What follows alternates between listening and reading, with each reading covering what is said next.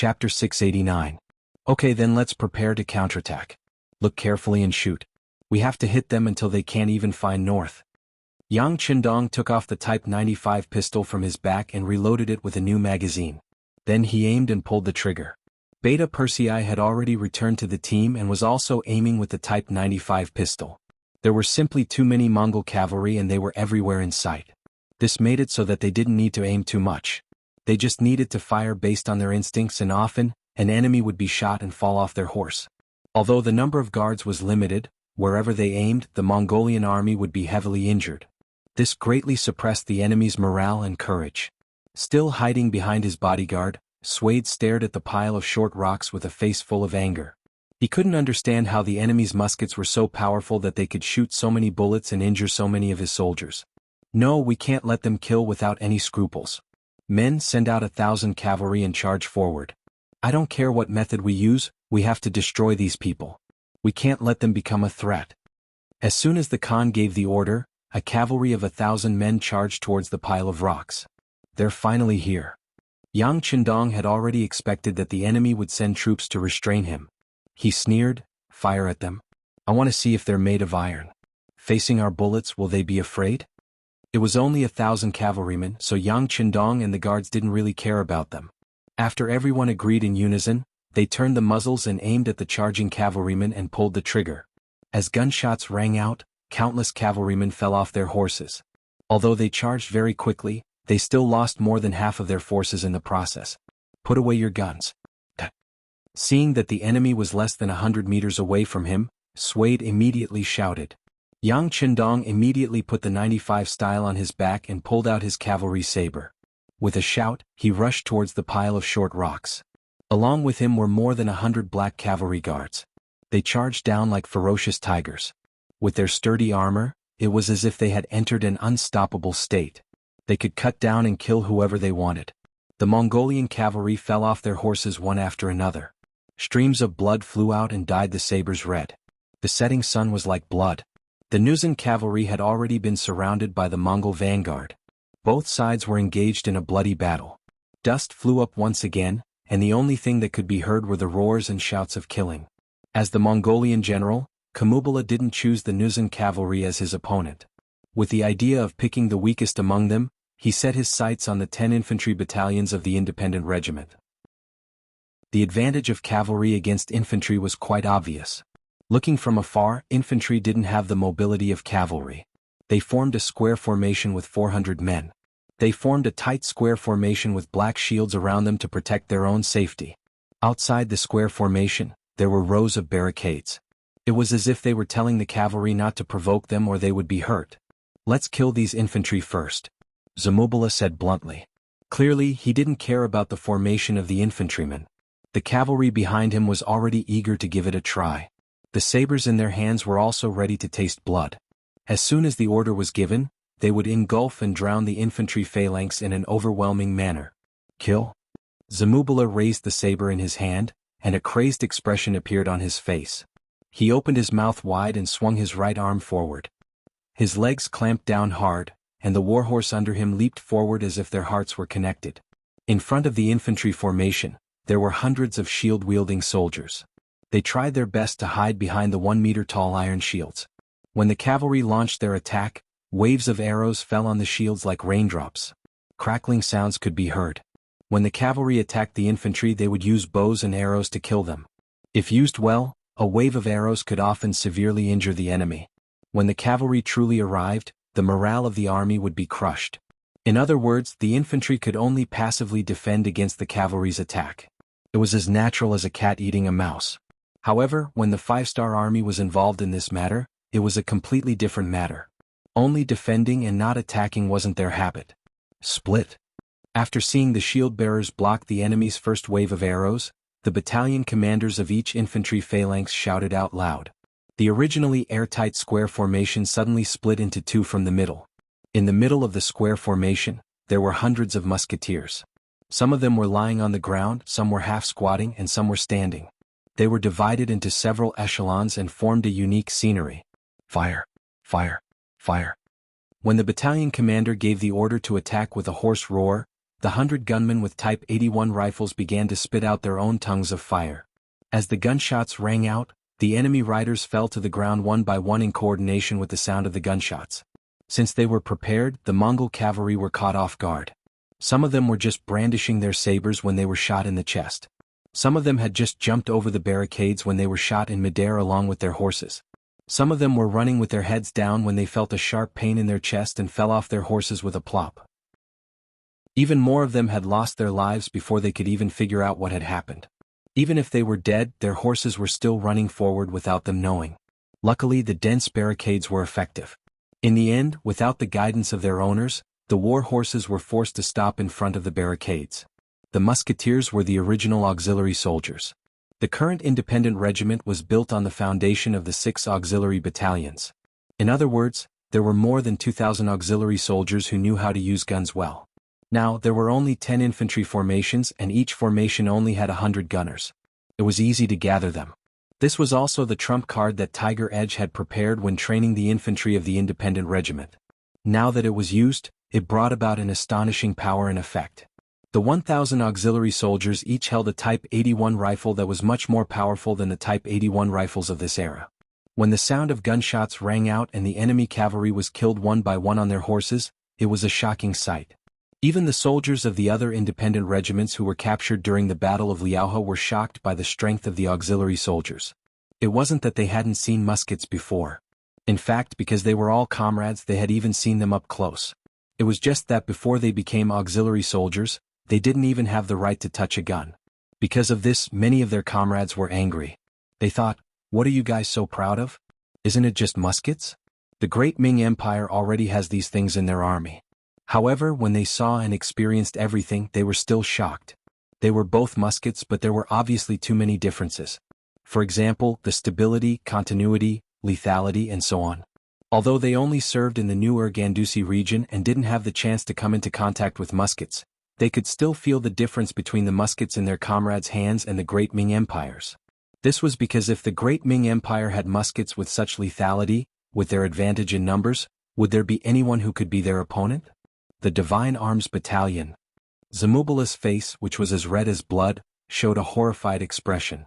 Decades ago, the Great Ming Empire relied on the muskets of the Divine Arms Battalion to defeat their ancestors. After all these years, they originally thought that the Great Ming Empire had been divided into the north and the south. They originally thought that Baiming was an arrow at the end of its flight after the incident at the Timu fortress. It was time for the Mongolians to rise again. But now, when they saw the scene of thousands of muskets firing at the same time, they knew that the misfortune of the Mongolians had arrived again. It was just a charge, but they lost thousands of cavalrymen. These were all the good men of the Mongolians in the Gobi Desert. They all had families, brothers and sisters. Now that they had all died in battle here, how was he going to explain it? Zamubala felt like he had punched an iron plate. He originally thought that it would be an easy move to use cavalry to deal with infantry. But now they had suffered heavy losses before they could even charge over. If they continued to fight, how many of their brothers would they have to lose before they could obtain a victory? They were no longer as arrogant as before, nor were they as confident as before. Zamubala wanted to pass on what happened here to the Khan. How could their 20,000 cavalrymen deal with such a powerful enemy who possessed firearms? Zamubala felt a headache coming on. Khan Sud also felt a headache coming on. It was not because of anything else, but because a scout had reported that a large number of cavalrymen had suddenly appeared on both sides of them. Although they could not see the situation of the other party, they should be enemies and not friends. Why are there still enemies? Didn't Tuoya say that the 5-star army has less than 10,000 soldiers? Khan Sud's expression changed from the confident look he had before. He started to feel conflicted. He believed that even if the enemies that appeared on both sides were on the same side as the 5-star army, with his 20,000 Mongolian soldiers, he did not have to worry about losing. But after spending so much effort and in the end sacrificing 800 of his own men to kill 1,000 of his enemies, just to fight a bloody battle with a 5-star army that he didn't have much hatred for. Was it worth it? What was his goal? Just as he was conflicted over this question, one of Zamubala's soldiers ran over. Khan, something bad happened. The enemy has the Divine Arms Battalion, the Divine Arms Battalion. What's the matter? Why are you making such a big fuss? Khan Sud was already in a bad mood. When he was shouted, his expression became even worse. Isn't it just the Divine Arms Battalion? I already know. Chapter 690. Of course Suda knew.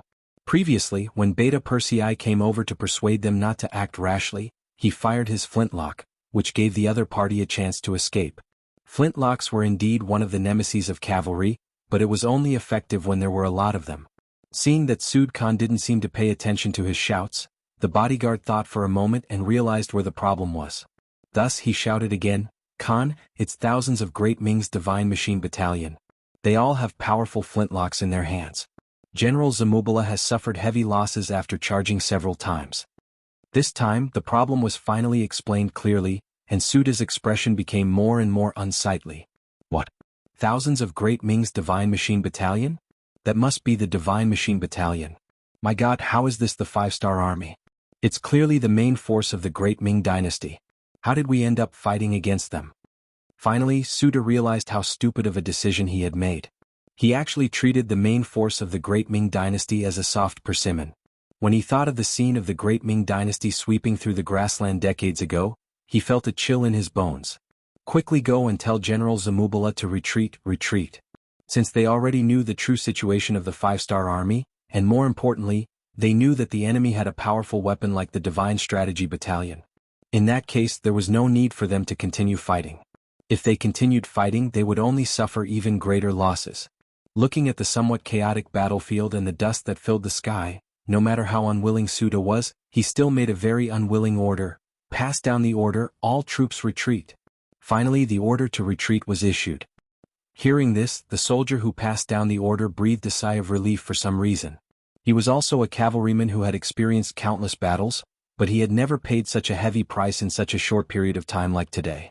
It hadn't even been 2 hours since the start of the war, but as far as he knew, the number of cavalrymen who died in the battle had already reached 3,000. This was still the number of Mongolian soldiers who couldn't be counted. Now, no matter how big the smoke was, it would be difficult to calm down until the result was clear.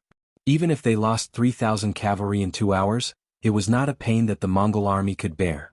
The 5-star army's reinforcements were about to arrive. Retreating now was the wisest choice. The messenger replied loudly and turned around to pass on the message. For a period of time, regardless of whether it was the Mongolian cavaliers who were fiercely attacking Yang Qindong's cavaliers at the pile of short rocks or Kambala's men who wanted to take advantage of the situation and use their cavaliers to fight against the infantrymen, when they received the news, all of them sighed in relief, as if a heavy burden had been lifted from their shoulders. Then they ordered their army to retreat. Zamubala wanted to take advantage of the situation but didn't succeed. Seeing that the situation wasn't good, he wanted to retreat. How could Tiger's Mane give in? Previously, when Zamubala was dealing with the infantry, he didn't have any intention of helping out with the 6 cavalry battalions. This was because he believed in the strength of the infantry battalions. He knew how powerful these infantry battalions were with Type 81 guns. Now that the other party had suffered a loss and was afraid, it was time for him to take advantage of the situation. Come on, cavalry warriors of the independent regiment, it's time for us to perform. Charge with your regiment commander. Tiger's Mane acted just like how he dealt with Hilaro's cavaliers. He was the first to charge forward on his horse. Following behind him were 6 battalions, more than 2,000 cavalry warriors with sharp sabers in their hands. They had been conserving their energy at the side. Now that it was finally time for them to act, how could they be courteous? All of them fought to be the first to charge forward and kill the enemy. At the pile of short rocks, the Mongolian cavaliers used various methods to try to surround Yang Qindong's troops. However, after all of them failed, they finally became obedient. Facing the mouth, nose, and eyes that could be injured, they were all helpless. Luckily, the messenger passed on a new order. The Khan ordered the army to retreat. Instantly, everyone heaved a sigh of relief. They didn't stop and turned around to leave. Young master, they are retreating. Beside Yang Qindong, Beta Persei, who was already covered in blood from all the killing, panted heavily as he spoke with a look of satisfaction. It was no wonder that Beta Persei had such a reaction. When he was by the young master's side in the past, he was always worried about the dangers on the front lines. Under normal circumstances, he would be at the command center. This time, relying on the advantage of the black armor and the might of the warhorse, he had finally reached the front lines. Now that he could kill to his heart's content, how could he not be carefree? They are going to escape, but can they escape? Raise the command flag, order the cavaliers to strengthen the 1st and 2nd Regiment to intercept the Mongolian cavaliers. This time, if we don't skin them alive, they can forget about escaping from the hands of this young master." Yang Qindong's eyes flashed with determination. Long before the Mongolian army appeared, the 1st and 2nd Regiment had already rushed to the pile of rocks. However, Yang Qindong didn't let them enter the battlefield immediately. He needed to leave behind a group of fresh troops to face any difficulties and unknown dangers. Since the enemy had retreated, it was naturally time to use their backup plan. Since they had chosen to be his enemy and his warning didn't work, then they had to be prepared for any serious consequences. On the pile of rocks, the command flag was raised high, conveying the 6th Young Master's order. Outside the battlefield, Wind Chaser and Lu Zhua had received the order and brought a total of 5,200 cavaliers to prepare to stop the enemy. Not long after Sud Khan gave the order to retreat, Zamubala and the others brought the army back. Compared to when they went to battle, they were naturally in a much more difficult situation. Alright, the Han people have a good saying. Victory and defeat are common in war. This time we lost, but as long as we preserve our strength we can get it back in the next battle. Now everyone prepare to retreat. Sud Khan's eyes scanned all the generals and said with a helpless and sorrowful voice, "Khan, we still have many cavaliers that haven't returned from the battlefield. Are we waiting?" Zamubala looked back at the 4,000 cavaliers that were still fighting in the dust and asked hesitantly when he heard that they were going to retreat now. "We're not waiting anymore. Everything depends on their fate. To tell you the truth, a large number of the 5-star army has appeared behind us. Even if we go back now, we have to be prepared to be intercepted. Alright, let's not delay any longer and leave now." To be able to become a Khan, one had to have a strong will. A loss was a loss.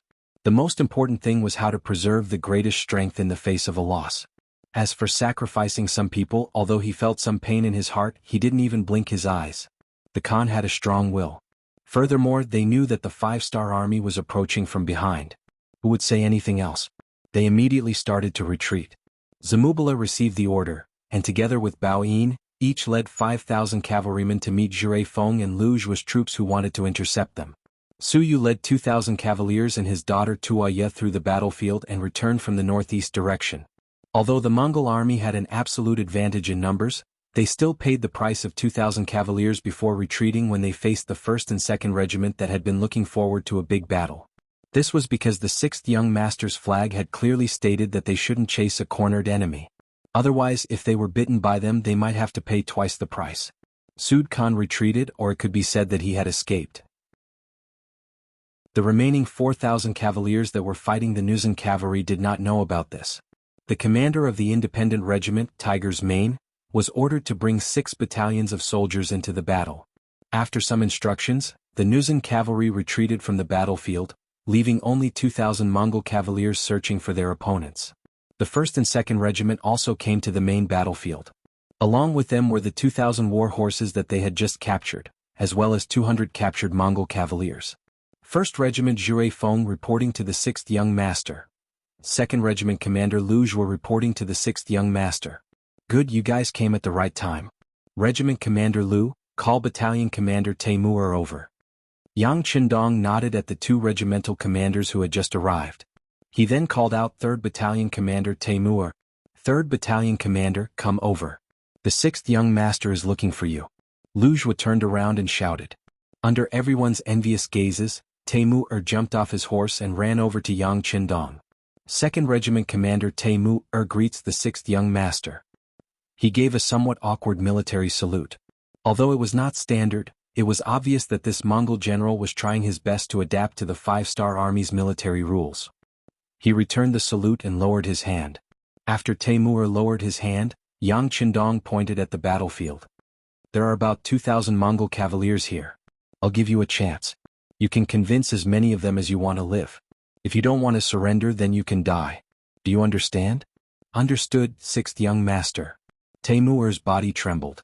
When he understood what the 6th Young Master meant, he immediately gave a solemn military salute. As a Mongol, he naturally did not want to see his comrades die in front of him. Hence, he would do his best to complete this task. Without their opponents, the Mongolian cavaliers became quiet.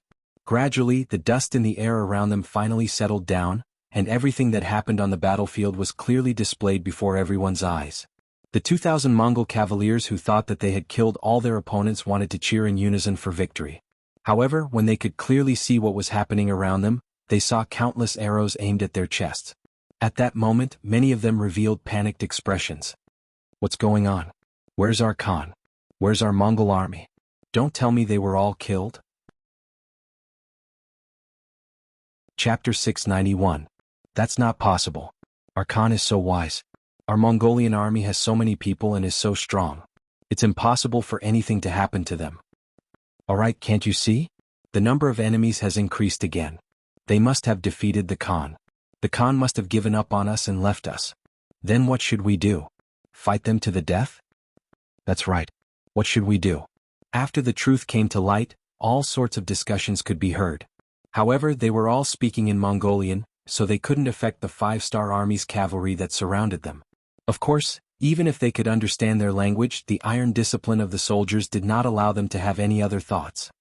Everyone quiet down.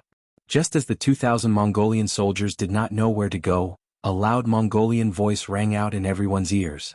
Taimur rode on his horse like a lion patrolling its territory and appeared in front of the surrounded Mongolian soldiers. Behind Taimur were 2 other carriages. One of the carriages was filled with a mountain of silver and many iron pots, bowls and other daily necessities. There were also jars of unopened wine. The other carriage was filled with shiny cavalry swords and sharp feathered bows. There was also black armor that gave off a dark and bloodthirsty glow. The moment the 2 carriages appeared, they attracted the attention of the 2,000 Mongolian soldiers. During the Great Ming dynasty, the Mongolians fought for iron pots because they did not have them. It was not because iron pots were a luxury. Furthermore, the Mongolians did not have the skills and materials to forge iron pots. Without iron pots they could not cook meat. At that time, the Great Ming dynasty was afraid that the Mongolians would buy iron pots and forge them into weapons. Therefore, the Mongolians could only snatch iron pots. As a result, a group of fully armed Mongolian soldiers would often harass the Han people just to snatch an iron pot. It was quite a comical scene. Taimur was a Mongolian. He was very clear about what the Mongolians needed and desired. Instead of trying to persuade or reason with these people, it would be better to give them something tangible and give them what they desired the most. Noticing the greed and excitement in the eyes of the Mongolian cavalryman, Taimur knew that he had made the right move. With confidence he said loudly, "Do you see that? As long as you're willing to surrender and join the 5-star army, all of these things will be yours. Not only that, you'll also be able to receive a decent amount of money every month. If you perform meritorious deeds on the battlefield, you'll even receive additional rewards. It can be said that the 5-star army has many good things that no one can imagine. You are all brave warriors. The 6th young master because he respects you." Of course, if anyone wants to be unconventional and want to repay your Khan's kindness with death, you can also take out your saber and stand out. I will stand right here and will not move an inch. If you have the ability, then just kill me. At this point, Taimur took the initiative to pause for a moment before saying, "Of course you have to think it through before you act. If you draw your sabers you might die before me. As long as you've made up your mind you can do it." "Alright, I'm afraid you don't know what happened just now. Your Khan Sud fled when he realized that he was no match for my 5-star army. I didn't tell you anything. I have to say you are all abandoned children. I really feel sorry for you. For a Khan like this, is there any need for you to serve him? Isn't it too worth it?" When Taimur finished speaking, there were still a few Mongolian soldiers who wanted to test his saber with their own bodies. Some of them had received Sud's kindness. If it wasn't for this Khan, their lives would be very difficult. However, when they heard the last sentence and heard that Sud had abandoned them, the Mongolian soldiers who wanted to step forward and show their loyalty hesitated. It was not worth it to risk their lives for a Khan who abandoned them. None of the Mongolian soldiers rushed forward. This was within Taimur's expectations. The 5-star army soldiers were all around them. Unless they didn't want to live anymore, who would take the initiative to rush out and die? Good. Since no one objects, I will take it that you have chosen to surrender. Now I will ask the warriors in the west to throw their weapons on the ground, dismount and surrender. Everyone else follow. I only want to say that we are very sincere. If anyone wants to play tricks with us, you can try using your own life." After Taimur said this, he looked at the soldiers in the west and said, "You have 3 breaths. If you don't surrender immediately, don't blame us for being impolite." 1, 2. Finally, under Taimur's slow and drawn-out voice, a Mongolian cavalryman threw down the saber in his hand and jumped down from his warhorse. Holding the reins of his warhorse, he was the first to walk out. Surrendering was equivalent to letting go of all their dignity. If it was any other time, who knew how many people would laugh at him? However, they didn't. In the face of life and death, especially when the person they were dying for was not worth it, they wisely chose to survive. Only by surviving would a person have hope, a future, and the possibilities of the future. Riding on the white dragon horse and standing on a pile of rocks, Yang Qindong took in all of this with a natural smile on his face. Beta Persei, come here. Young master. Beta Persei, who was standing at the side, came to Yang Qindong's side. Go ahead and return to the main camp. Tell your logistics team to prepare the food. Also, prepare more silver, wine, cigarettes, and sabers. This young master wants to celebrate. Also, send a telegram to Tsushin City when you return. Tell them to quickly transport the next batch of resources I want. I want as much as you can. Don't think it's too much. Yang Qindong chuckled. Yes, young master. Beta Persei naturally nodded in agreement. However, out of worry he still asked, Young master, are the resources still being transported by sea? Yes, just like last time. Yang Qindong nodded. After the continuous battles, the strength of the 5-star army had increased tremendously.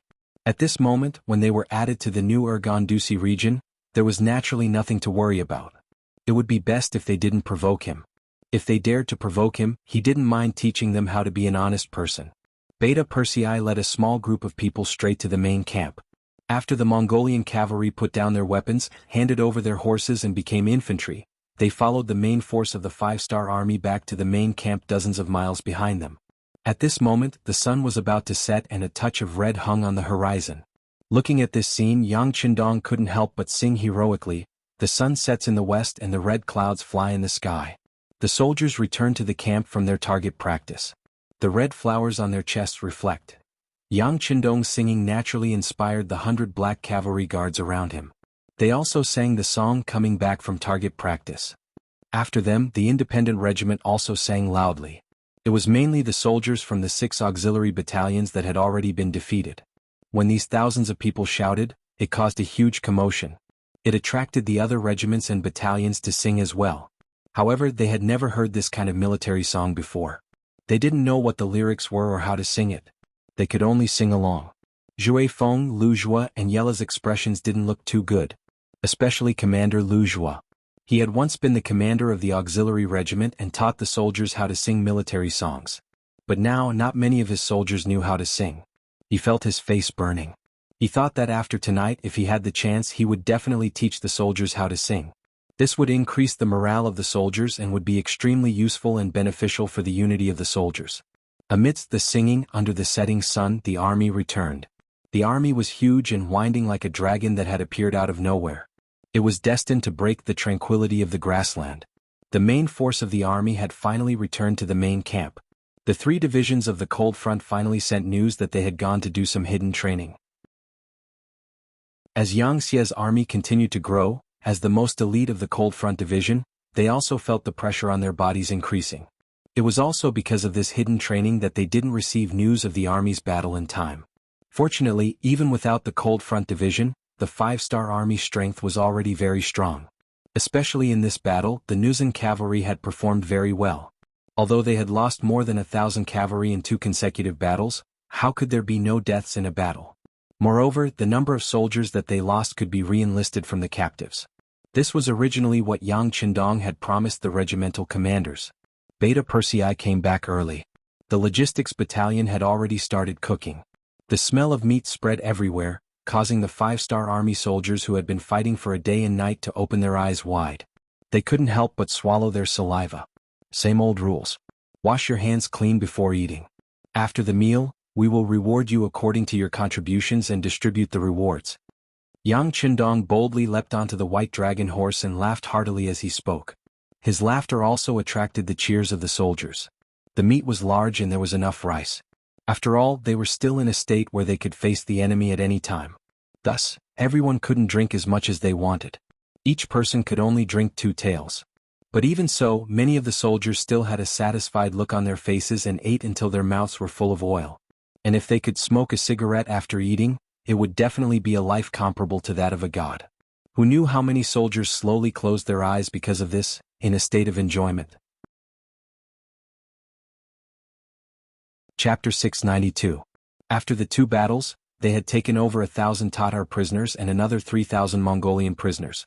These 4,000 people were still in the captive camp. They were lucky enough to see the 5-star army having a meal. In that era it was not easy for soldiers to have a full meal. Usually they would only have such an opportunity before a great battle, or when they had won a great battle and rewarded the army with a great victory. But even so, not all soldiers were able to enjoy such treatment. Generally speaking, a general would naturally have enough food to eat. The personal guards of the general could eat until they were 70% full, and the regular soldiers, the elites who charged at the front during battle, could eat until they were 60% full. As for the other soldiers, it was already considered good if they could eat until they were 50% full. It was often shown on television that the Mongolian army would eat mutton wherever they went. It was very appetizing. However, that was only for the generals. Normal soldiers could not enjoy such treatment. The soldiers could pick up the leftovers from the general's table. They could even chew on the bones. Normal soldiers could not even think about it. The people of that era were really poor. They only had 2 meals a day. Being able to fill their stomachs was already not bad. However, what they saw today was that almost all of the 5-star army soldiers, no matter if they were generals or normal soldiers, no matter if they were in charge of logistics, they could all eat until they were full. Even the captives who had not made up their minds had food placed in front of them so that they could eat as much as they wanted. This scene after scene shocked the captives. Some of the Mongolian soldiers who were smart among the captives took the initiative to greet some of the friendly Mongolian soldiers who were also part of the 5-star army. They used the chance to get close to them and asked some questions that they did not understand. Alright, we all know what you guys are thinking. Let me tell you, in the 5-star army, as long as we fight and train hard, we do not need to worry about food and drink. Not only that, after we eat and drink, we still have food for our minds. Look, this thing in my hand. Look, it can smoke. It is called a cigarette. What is a cigarette? Is it tasty? The Mongolian captives who saw it for the first time were interested. Of course you can't eat it. This thing is for sucking and smoking. Look at me. While speaking, the soldiers of the 5-star army took a light puff of their cigarettes. Then they put the cigarette into their mouths. After inhaling a portion of it, they slowly spat out a portion of it. They looked extremely satisfied. This thing is very interesting. Can you give me one to try? One of the captive soldiers asked curiously. That won't do. This thing isn't for normal use. It can only be earned during military exploits. In this battle I killed 4 enemies and injured 1. According to the rules I can get 45 cigarettes, which is more than 2 packs. If I save some, it will be enough for me to live freely for a while. After saying this, the warrior turned around and left. It was as if his spoils of war would be snatched away by the captives if he stayed. One by one, the 5-star army veterans were called over by the captives. After showing off for a while, they turned around and left. Did you think that these veterans were so kind as to chat with the captives? They were only doing so because they had military orders and wanted to satisfy their vanity. However, it was this kind of teaching that greatly stimulated the captives who had no choice but to lower their heads. Originally, they had no choice but to surrender in order to survive. But now it seemed that there was no harm in surrendering. It might even be a new hope in life. Yang Qindong didn't care about the captives. He firmly believed that the environment could change a person. His attention was focused on the situation in front of him. This time he had defeated the Mongolian army with a large number of firearms. Presumably, the news of him coming to the prairie could no longer be hidden. In addition, he had defeated Har's 5,000 cavalry. In the outside world, there should be a lot of people paying attention to him. Since that was the case, he might as well not play hide and seek and stand out. Since he was going to make it public, Yang Qindong decided to take his first step in the prairie and build a city. Regardless of whether it was for the sake of logistical supplies or for the treatment of the injured and the expansion of their influence in the future, a stable city was a must. After standing in front of the sand table for a long time, he pointed to the land of Arakamaki that he had been studying for a long time. Arakamaki in the Inner Mongolia Autonomous Region, Shi'i and Jiren Gaole. According to Chindi's book, Emperor Taizu wrote, Arakamaki Wandong Lujina Tunshin Mur Sutoa Hahai Lalian Ajar Havandu Haleoj Lu and other places. Thou shalt reside there. From these records, Arakamaki was located in the easternmost part. Occupying this place was equivalent to having a residence. Moreover, it was also very close to the Baiming realm. In the future, no matter where he decided to extend his tentacles, it would be much more convenient. Most importantly, with a foundation, no matter what he did in the future, he would have fewer worries. What kind of people are there in Arakamaki? Pointing to the sand table, Yang Qindong asked Su Yunxing, who was standing by the side. Reporting to the 6th young master, there are only about 500 Tatar cavalry there. You also know that the relationship between Baiming and the Wala is very tense. The closer we get to them, the more scarce our resources are. In order to survive, many of the people here have already moved away. Now, other than the cavalry, there are only about 1,000 Mongolian people. 1,000 people? That's too little. When we need to build a city, I'm afraid we won't even be able to find workers. However, this is the only thing we can do. Right? You've been to Arakamaki, right? How was the environment there? Although Yang Qindong felt a little regretful, how could there be anything perfect in the world? Su Yunxing hurriedly nodded. Yes, young master, I've been there. There were originally walls there. Later on, when Ming Qingzu went north to conquer the grasslands, it was repaired. The foundation is not bad, and the area it occupies is not small. Once there are enough resources, there shouldn't be a problem to build a large city. Good, tonight you will lead the reconnaissance team to take over Arakamaki, then announce to the outside world that it is the territory of our mercenaries. Yang Qindong nodded, his aura becoming very firm. He had fought with the Tatar and Mongol tribes separately, and it had attracted the attention of many people.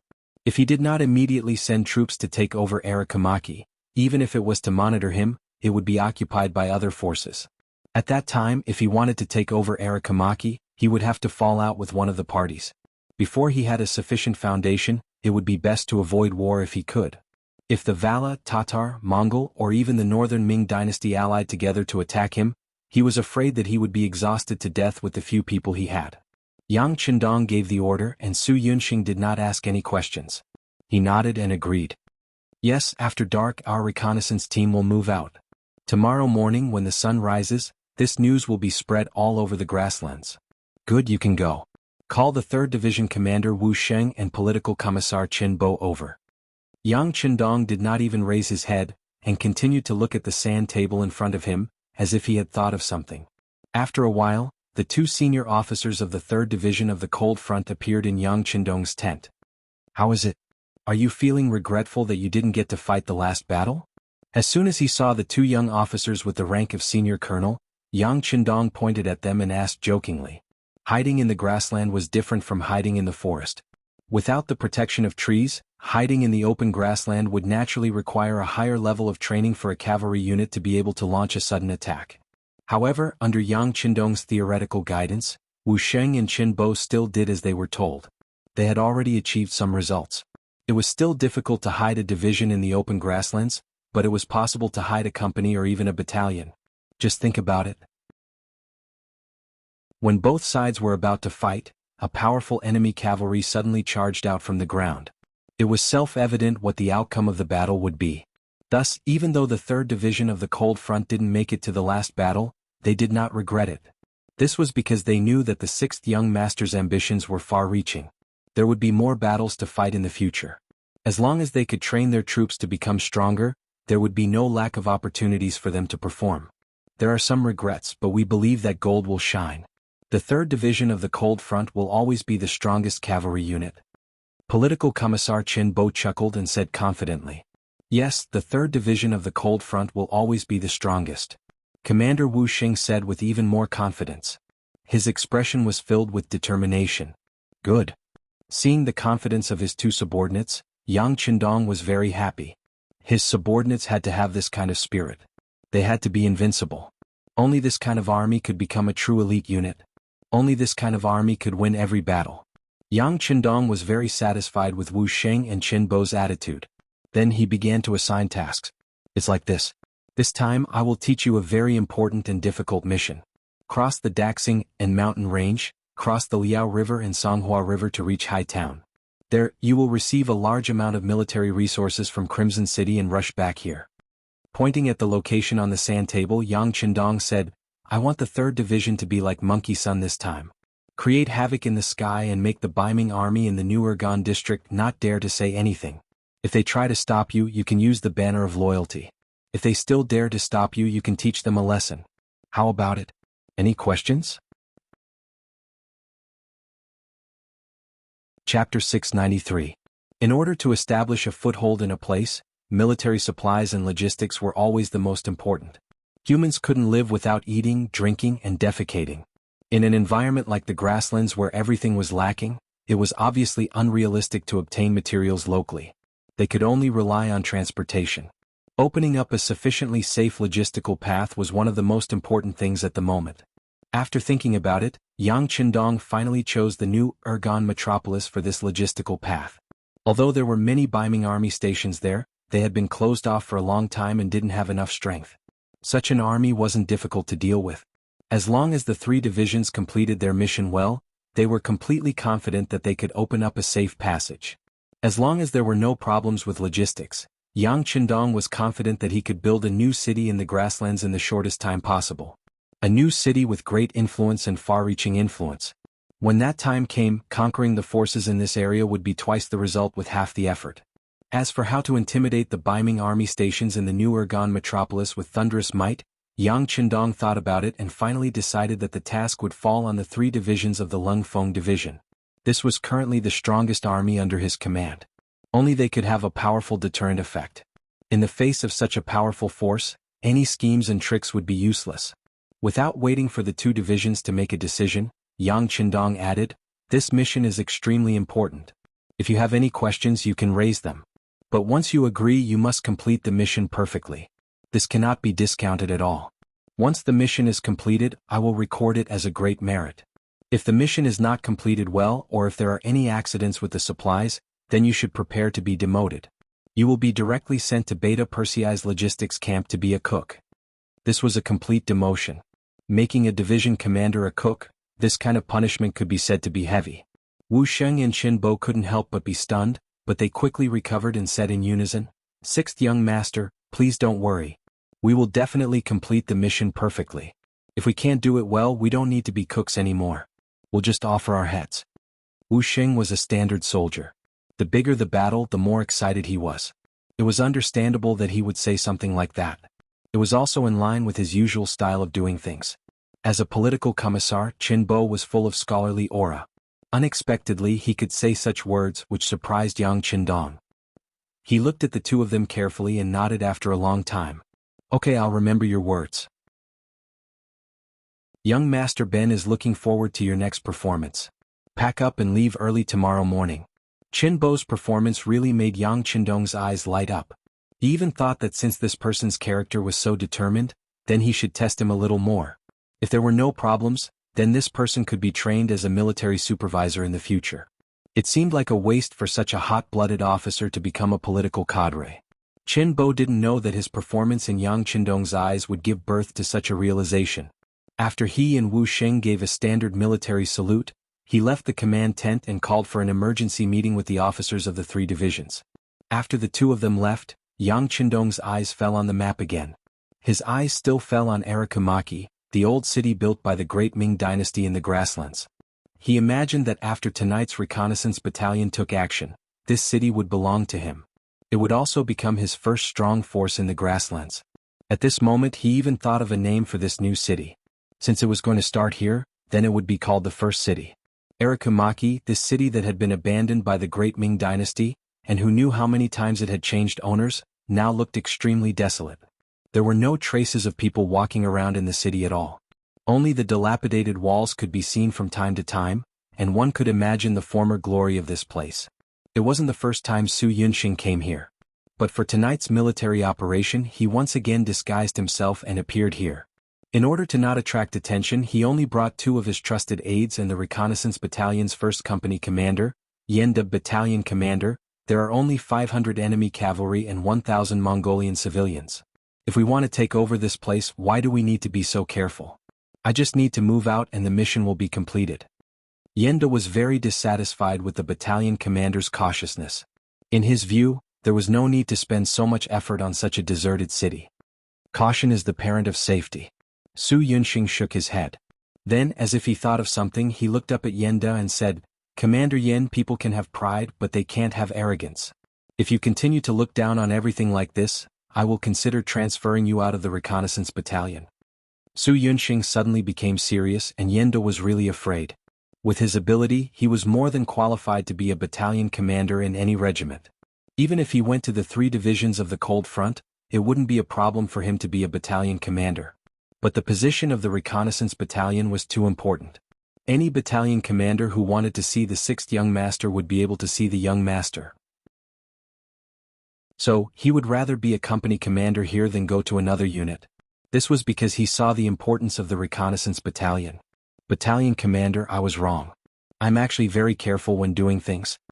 Yenda immediately admitted his mistake. In reality, he was a very careful person. Otherwise, he wouldn't have become the company commander of the reconnaissance battalion's 1st company. Naturally, Su Yunxing was someone who understood this principle, so he just reminded the other party. If he was really not satisfied, he wouldn't have reminded him and would have directly transferred him away. With the interlude just now, when Su Yunxing wanted to do something, Yenda just followed at the side and didn't say anything. The 4 of them walked like this and unknowingly came to a house in the city. Here they saw an old man resting outside the door. Looking at the old man's appearance, he was in his 50s. At that time he was already considered a very old man. Haha, old brother, how old are you? Su Yunxing had imprinted almost every corner of the city and every street in his mind. He had basically completed his mission and wanted to take a rest. When he saw the old man, he walked over without thinking and asked in Mongolian. He sat down beside the old man. The old man had already noticed Su Yunxing and the other 3. Seeing them sit down beside him, he wasn't surprised. Instead, he smiled and answered, "This old man is 56 this year." "Oh, that's still a very old man," Su Yunxing said casually. "You can say that." The old man chuckled. His face was filled with reminiscence, and the vicissitudes of life were written all over his face. Seeing that the old man seemed to be reminiscing about something, Su Yunxing didn't disturb him. Instead, he reached into his bosom and took out a piece of dried meat that he always carried with him. He also took out a bottle of old wine from the hands of 2 bodyguards and placed it in front of the old man. If you want to get what you want from others, you have to pay first.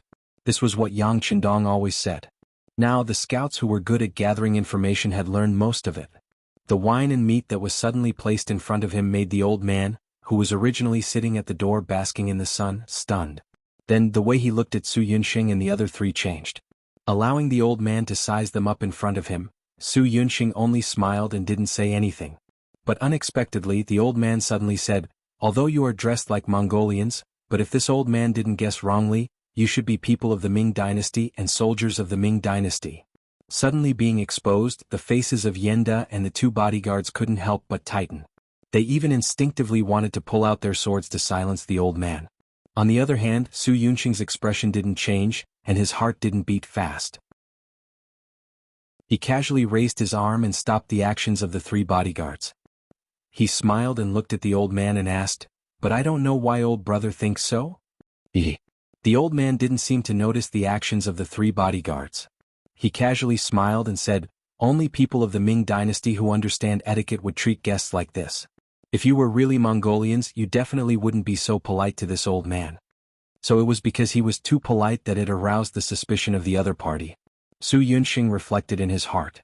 Should the scouts learn to be more domineering when they go out to do things in the future? While his heart was still thinking about this unintentional loophole, the old man spoke again. "Although your Mongolian can be considered authentic, but let's talk in Chinese. AI, speaking of which, I haven't spoken Chinese in a long time." "Old brother is also a Han?" Su Yunxing's interest was immediately piqued. After all, other than his comrades, to be able to meet a fellow Han here was still very delightful. "I can be considered half Han. My father was a Ming dynasty man. Later on he met a grassland woman and settled down here, giving birth to me," the old man said somewhat embarrassedly. After all, in that era, if one's blood wasn't pure, then one was a mixed blood. People would look down on them. "I see." Su Yunxing didn't have any intention of looking down on the old man.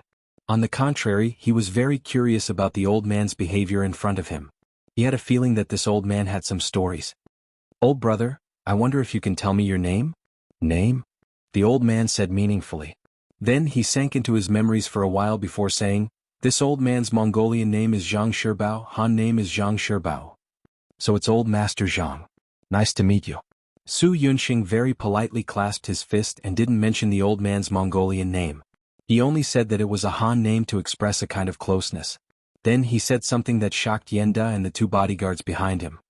"This little one's name is Su Yunxing. I'm the battalion commander of the mercenary scouts under the Duke of Loyalty.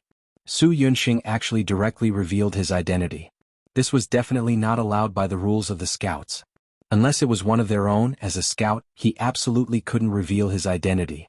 As the battalion commander, it was impossible for Su Yunxing not to know this. But he still did so. Naturally, Yenda and the two bodyguards were puzzled and puzzled. Chapter 694. Naturally, Su Yunxing had his own reasons for saying this. First, he found that this old man named Zhang Shibao was very honest. Otherwise, even if he saw through it, there was no need to say it.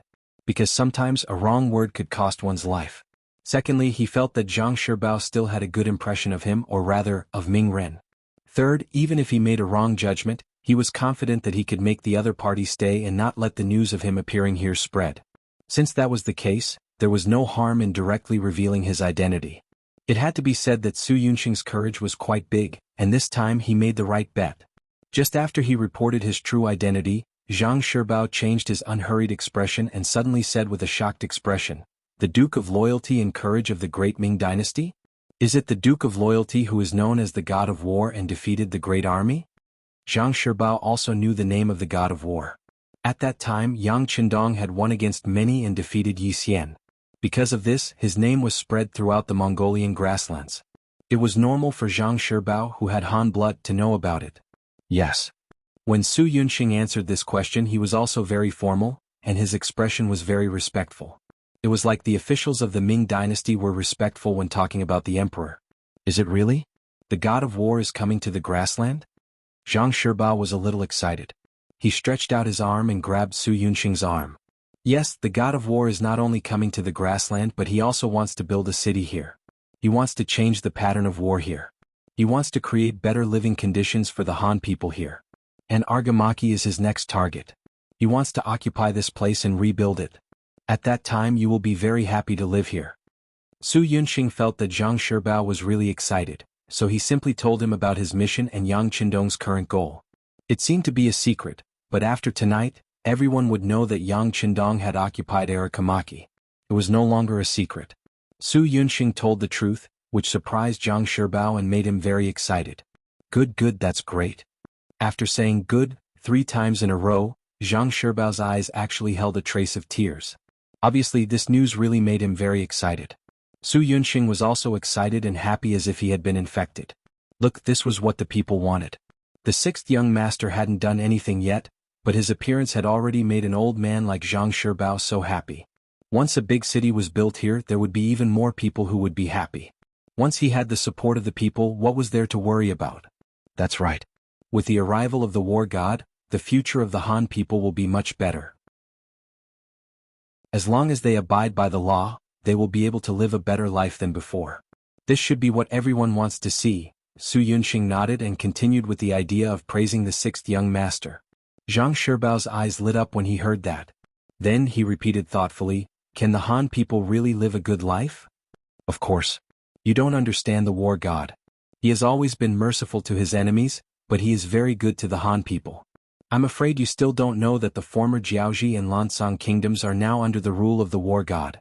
The Han people there received a large amount of land and their lives are better than before by 100 times.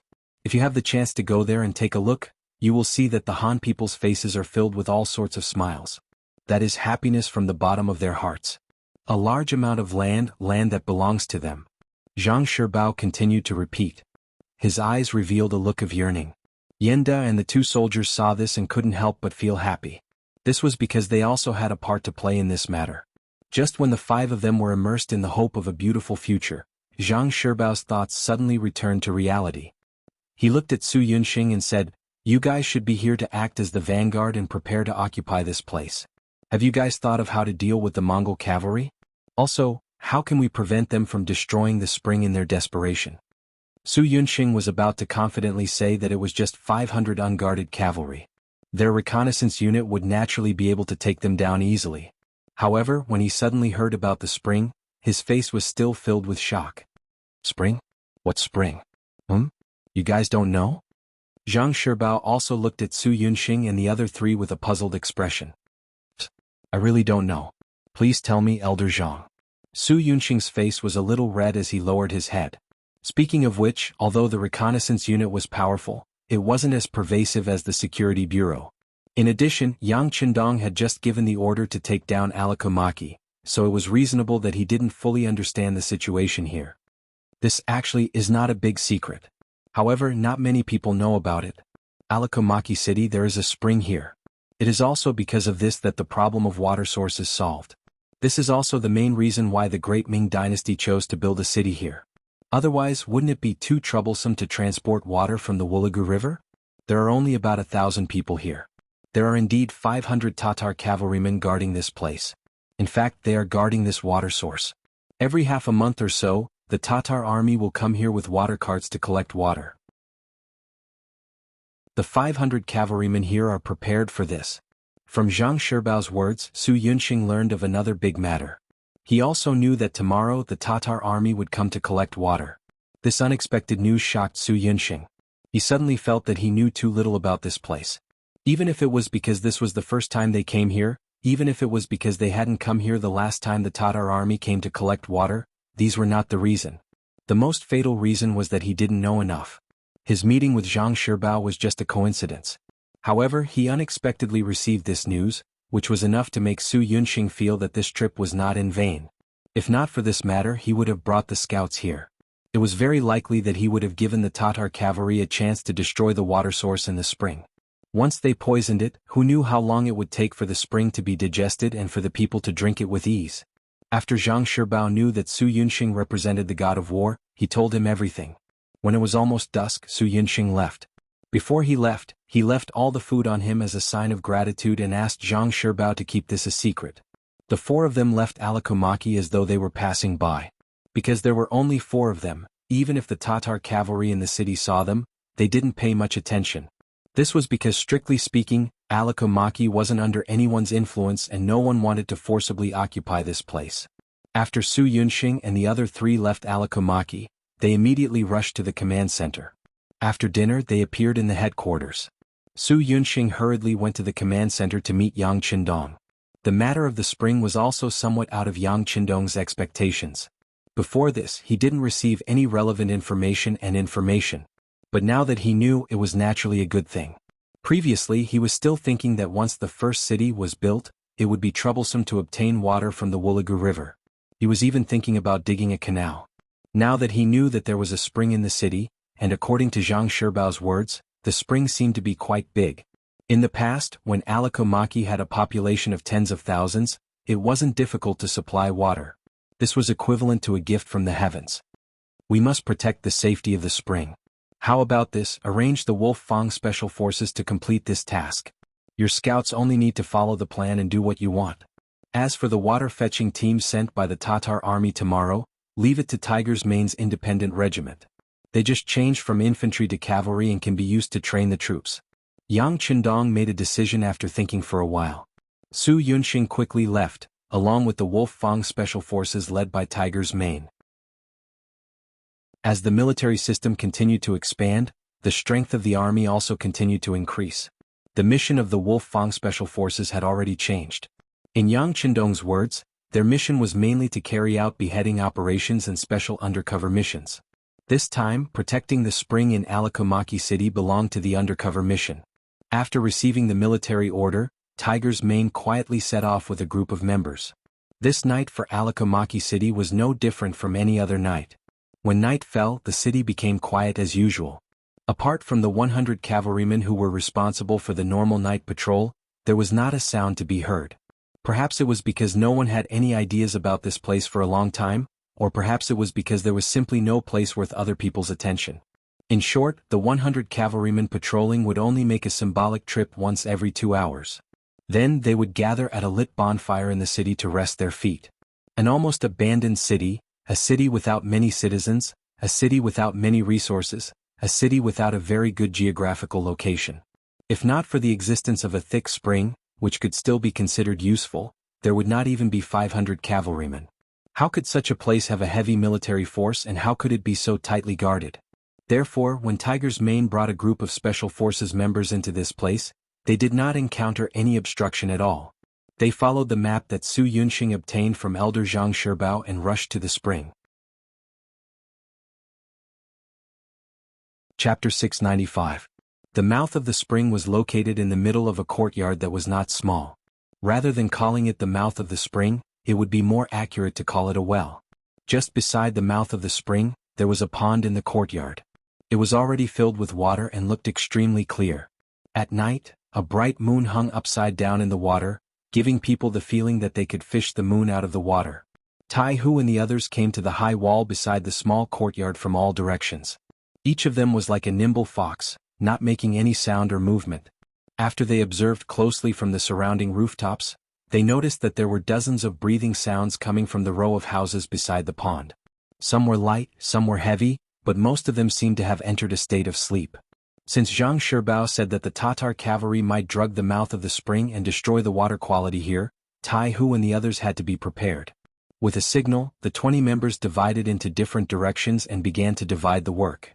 Some of them continued to monitor with their guns, some began to enter the small courtyard or the various exits near the mouth of the spring, and some had already jumped off the rooftops and approached the row of houses where the breathing sounds were coming from. Skinny Monkey was the most agile member. He was the first to arrive in front of the houses. Unknowingly, a weapon similar to a modern grenade had appeared in his hand. This was not a normal grenade but a smoke bomb. Once it was fired, it would release a pungent smell, causing people to lose their ability to judge for a certain period of time and lose more than 70% of their mobility. Skinny Monkey was the first to arrive, followed by King Kong, Violent Ape, and the others. Each of them guarded a door, holding a smoke bomb in their hands. When all of them were in place, they looked at each other and 6 smoke bombs were suddenly thrown from the windows into the 6 rooms. In the silent night, the smoke bombs made a sound in unison. Oh, puff, ah, choke. About 4 to 5 seconds later, there were bursts of shouts, curses, and screams coming from the houses. These sounds should have been like thunder in the silent night, but the sound of the cavalry charging at the city gate covered everything, so the sounds made here did not attract too much attention from the outside. Even though no one was paying attention, it didn't mean that the members of the special forces would go easy on them. On the contrary, their attacks began at the same time. The smoke grenades emitted a pungent smell, causing the Tatar cavalry to rush out of their rooms. Then, like dumplings, they were knocked out one after another. There were only 6 rooms, but 50 Tatar cavalry rushed out of them. In the end, apart from 2 people who resisted fiercely and suffered light injuries, the other 48 people were knocked out before they could even figure out what had happened. Search. After taking control of the situation, Iron Tiger gave the order. The members of Wolf Fang worked together and quickly found a large amount of poison in the room. Among them they found a lot of arsenic, nux vomica, and other things. These things melted in water and after being consumed, they would appear to be poisoned. It was hard to imagine what would have happened if Su Yunxing hadn't found out about it. If the mercenaries didn't know that the water source had been destroyed, what would have happened after the army drank the water? Come, bring the 2 wounded over here and let them drink the water in this pool. Iron Tiger was shocked and a little angry. Looking at the 2 wounded Tatar cavalry, he couldn't help but feel angry. If the 6th young master hadn't said that building the city required too much manpower, he would have killed them. But he could avoid the death penalty, so let them taste the water. If there really was a problem, they could only blame their bad luck. There was no time to poison them, or it could be said that they didn't think that someone would target them, so there was naturally no problem with the water. The 2 Tatar cavalry calmly drank the water. Seeing that everyone was safe, Iron Tiger let out a sigh of relief. He ordered his men to guard this place and not allow anyone to come close without orders. On the streets of Arakamaki, the sounds of killing had already become one. When the appointed time arrived, the cavalry of the reconnaissance unit began their attack. The first to be attacked were the 100 Tatar cavalry responsible for tonight's night watch. They thought that it would be an ordinary night like any other. But no one expected that the enemy would suddenly appear. While they were still far away, the sound of arrows piercing through the air could be heard. Most of the Tatar cavalry didn't even have time to react before they were injured. A few of the cavalry reacted faster. They had just mounted their horses when they were surrounded by at least 3 or 4 scouts. After a round of wild attacks, they were injured and fell off their horses. Yenda was responsible for leading a company of scouts to deal with the sleeping Tatar cavalry. Even though Yenda only had 100 soldiers under him, they had attacked suddenly, taking advantage of the element of surprise. By the time Yenda launched his attack, most of the enemies were unarmed. The result of this battle was naturally easy for Yenda to take down the enemy easily. This battle really wasn't worth writing about. The enemy's strength was weak. If they were strong soldiers, they wouldn't have been assigned to guard a meaningless city. It was another surprise attack. From the beginning to the end of the battle, less than an hour had passed. Of the 500 Tatar cavalrymen, only 4 were killed because of their fierce resistance, and 30 were lightly injured in the resistance. The rest were all alive. Arakamaki had changed hands at this moment. A shining signal flare rose into the sky. Yang Qindong, who was waiting in the distance, led the main army to move towards Arakamaki. From today onwards, the first city that was under construction would become their headquarters in the north. The 3 divisions of the Cold Front Division didn't go with the main army to the future first city. Instead, after a good night's rest, the army suddenly retreated east the next morning, heading towards the new Urgan-Dusi region. They had a new mission to open up a new logistical supply line. If anyone dared to threaten them on this road, they would end up dead under their spears and swords. Arakamaki had changed hands. The delay in the news and the fact that none of the 500 Tatar cavalry had a chance to escape caused this news to be completely sealed and not spread. Outside the city, the Tatar team sent out to pull water appeared. At that time, the grassland was still very rich in water plants. There was no environmental pollution, and because of the small population, it was not wantonly exploited.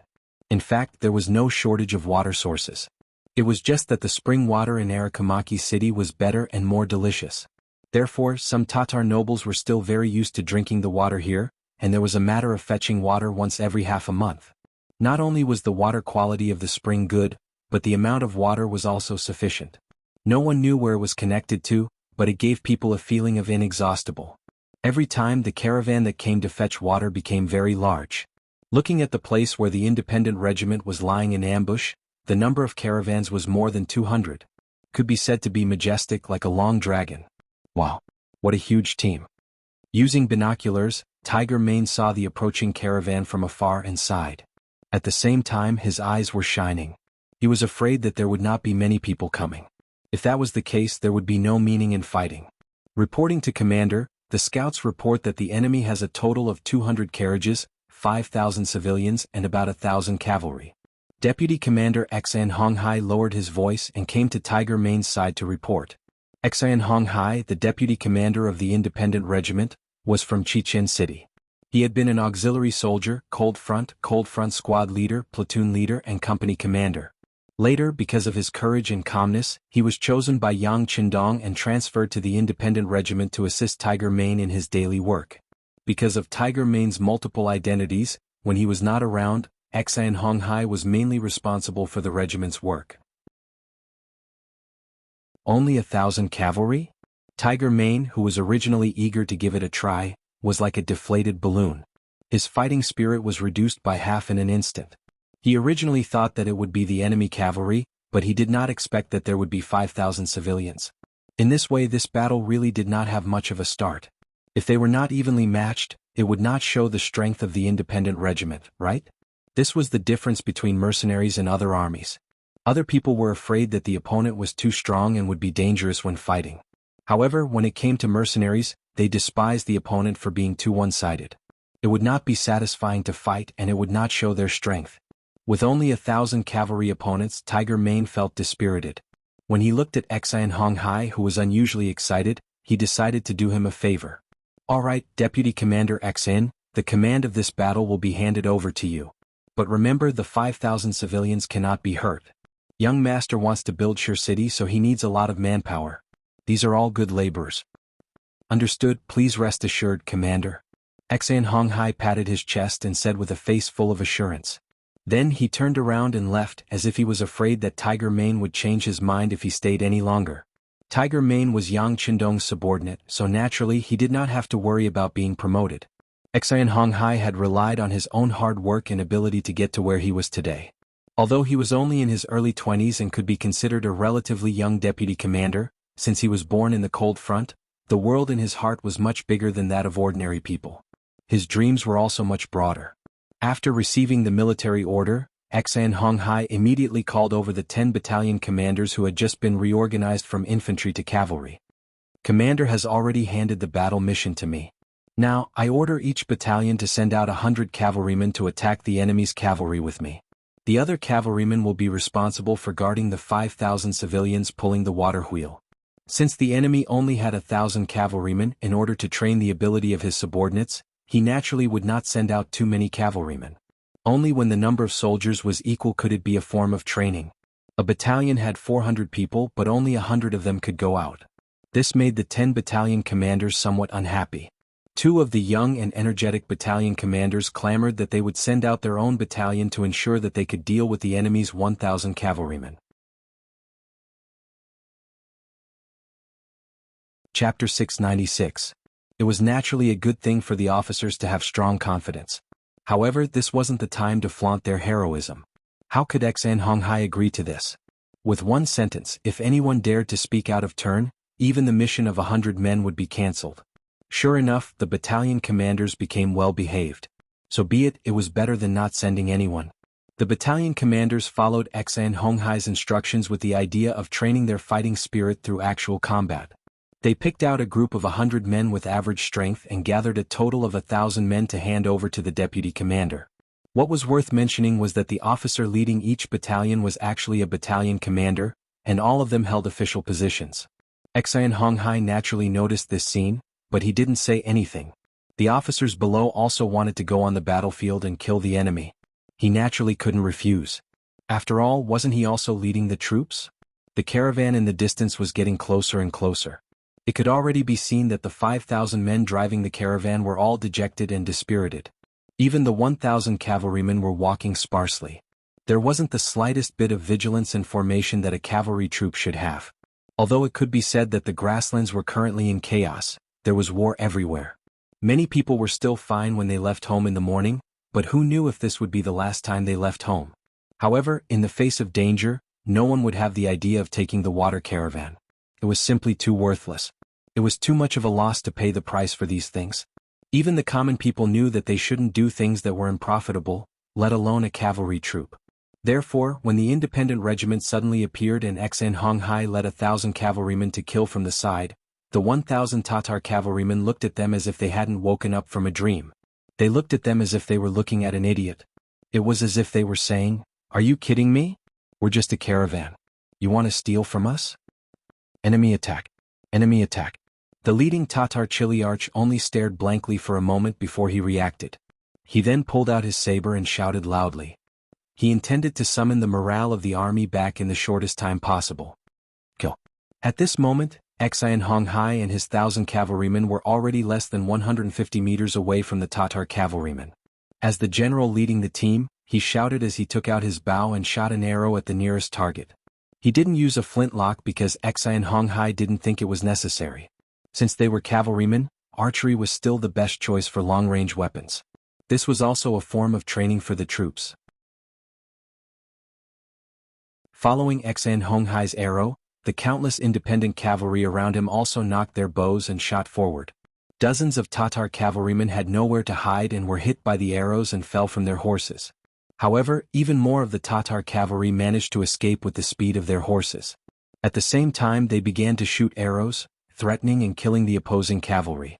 The cavalry of the independent regiment was made up of the original auxiliary soldiers and the captive soldiers of the Ming army of New Urgandusi. Among them, it wasn't that they didn't have horse-riding skills in the past. They were just ordinary soldiers who hadn't undergone strict training. For an army like this, even if they were given healthy horses, it would still be difficult for them to display the true advantage of cavalry. Because of this, the weakness of the independent regiment was revealed when they shot arrows. Facing the Tatar cavalrymen who grew up on horseback, both sides shot at each other. After a short while, the unprepared Tatar cavalryman began to gain the upper hand. Out of the corner of his eyes, he saw his own soldiers being shot by arrows or falling off their horses. In a short period of time, about 100 people were injured or died in battle. Xan Honghai clenched his teeth in heartache. He finally realized that his cavalry was still lacking in many aspects. No, we can't go on like this. A voice sounded in his mind. Xan Honghai was very clear about the strength of his cavalry. Most of them were like ducks being forced to perch on a perch. They lacked the time to break in with their horses and the time to train on horseback. Especially when it came to archery.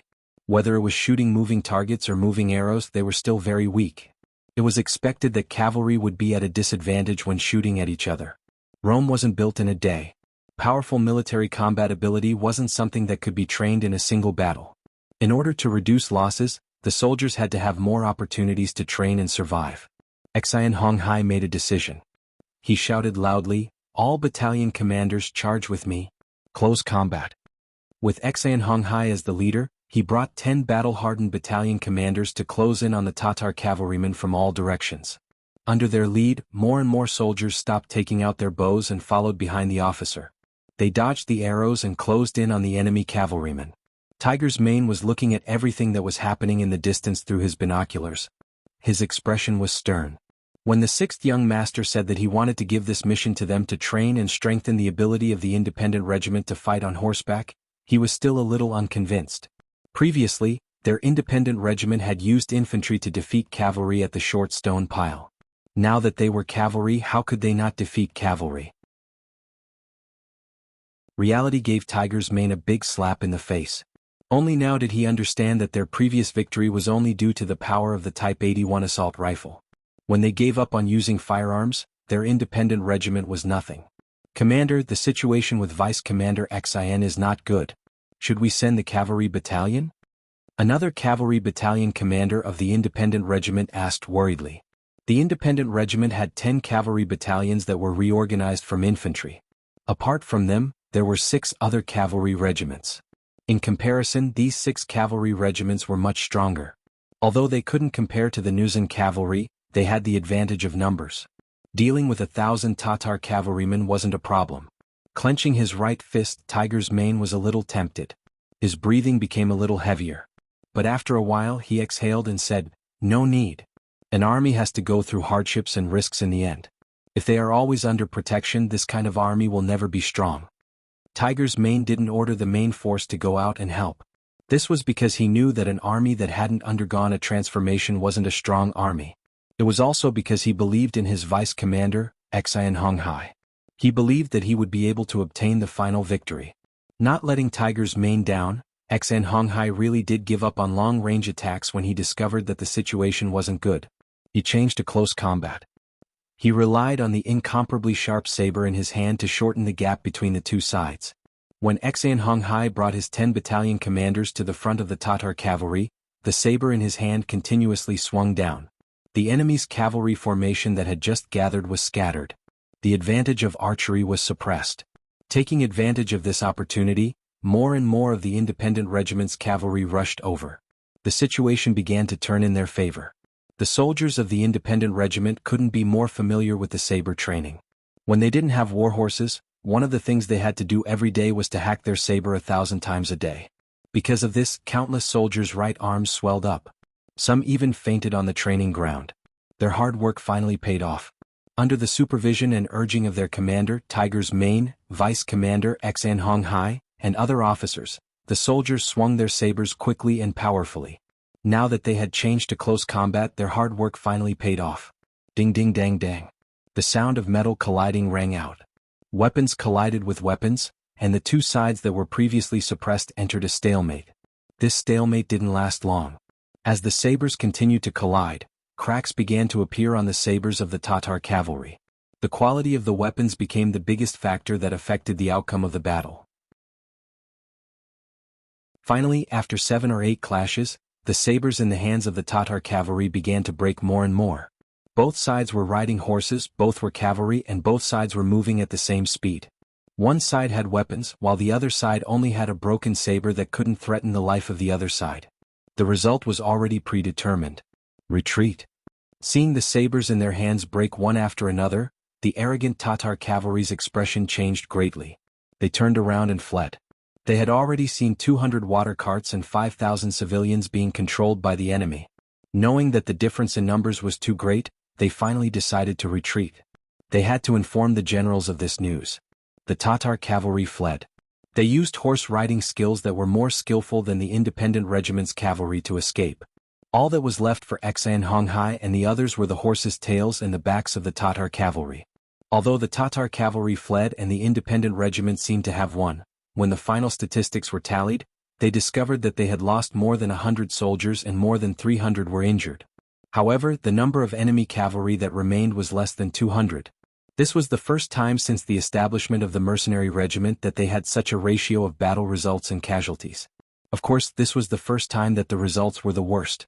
Because of this, Xian Honghai brought 10 battalion commanders and more than 800 cavalrymen, who were either injured or uninjured, to the commander of Tiger Brilliance and asked for forgiveness. You don't need to ask for forgiveness from me.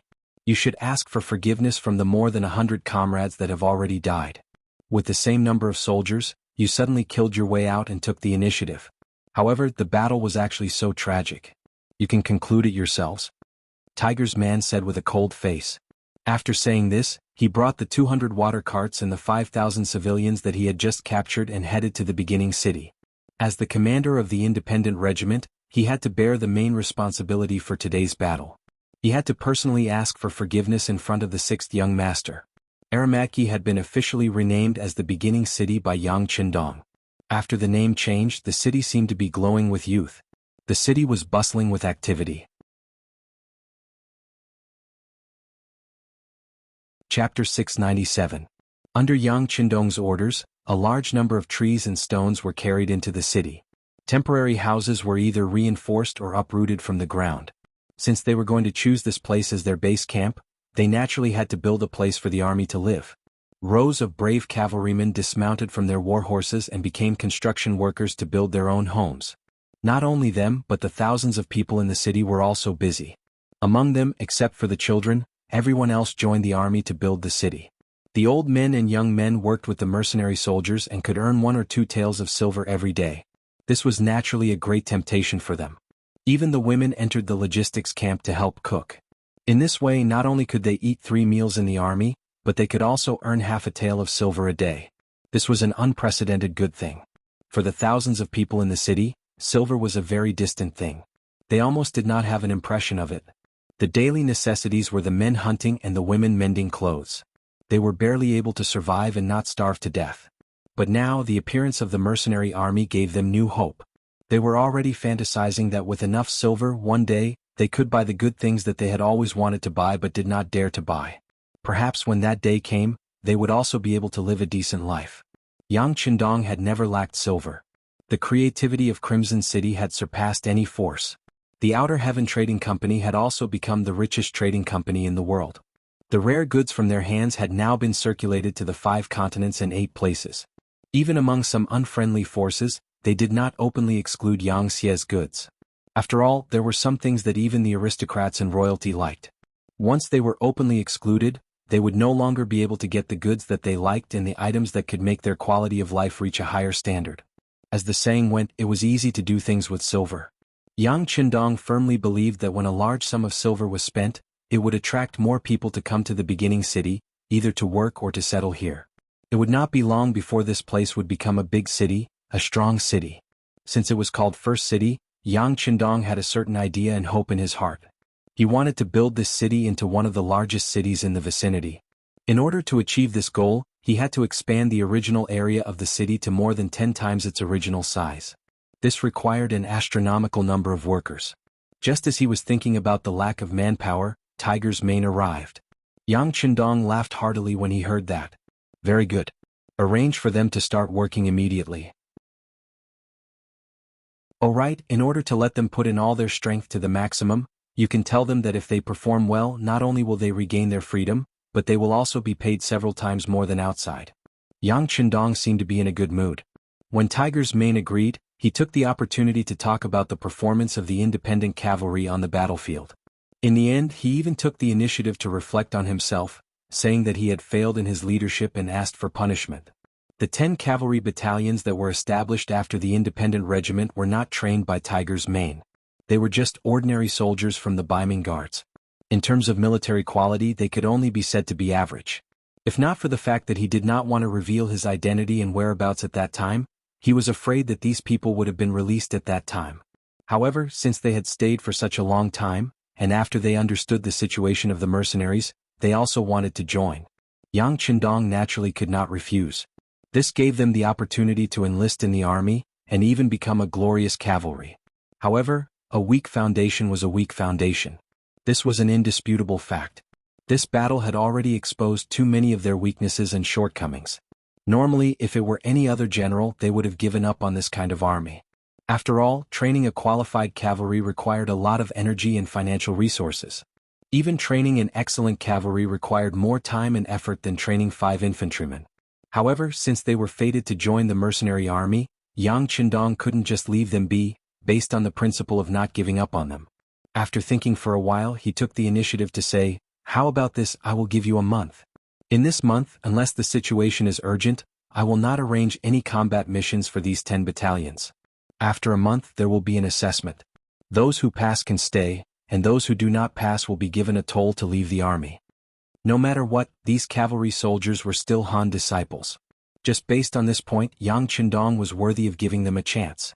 Tiger's Mane was originally worried that the 6th young master would be angry at their failure to fight and directly dismiss the soldiers who had just become cavalry soldiers. After all, in the army, survival of the fittest was too common. If that was the case, as the commander of the independent regiment, he could not say anything. Fortunately, the 6th young master still remembered their old friendship and promised to give his brothers a chance to become stronger. He immediately respectfully saluted, "Thank you, young master. I thank you on behalf of the 4,000 brothers." Ah. Seeing that Tiger's Mane was sincerely thanking him, Yang Qindong's expression turned serious and said, "What I want is not gratitude. I want them to stay after a month." Yes. Tiger's Mane saluted again and decided by vote. The order was passed to the army. When the 10 new cavalry battalions of the independent regiment heard the final decision of the 6th young master, many people's eyes were bloodshot. They knew that the best and possibly the last opportunity in their lives had come. An opportunity that could change their lives had come.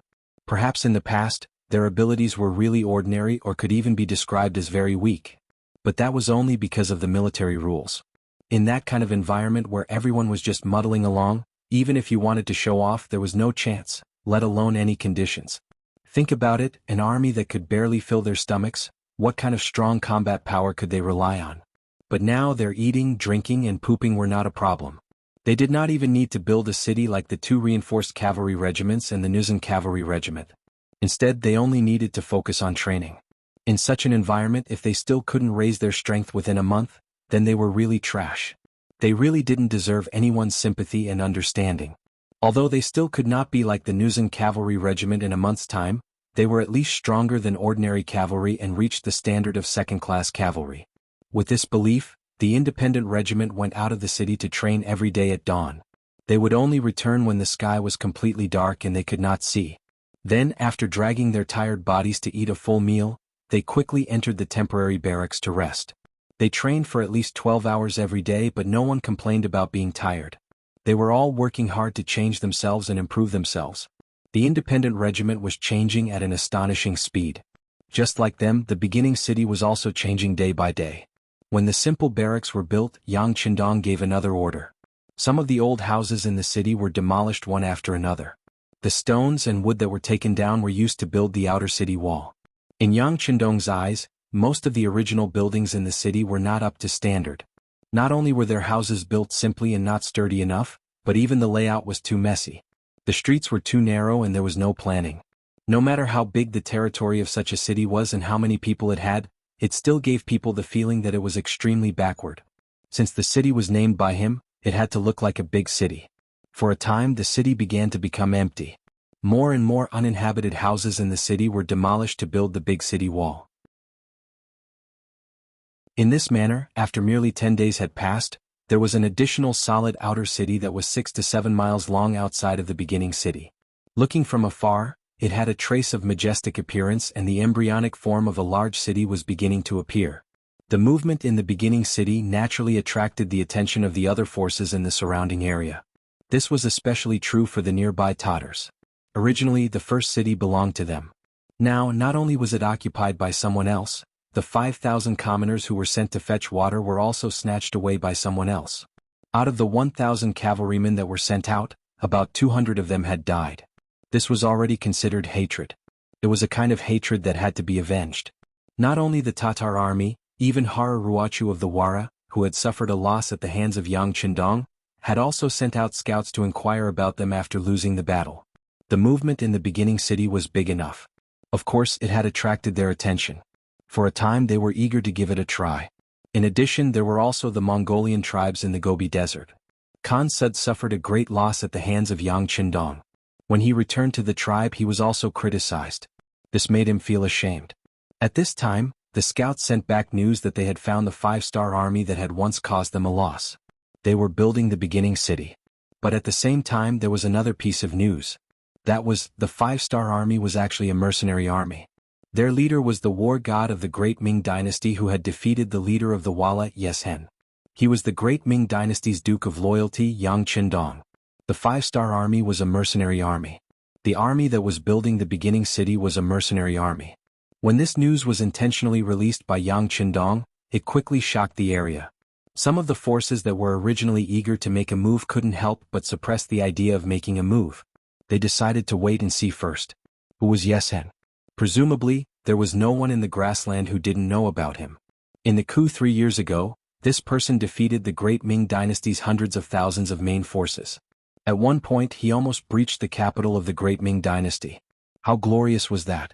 However, such a powerful person with a powerful cavalry team was still defeated by a Han scholar in his early 20s. After the war, this person also received an even more resounding nickname, War God.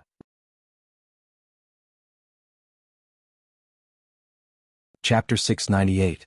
This battle caused the name of the god of war to resound throughout the Mongolian grasslands. This made many people want to get to know this person better. Now, this person had appeared on the grasslands and was in front of them. As the saying went, a person's name was like a tree's shadow. After he announced his name, who knew how many Mongolian soldiers were afraid? They had no choice but to withdraw their evil claws. They wanted to take a look first. The construction of the first city was still in full swing. When Yang Qindong intentionally asked the reconnaissance camp to release the news that the mercenary army would purchase a large amount of wood and a large number of stones needed for the construction of the city, they would purchase them at a price 10% higher than the market price as long as they were sent to the first city and the materials were suitable. More and more nearby merchants had come here to do business. More and more materials were sent in from all directions, and the construction speed of the city began to increase. More and more people came to work here, freeing up a large number of mercenaries. However, the construction speed did not slow down. After 20 days, the outer city walls had begun to take shape. Looking from afar, it looked majestic. What was even more surprising was that no army had come to find trouble or attack this place after such a big move, which was tantamount to snatching meat from the mouths of others. This could be said to be a miracle. However, only Yang Qindong knew that this was only because of his name as the god of war and the strength of the mercenaries. This fear was only temporary. Once the 3 divisions of the Lungfeng division moved large amounts of resources into the city, and once he had a supply line and trade route from the first city to High Town, under the temptation of great benefits, there would be people who could not resist the temptation to attack. As for when that day would come, it all depended on when the 3 divisions of the Lungfeng division returned. At this time, the 3 divisions of the Lungfeng division had already walked past the Daxing and Mountain and came to the Liao River. They were heading towards the Jianghu left guard by the Songhua River. At this time, the Jianghu left guard was not the same as before. First, the 2,000 cavalrymen led by Liang Xian and Wei Zhen were destroyed. Then Tang Longtian led 2,000 infantrymen and disappeared by the Liao River. Their strength had been greatly reduced. For this matter, the commander of the Imperial Guard, Agila, sent someone to ask for help from the general of the new Urgan Dusi, who was also the Dusi commander Song Quan. The people had been sent out, but it would take some time to get a result. It was at this moment that the 3 divisions of the Cold Front Division suddenly appeared in the vicinity of the Jianghu left guard. When they heard the news from their scouts that an unknown but massive army was passing through their territory, how could they not be alarmed? Ever since Commander Liang Xian was informed of the incident, Abdullah had sent many people to investigate the situation. At one point, the incident had even alerted the embroidered uniform guards stationed in the new Urgandusi region. It had to be said that this organization was very capable. After they began to pay attention to this matter and sent people out, the news quickly spread that this incident was most likely done by the 5-star army. The 5-star army's actions in the new Urgan Dusi region were indeed very low-key. Perhaps many people didn't take them seriously. However, what did the embroidered uniform guards do for a living? They were good at grasping details. When they were certain of something, they could even fabricate details if there weren't any. Not to mention the 5-star army had thousands of brothers. They had long taken note of such a force, but they didn't pay attention to the high level. After visiting, the embroidered uniform guards first locked onto Ding Shan, who had made a deal with the vice-chiliarch of the Twin Cities Guard, Zhang Mingji. After drawing a sketch of this person and comparing it, the name of the 5-Star Army's reconnaissance company commander came out. Everything was settled. After the incident was reported, the 5-Star Army became the main opponent of the Ming Guard's army. They were an existence that everyone wanted to kill. However, for some reason the target suddenly disappeared. It was as if they had evaporated from the world. They couldn't find their location. Speaking of which, since they couldn't find the 5-Star Army, they could only continue to investigate. At this moment, the 3 divisions of the Cold Front Division appeared. They didn't have the slightest intention of hiding and walked out openly. Not only that, but they even headed straight for the Jianghu Left Guard's base. Their target was so clear that it gave the guard commander Abdullah a fright. Abdullah ordered his men to close the city gate, which wasn't too tall or too big, while gathering more than 1,600 infantrymen. He personally went up the city gate tower and watched the army slowly approaching from afar. Cold sweat kept dripping down his forehead. As mentioned before, Abdullah was good at fighting. He had relied on his own abilities to reach his position. It was precisely because of this that he was different from those who had inherited their official positions. He had a more precise ability to judge and analyze the battlefield. When he saw the 3 divisions of the Cold Front Division approaching from afar, his intuition told him that if both sides were to fight, he wouldn't be a match for them. At the thought of this, more cold sweat dripped down his forehead. He thought to himself, "What's going on? Why did a force that didn't belong to us suddenly appear? How come I didn't know about it at all?" The 3 divisions of the Cold Front Division didn't advance slowly. They were all cavalrymen, so they could maintain their speed to the greatest extent.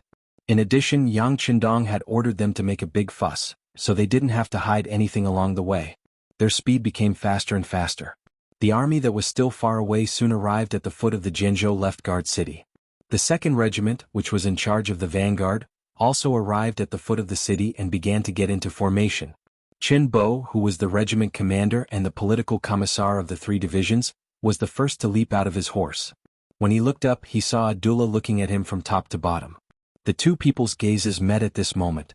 After about a breath of time, Qin Bo took a loudspeaker that could be used as a loudspeaker and began to loudly shout, "The generals on the city walls and the soldiers of northern Ming, listen up. I am an officer of the mercenary army under the command of the Duke of Loyal and Bold of the Great Ming. This time, I came from afar without the slightest bit of malice. I just want to borrow your path. As long as you don't act rashly, your safety can be guaranteed."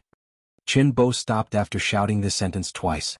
Under his signal, a bow and arrow carrying a letter was shot up the city wall tower and landed at Abdullah's feet. The Great Ming Dynasty's Duke of Loyalty and Courage?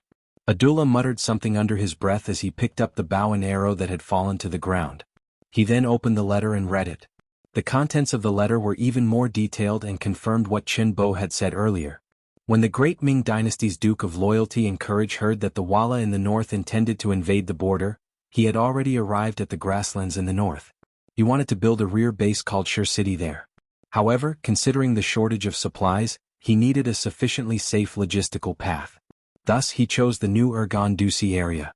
The Jianghu Left Guard city's defensive position happened to be on the chosen supply route. The introduction in the letter was quite detailed. It explained the cause and effect of the matter very clearly and also expressed a certain degree of goodwill. In other words, they were only borrowing the route and did not have the slightest intention of staying in the new Urgan Dusi area or occupying a territory. They also asked for the other party's cooperation. Of course, if the other party had any ideas, sorry, but it was not impossible for them to fight.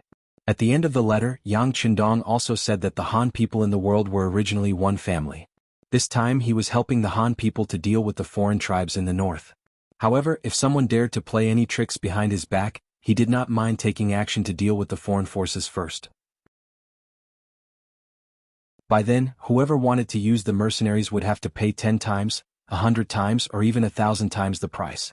The Great Ming Dynasty's Duke of Loyalty and Courage was nicknamed the God of War. Not to mention, during the year that this person went to the south, he had successively defeated the troublemaking Huang bandit army and destroyed Jiaoji and Kanglan nations. This was something that even the Great Ming Dynasty could not do. Now that Yang Qindong had done it, how could such a person be easy to deal with? Now that this person had appeared in his line of sight, Abdullah already had the feeling that he was no match for this person even before the battle started. Then again, he was only a commander of the Imperial Guard and his authority was limited.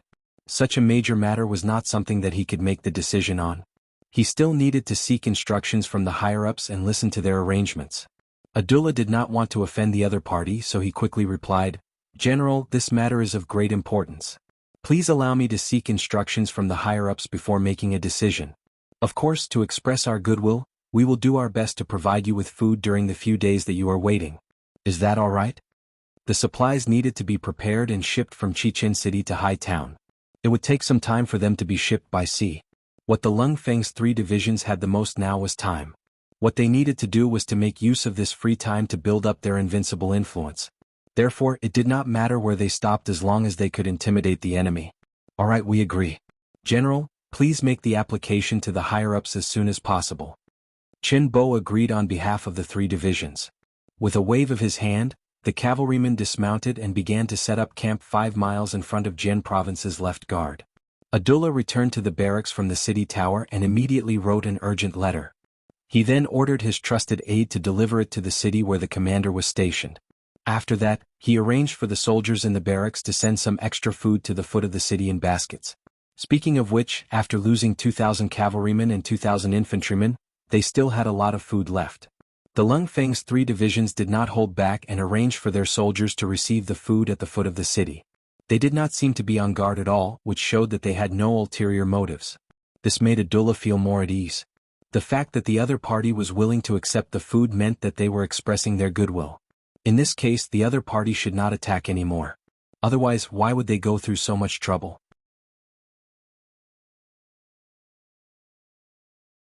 Chapter 699. Food was sent out on time every day, and Abdullah would go up to the city tower to check on the situation. Not only him, but all the soldiers in the guard station were also paying close attention to the army below the city. As time went by, even the Ming citizens in the city would use their connections to go up to the city tower just to see the army under the Duke of Loyalty's command. Everyone was shocked by what they saw. No one knew if it was intentional or not, but the next morning, the 3 divisions of the Cold Front Division began their military training and drills. The 3 divisions of the Cold Front Division had been expanded after the Battle of Liao River, and some of them were former soldiers of the Ming Guard Station. They formed the 4th and 5th Battalions of the Cold Front Division with the veterans of the Cold Front Division. In other words, the 4th and 5th Battalions of the 1st, 2nd, and 3rd Regiments were all recruit battalions, and their combat strength was relatively weak. However, this was only in comparison. If they were to fight against the Nuzan cavalry, they would not lose out. There were a total of 6 battalions, and because they were newly formed, their combat strength was not up to the overall standard of the Cold Front Division. In order to let them catch up in time, Division Commander Wu Sheng and Political Commissar Chen Bo purposely increased the intensity and standard of their training.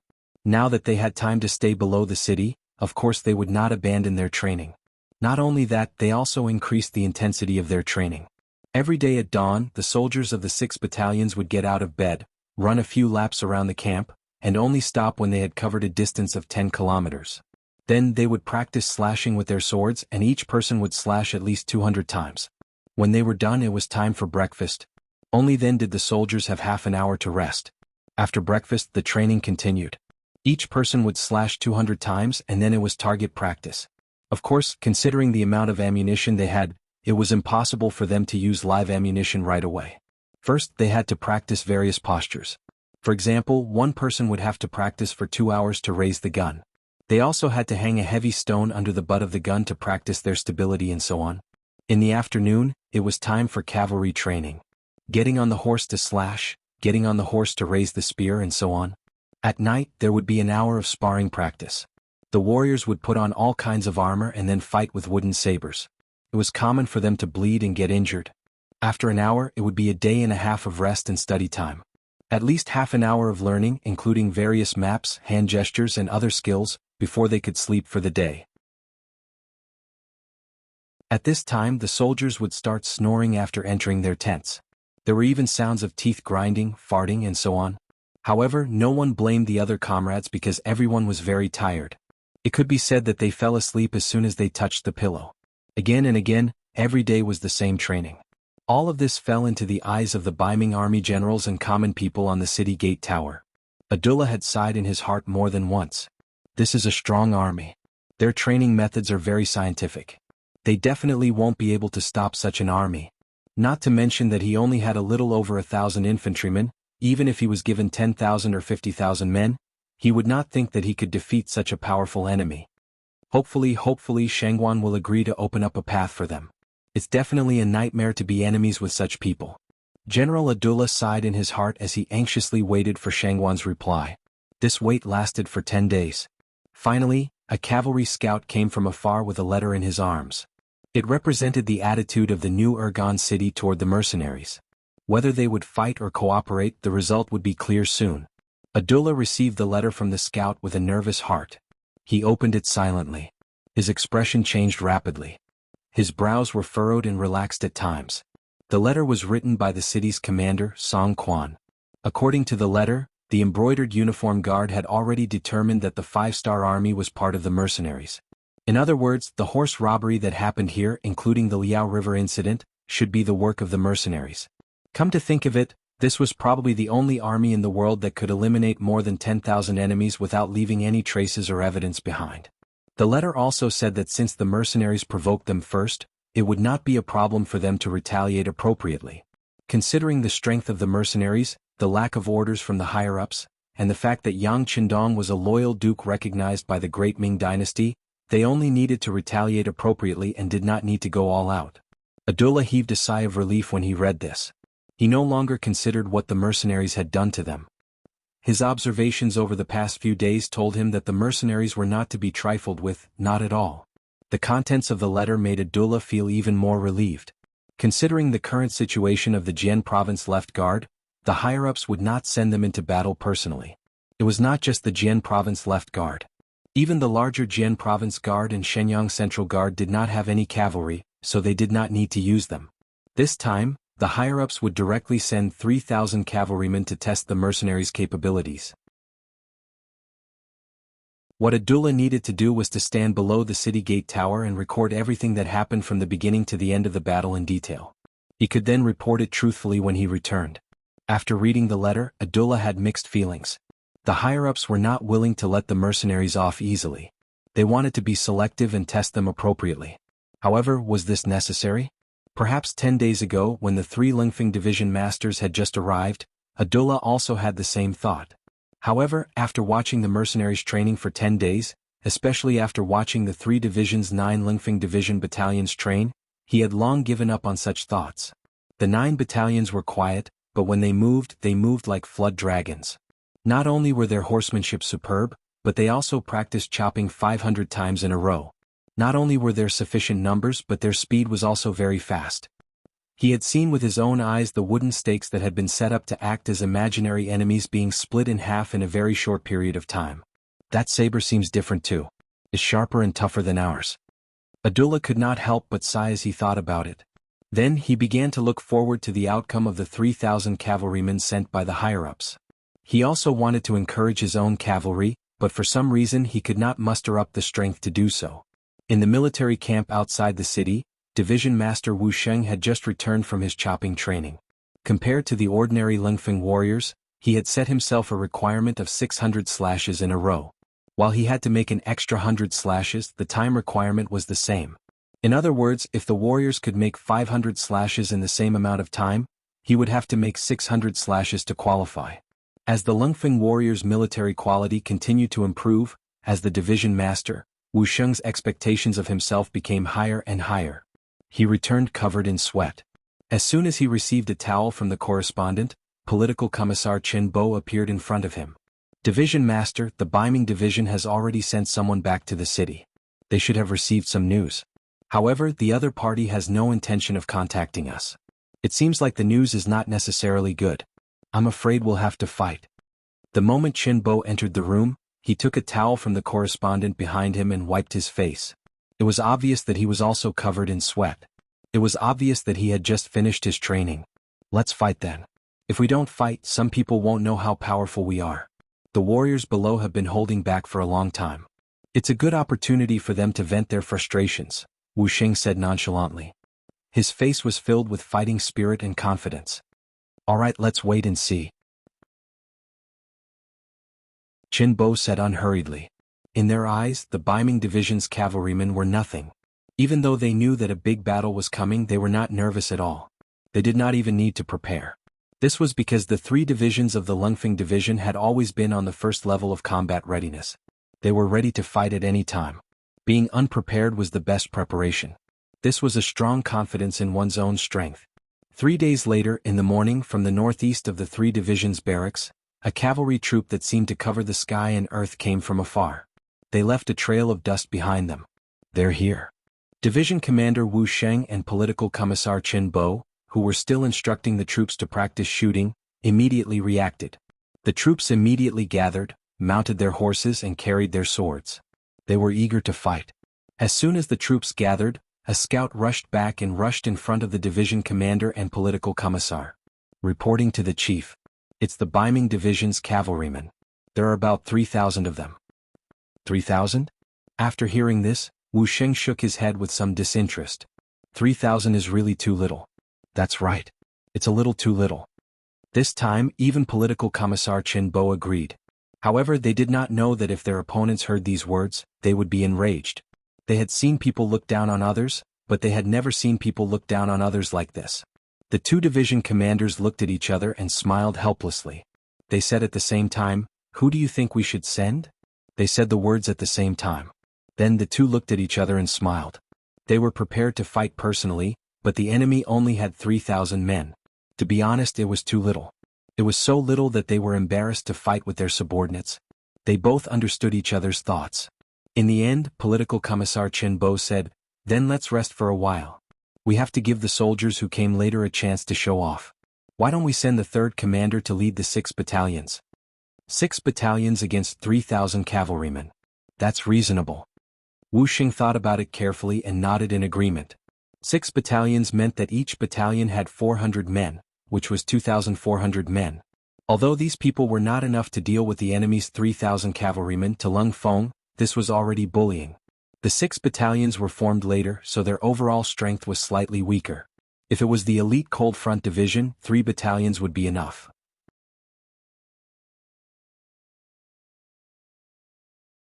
Chapter 700. After the 2 division commanders came to a decision, they called the 3rd Regiment Commander, Spring Sun, over and passed on the order. Regiment Commander Spring, this performance will directly affect whether our supply route will be smooth in the future. It will directly affect the future plans of the 6th Young Master. This is extremely important. Are you confident that you can complete this mission? Qin Bo said as soon as he saw Spring Sunday Division Commander Wu Sheng's words were even more direct. "Spring Sun, if you can complete this mission, then accept it. If not, then go back to your 3rd regiment. I can't wait to do it myself." Hey, what are you 2 talking about? You can look down on me, Spring Sun, but you can't look down on the soldiers below. I don't mind making a military pledge here. If this battle can't be fought to our heart's content, if it can't go smoothly, if we can't show the might of our 3rd regiment, then I won't be a regiment commander anymore. I'll just be a cook and take the blame for everyone. Spring Sun said excitedly, even throwing out the military pledge at the first moment. It was no wonder that Spring Sun was so excited. He originally thought that this battle had nothing to do with him. He knew that no matter if it was Division Commander Wu Sheng or Political Commissar Qin Bo, they were both battle-hungry people like him. Plus, they were the regiment commanders of the 1st and 2nd Regiment respectively. There shouldn't be any chance for him to perform in this battle. He didn't think that he, who had already given up hope, would be hit by this meat pie. He was extremely excited and overjoyed. In order to prevent the mission from being snatched by others, of course he would say whatever he could. With the military pledge, Spring Sun could be considered to have accepted this mission. Next, he called the 6 battalion commanders of the newly formed battalions in front of him. Naturally, he gave them another round of encouragement and bold words. The strength of these 6 battalions had greatly increased under the recent training, and they wanted to perform well in a real battle. Now that they had the chance, who wouldn't yell and pat their chest? Immediately, the 6 battalion commanders also made the military pledge. In less than a quarter of an hour, the 6 battalions were ready for battle. At this moment, Wu Sheng and Qin Bo had already led the rest of the Cold Blade warriors to retreat. They left the stage open and gave Chunyang and the other 6 battalions a chance to perform. Everyone listen up. Each person only has a chance to fire 3 bullets. Regardless of whether they hit the target or not, they would charge together with their leader. Don't worry everyone. Bring out the strength you've been training with. It's enough to deal with the enemy. Standing at the front of the group, Chunyang looked at the 6 square formations behind him and shouted in a heroic voice. Kill, kill, kill. Behind him, more than 2,000 people shouted in unison. This voice shook the 9 heavens as if it could shatter the horizon. Above the city gate tower, Abdullah also witnessed the scene before him. When he recognized that the 6 battalions that the mercenaries had sent out were the weakest 6 battalions during the training, he couldn't help but widen his eyes and say, facing a powerful opponent with 3,000 cavalrymen, they sent out the weakest ones. And there were less than 3,000 of them? This mercenaries, where did they get their confidence from? It wasn't just Abdullah. Some of the other Kiliarchs and Baihu standing beside him were also confused. Someone whispered, "This is clearly the mercenaries underestimating the enemy. If that's the case, we'll have a good show to watch." That's right. Your mercenaries may be strong, but if you underestimate the cavalrymen of the Ming city guard, you'll have to pay a heavy price. While the crowd on the city gate tower was still discussing, the 3,000 cavalrymen of the Ming city guard were getting closer and closer. Their speed was also gradually increasing. It was obvious that the enemy had no intention of stopping. Clearly, they wanted to use this speed to charge in front of the mercenaries and increase the charging force of their cavalrymen. From this point alone, it was clear that the Ming city guard had no lack of powerful people. In fact, the leader of this troop was the commandant of the Ming city guard, Yi Ligang. He was a major 3rd-grade general and was one of the top 5 figures in the entire New Urgan City Guard district. If it weren't for the existence of the Imperial Eunuch Supervisor and the Imperial Eunuch Guard, he would be the number 3 figure in the city. How could a person like him not have strength? How could a person like him not know how to lead troops into battle? Everyone, slowly increase your speed. When the 2 sides are 2 li apart, charge forward. We need to use our momentum to break the enemy's courage. We need to let the Duke of Loyalty know that mercenaries aren't the only ones who can fight. The cavalrymen of the Ming City Guard are also unparalleled in the world. Standing in the middle of the troop, Yi Ligang urged his horse forward as he shouted loudly. He was trying his best to motivate the troops before the battle. Kill, kill, kill. The same shout came from the Ming City Guard, but for some reason, it didn't sound uniform. It wasn't as heroic and passionate as the previous mercenaries. Facing the charge of the Ming City Guard from afar, Chunyang didn't move at all. The 6 battalions behind him didn't move either. They stood there like statues, allowing the enemy to approach them step by step. The distance between the 2 sides was getting closer and closer. 5 li, 4 li, 2 li. When they were 2 li apart, Chunyang's eyes, which were as dark as the abyss, finally regained some spirit. He shouted loudly. "Everyone listen to my order. Charge. Charge." The 6 battalions responded in unison. Following that, there was the sound of war horses galloping forward, followed by the sound of soldiers pulling the bolts of their guns. When they were 2 li apart, the Ming City Guard began to increase their speed. They kicked up a cloud of dust as they approached, like a monster that could swallow mountains and rivers. Fire. The cold vanguard soldiers raised their arms as they charged forward. This was the result of their constant training with guns. When the military officer gave the order to open fire, thousands of fireballs shot out at the same time toward the northern Ming dynasty cavalry that was charging at them. Bang, bang, bang, bang. 3 bullets were fired one after the other. Before the enemy could react, the bullets whistled through the air and hit the Ming City Guard, causing blood to splatter everywhere. The 3 shots were quickly fired. The soldiers kept the Type 95 on their backs and pulled out their cavalry swords. At this moment, the distance between the 2 sides was less than 1 li. Next was the bloodiest and most brutal clash between the cavalry swords. The moment when the cavalry collided would always give people a sense of shock. It was like 2 high-speed trains colliding together. The power and destructive power produced would often be very shocking. In such an environment, a person's life would be extremely fragile. An individual's performance would also be minimized. Even a strong person could be smashed to pieces in such a clash. However, even though they knew this common sense and logic from the commander Spring Sun to the warriors in every squad, none of them were afraid. This was because they had been training for a long time. They were waiting for this moment. They were waiting for this moment to show their strength on the battlefield. This was also the glorious moment when they handed in their exam papers. They were waiting for the clash between the 2 sides. They were waiting for the moment to show their strength in the battle. Some people were even ready to die in the clash. It might be painful, but it might also be very satisfying. After making all the preparations, the 6 battalions of the Cold Vanguard soldiers quickly approached the Ming city guard. Everyone's eyes were bloodthirsty. At this moment, no one took their lives seriously. There was only one thing in their mind, and that was to kill the enemy again and again. This was a kind of momentum that was unafraid of death. This was a kind of spirit that was fearless. This was a kind of confidence that could only move forward and not retreat. Under this kind of momentum, the 6 battalions still maintained their original formation and continued to move forward. Then there was a flash of cold light. It was like a sharp knife that was about to pierce into the enemy's heart. For this moment, all the soldiers were shouting with all their might. It was as if they didn't do so, they wouldn't be able to increase their strength and vent their powerful momentum. They're about to clash. On the city tower, Abdullah clenched his fists and stared at the scene in front of him. Who was stronger and who was weaker? The answer would be revealed soon.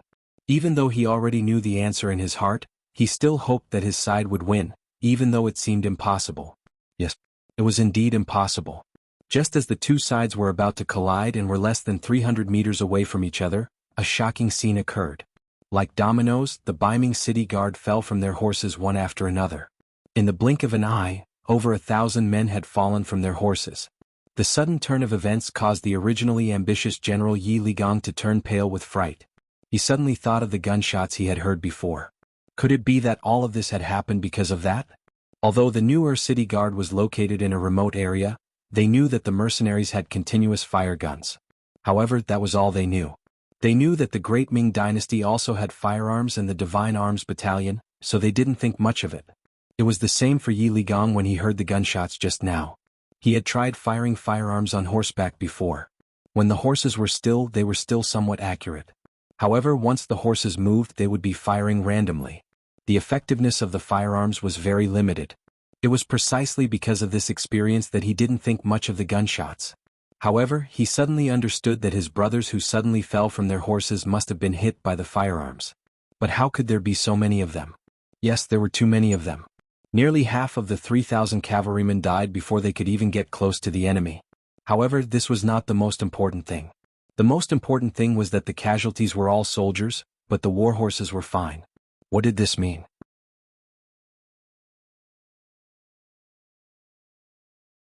Chapter 701.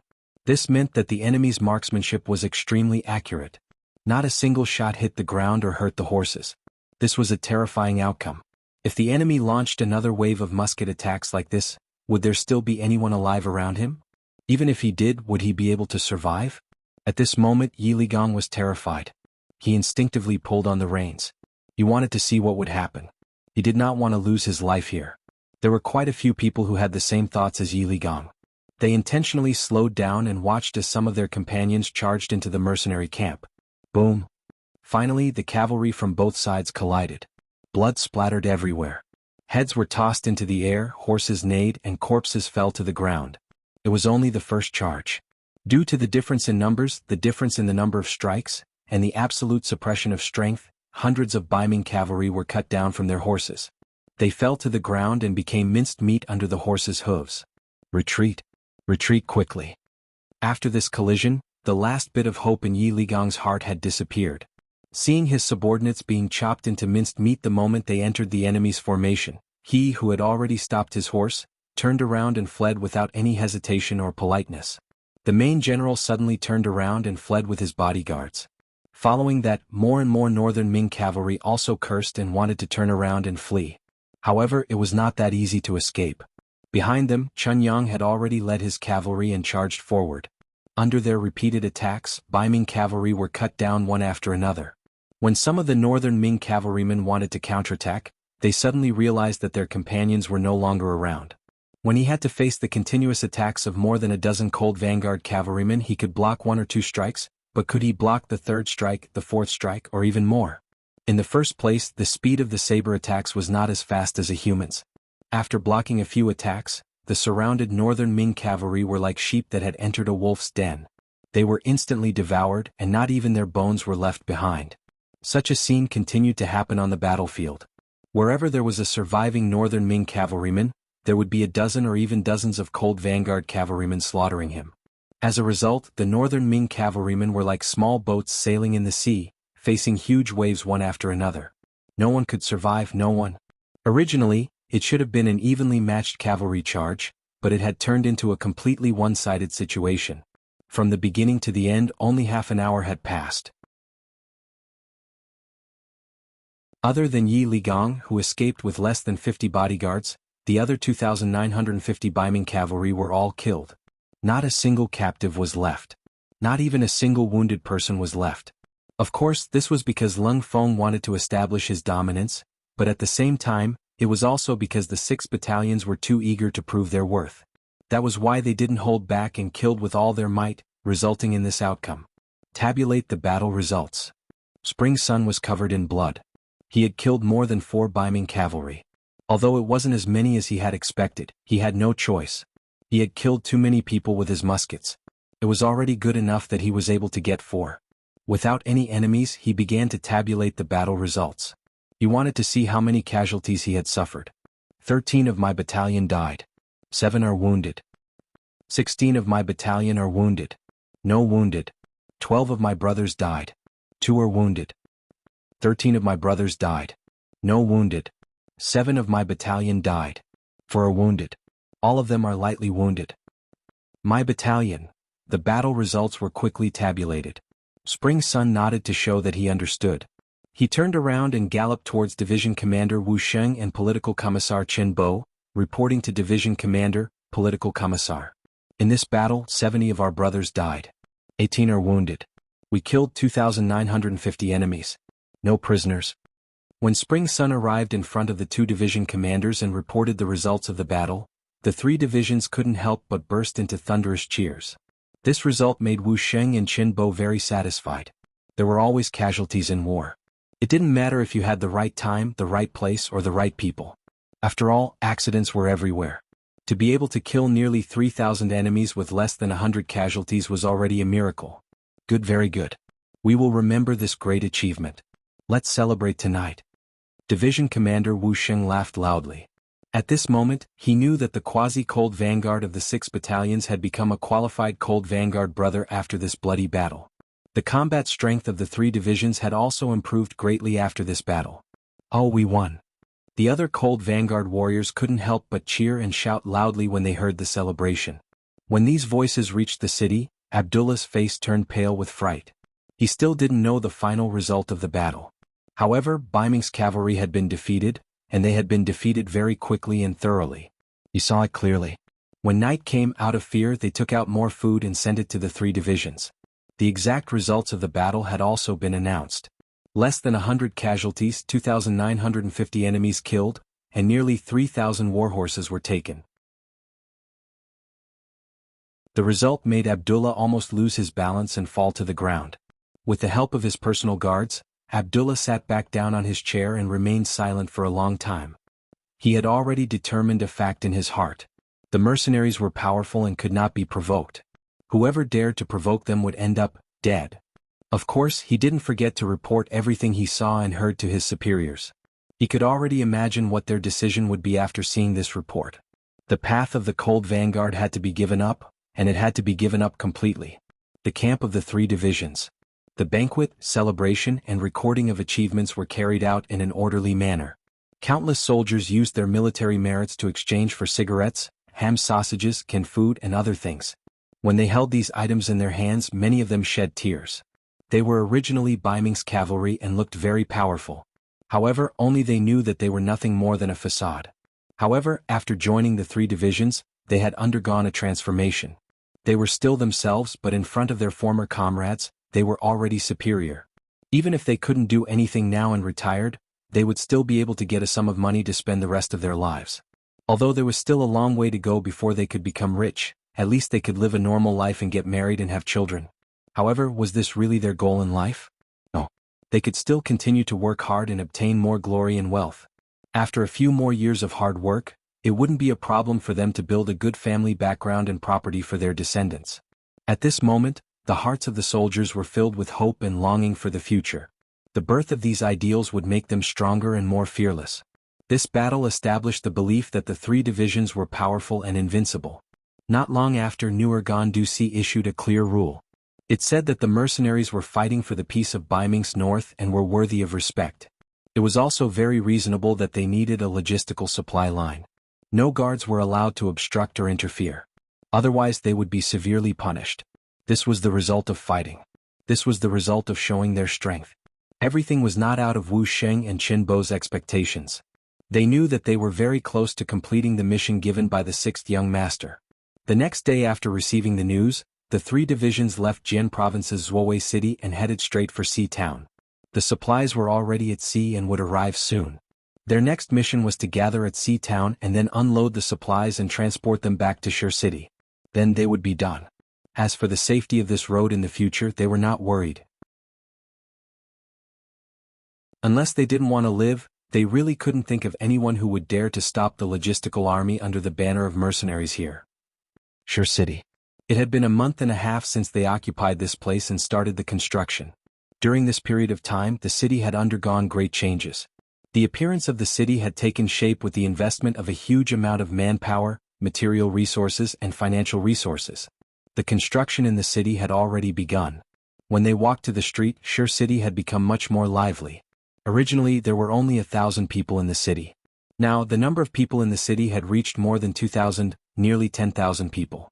The fact that the population in the city could increase so much in such a short period of time naturally had a lot to do with Yang Qindong's personal and external policies. Duke of Loyalty, God of War, and even Dong Shui were some of Yang Qindong's nicknames. He had been famous for a long time. It was difficult for others not to know him. With his personal influence, first of all, some Han people who lived alone nearby were willing to come to the city. During this period of time, Su Yunxing's reconnaissance battalion, in addition to monitoring the movements of the nearby Mongolian tribes, had another important task, which was to constantly convey the news of the policies towards the Han people. For example, the Duke of Loyalty was the savior of the Han people. As long as they were Han people and were willing to follow the rules, the Duke of Loyalty would help them, give them work, give them food and let them live a better life. These slogans and news spread everywhere. Not only the Han people but also the Mongolian people. As long as they were willing to follow the rules of the city and had the strength and were willing to work, they were also welcomed. They could work to earn money and use the silver or copper coins to buy various items that they needed. Shi City was an open city. It was a city with full freedom. It was a city that pursued fairness and reasonableness. As long as you were willing to come and follow the rules here, you would become a welcome person. Here, as long as you put in effort, you would be rewarded. It was very fair. There was no oppression or oppression. Your things were yours. You didn't have to worry that everything would be gone when you woke up.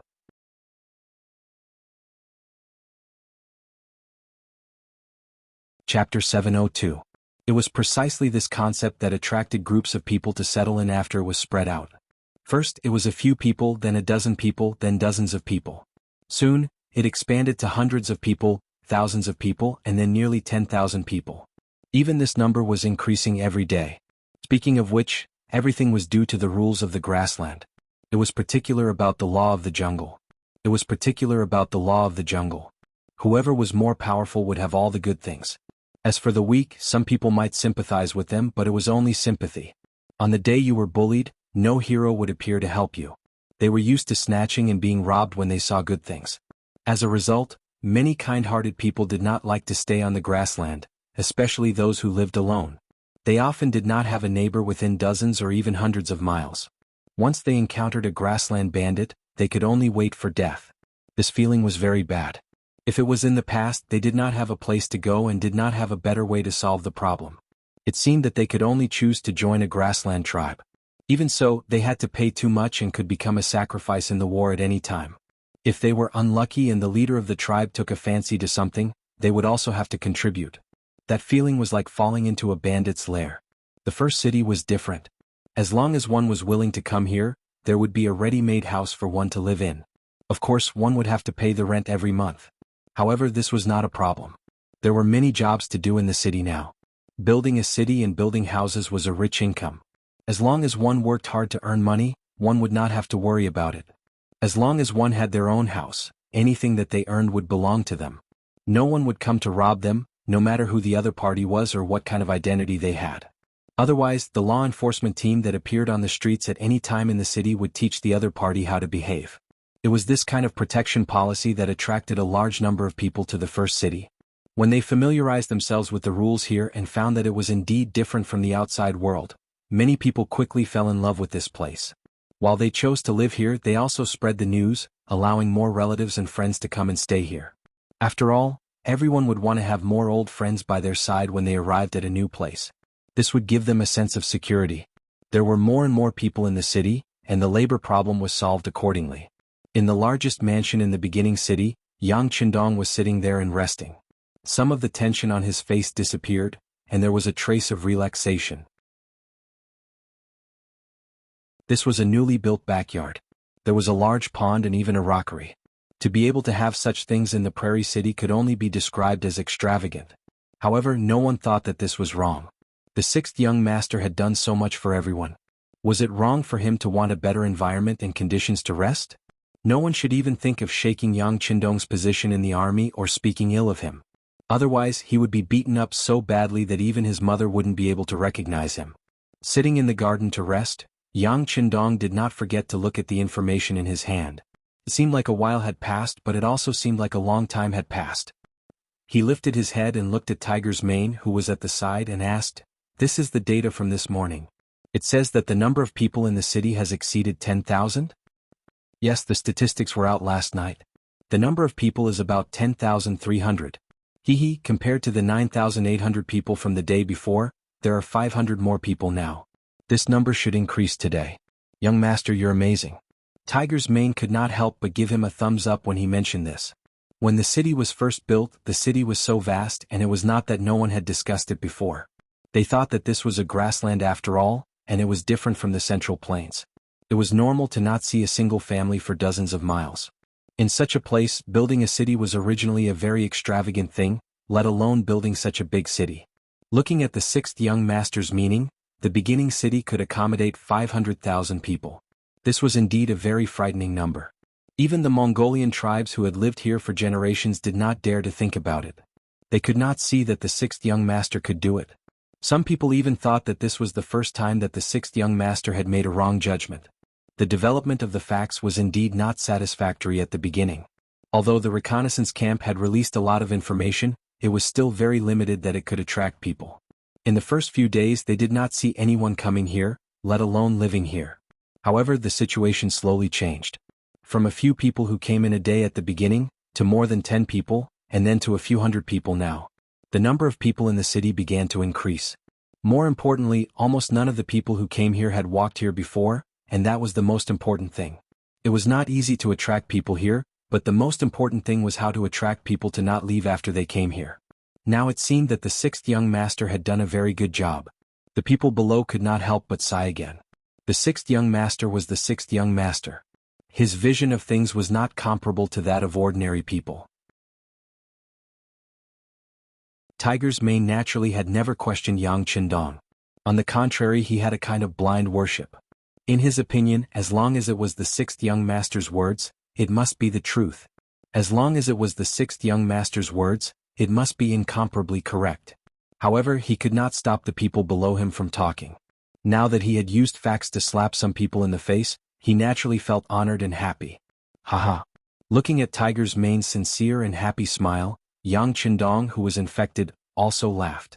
Then, as if he had thought of something, he asked, "By the way, why are you always in front of me recently? Don't you still have to lead the independent regiment? I have young heir here. If you have something to do, you can do it yourself." Young master, the independent regiment's combat power has improved a lot. Now, when we have nothing to do, we will compete with the Jurchen cavalry regiment. Although we can't win, if we can use firearms, I guarantee that we can destroy the other party in minutes. Besides, with Deputy Regiment Commander Xian Honghai watching over there, I am very relieved. Tiger's Mane was reserved and smiled proudly. Is the independent regiment that powerful?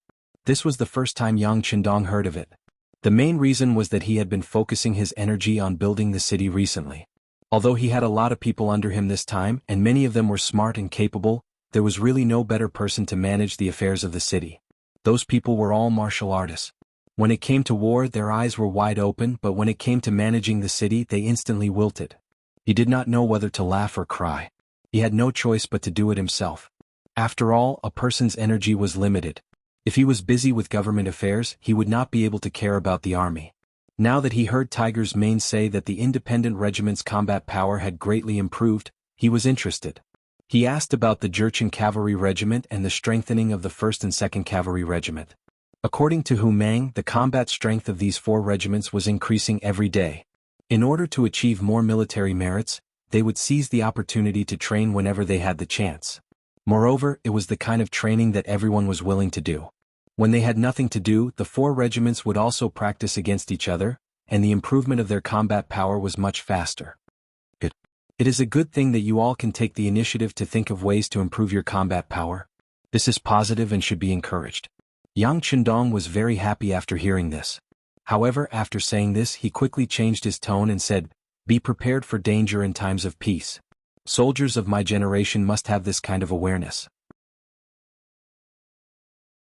When facing any possible war, we must be able to maintain the best state of mind at all times. Once a war breaks out, with a command to gather, we will be able to fight against the enemy. We must win, and we must do so at the smallest cost. Young master, will there really be people coming to find trouble with us? It has already been 1.5 months, and I don't see anyone having any ideas about us." When it came to war, Tiger's Mane was interested and his voice became louder. There will be," Yang Qindong said with certainty.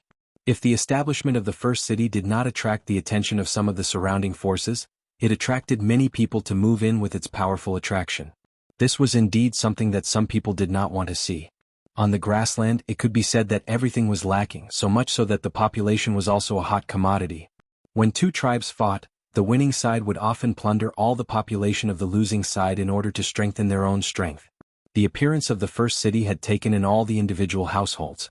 With this, it could be said that it had touched everyone's interests, and this was the fuse of the war. Force was the most direct way to solve the conflict of interests. According to Yang Qindong's thoughts, there were probably already many enemies who could not hold back. It was just that the mercenaries and his reputation were too big, and no one wanted to be the one to stand out. However, as the first city grew stronger, it was obvious that these forces would eventually not be able to hold back, and the war should be coming. Just as Yang Qindong and Hu Mang were chatting, a large cavalry team was setting up camp and resting at a place 500 kilometers away from the first city, near a mountain and a river. If the people from the reconnaissance camp could get close to observe, they would naturally find an old acquaintance here. He was Hara Ruochu, who had suffered a loss in Yang Qindong's hands. That's right, this was the camp of Hara Ruochu's father Agar Dorji. Originally, he followed his elder brother to expand the Tatar forces, but he could not resist the temptation and finally conspired with the leader of the Wala, Yeshen, to assassinate his elder brother. Who would have thought that the plan would not be as fast as the changes? In the end, he did not kill his elder brother and had no choice but to escape. Now he had become a rootless tree floating on the grassland. Agar Dorji was still a man of his own ideas. When he rebelled, he brought a total of 50,000 cavalry, which made him a powerful force on the grassland. No one dared to look down on him, and no one dared to casually find trouble with him. This made him comfortable for a while.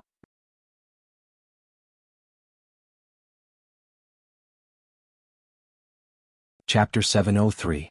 However, the daily food and drinks of the 50,000 cavalrymen was not a small expense. Although he had received some benefits from Yeshen, it would eventually run out. If one did not consider the future, there would be immediate worries. Now, Agar Dorji urgently needed a foothold and income. Otherwise, the 50,000 cavalrymen would leave him sooner or later. In order to find a suitable place, he had thought of forming an alliance with the Gobi Mongol Empire. He wanted to let his son marry Princess Tuoya and strengthen the relationship between the two sides through marriage.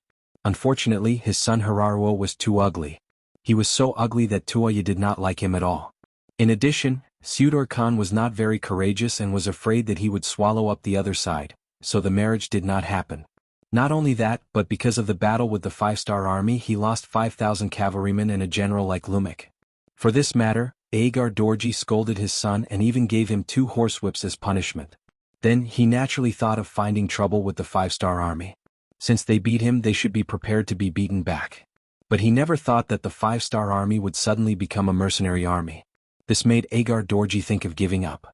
The reputation of a mercenary army and a war god was too big.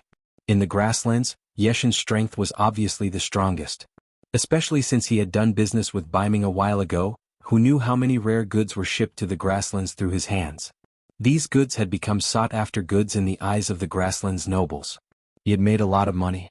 With money, there was naturally a greater opportunity to increase his strength. It could only be said that Yeshen was stronger than before. He even had a faint sense of superiority. His strength made Yeshen somewhat dizzy. He actually wanted to find trouble with Ming again, wanting to use the war to plunder and strengthen himself. After all, he had worked with Yeshen before and their relationship was not bad. Agar Dorji had asked for Yeshen's opinion on the matter of the origin city. However, the seemingly fearless Yeshen actually gave him a piece of advice, which was that it was best not to provoke the war god because it was not something that humans could defeat. Yeshen's words were decisive. When Agar Dorji first heard it, he did hesitate. But now he seemed to have no choice. The army's provisions would be exhausted in a month at most. If he could not find more food or a foothold during this time, there might be a mutiny in the army. If that happened, where would he go? Big brother Tuachuo had probably sent people to keep an eye on him. At that time, would he take the opportunity to deal with him? Then there was Yeshen. Although their relationship seemed to be good now, in fact, the other party couldn't wait to devour him. If it were not for the fact that he still had 45,000 cavalrymen in his hands, the other party would have taken action long ago. This could be seen from the fact that he wanted to borrow food from the other party but was rejected with all kinds of excuses. There was a wolf in front and a tiger behind. This was the true portrayal of Agar Dorji's current situation. Reality also forced him to set his sights on the origin city. The scouts he sent out had already gathered enough information. There were mercenaries and a lot of silver in the origin city. It was said that the Han people and Mongols who worked there could earn a lot of silver every day. How much money does this Duke of Loyalty have? Agar Dorji often could not help but think, and the greed in his heart grew stronger and stronger. Someone once said that when the benefits reached 10 times, it was enough to make many people forget about life and death and take risks. If the benefits could reach 100 times, many people would be willing to do it even if they knew that they might die. Now Agar Dorji was blinded by the benefits. Or rather, he had no better way to solve the problem he was facing. It seemed that only by taking down the origin city and taking the silver there could the army be stabilized again. Once he occupied the origin city, he would have a foothold and could walk out of the current difficulties. There were so many benefits that even with Yeshen's reminder, Agar Dorji still decided to take the risk. After making a decision, he summoned his son and 2 of his generals to discuss the matter of attacking the origin city. Agar Dorji still had some tricks up his sleeves. When his brother was not under his command, he had won over some capable generals. For example, Lumik, who had died in the previous battle, and Suhi and Gulang, who were now summoned. Suhi was a general who was praised by the great Khan of Tuachuo. His name was translated into Chinese and meant axe. In fact, after this person went to the battlefield, he was indeed like a sharp axe. He had cut down countless enemies. This time, when the 3 of them were summoned, the first person Agar Dorji asked was Suhi. General Su, I'm going to attack the origin city. There are piles of gold and silver there as well as strong city walls. Many people have gathered there. If we can occupy that place, they will all become our slaves. By then we can use them to create more wealth for the army. We will not have to worry about food and clothing. Our cavalry will trample the entire grassland and dominate the area. Agar Dorji outlined a beautiful picture of the future. The more he spoke, the more excited he became. His son, Hararuo, was so excited that little stars appeared in front of his eyes. He seemed to see groups of beautiful women and piles of gold and silver in front of him for him to choose from. General Gulang's eyes also revealed a yearning look. He was very tempted. However, Suhi, who was asked in the tent, was calm and was not excited by these words. General Suhi, what do you think? The most important thing was Suhi's ability. Seeing that the other party did not express his opinion, Agar Dorji could not help but ask anxiously. Suhi, who was asked, still did not answer immediately. Instead, after thinking carefully in his mind, he slowly said, Sir, as far as I know, the war god is in the origin city. He's an existence that even Yeshen is afraid of. Can we go and find trouble with him? Why not? We've already asked around. The war god only has less than 15,000 cavalrymen under him. We do have 45,000 cavalrymen, which is 3 times the number of the enemy. This battle can be fought, Hararuo said. It could be seen that he was a little dissatisfied with Suhi's cautiousness. Yes, I think we can fight too. So what if he's the war god? After all, this is the grassland. In the end, it depends on whose warhorse is faster and whose saber is sharper. Gulang also spoke, expressing his thoughts of supporting the battle. Out of the 4 people in the tent, 3 of them had now expressed their opinions. They all supported attacking the origin city. Su He knew that no matter whether he agreed or not, this battle had to go on. He had to nod and said, "Well, I respect everyone's opinions. But we can fight, but we still need to consider how to fight. Okay, then let's discuss who will be the vanguard and how to fight." Seeing that Su He also agreed, Agar Dorji was overjoyed and set the tone. In the following time, the 4 of them discussed for a long time and finally decided to set the battlefield outside the origin city. After all, they were all cavalrymen and siege warfare was not their forte. If the battlefield could be set in the vast grassland, they would have a higher chance of winning. Whether it was out of greed or helplessness, Agar Dorji finally decided to take action. All 45,000 cavalrymen were mobilized. They set off early the next morning with an unstoppable momentum and headed to the origin city that was 500 miles away. In the origin city, there was still no news from Agar Dorji. After all, the grassland was too big and most of it was plains. There was no place to hide, which greatly hindered the movement of the cavalry of the reconnaissance battalion. There was no cover, so they could not get close to the enemy. Naturally, they could not be prepared in advance. It was precisely because he knew this that Yang Qindong had asked the 3 regiments under him to maintain a fighting spirit at all times. They had to be able to come whenever they were summoned, fight whenever they were summoned, and win whenever they fought. The city was still being built in an orderly manner. Another day passed, and the number of people from various races who came to the origin city increased again. It increased by 500 people day by day. Today alone, more than 1,000 people came, and most of them were Mongolian brothers who brought their families. According to the rules of entering the city, they had to register their identity first, and then pay a certain amount of money. After that, they would be arranged to use a house for a month. Finally, different jobs would be arranged according to each person's different conditions. You must carefully screen the body of the person who comes.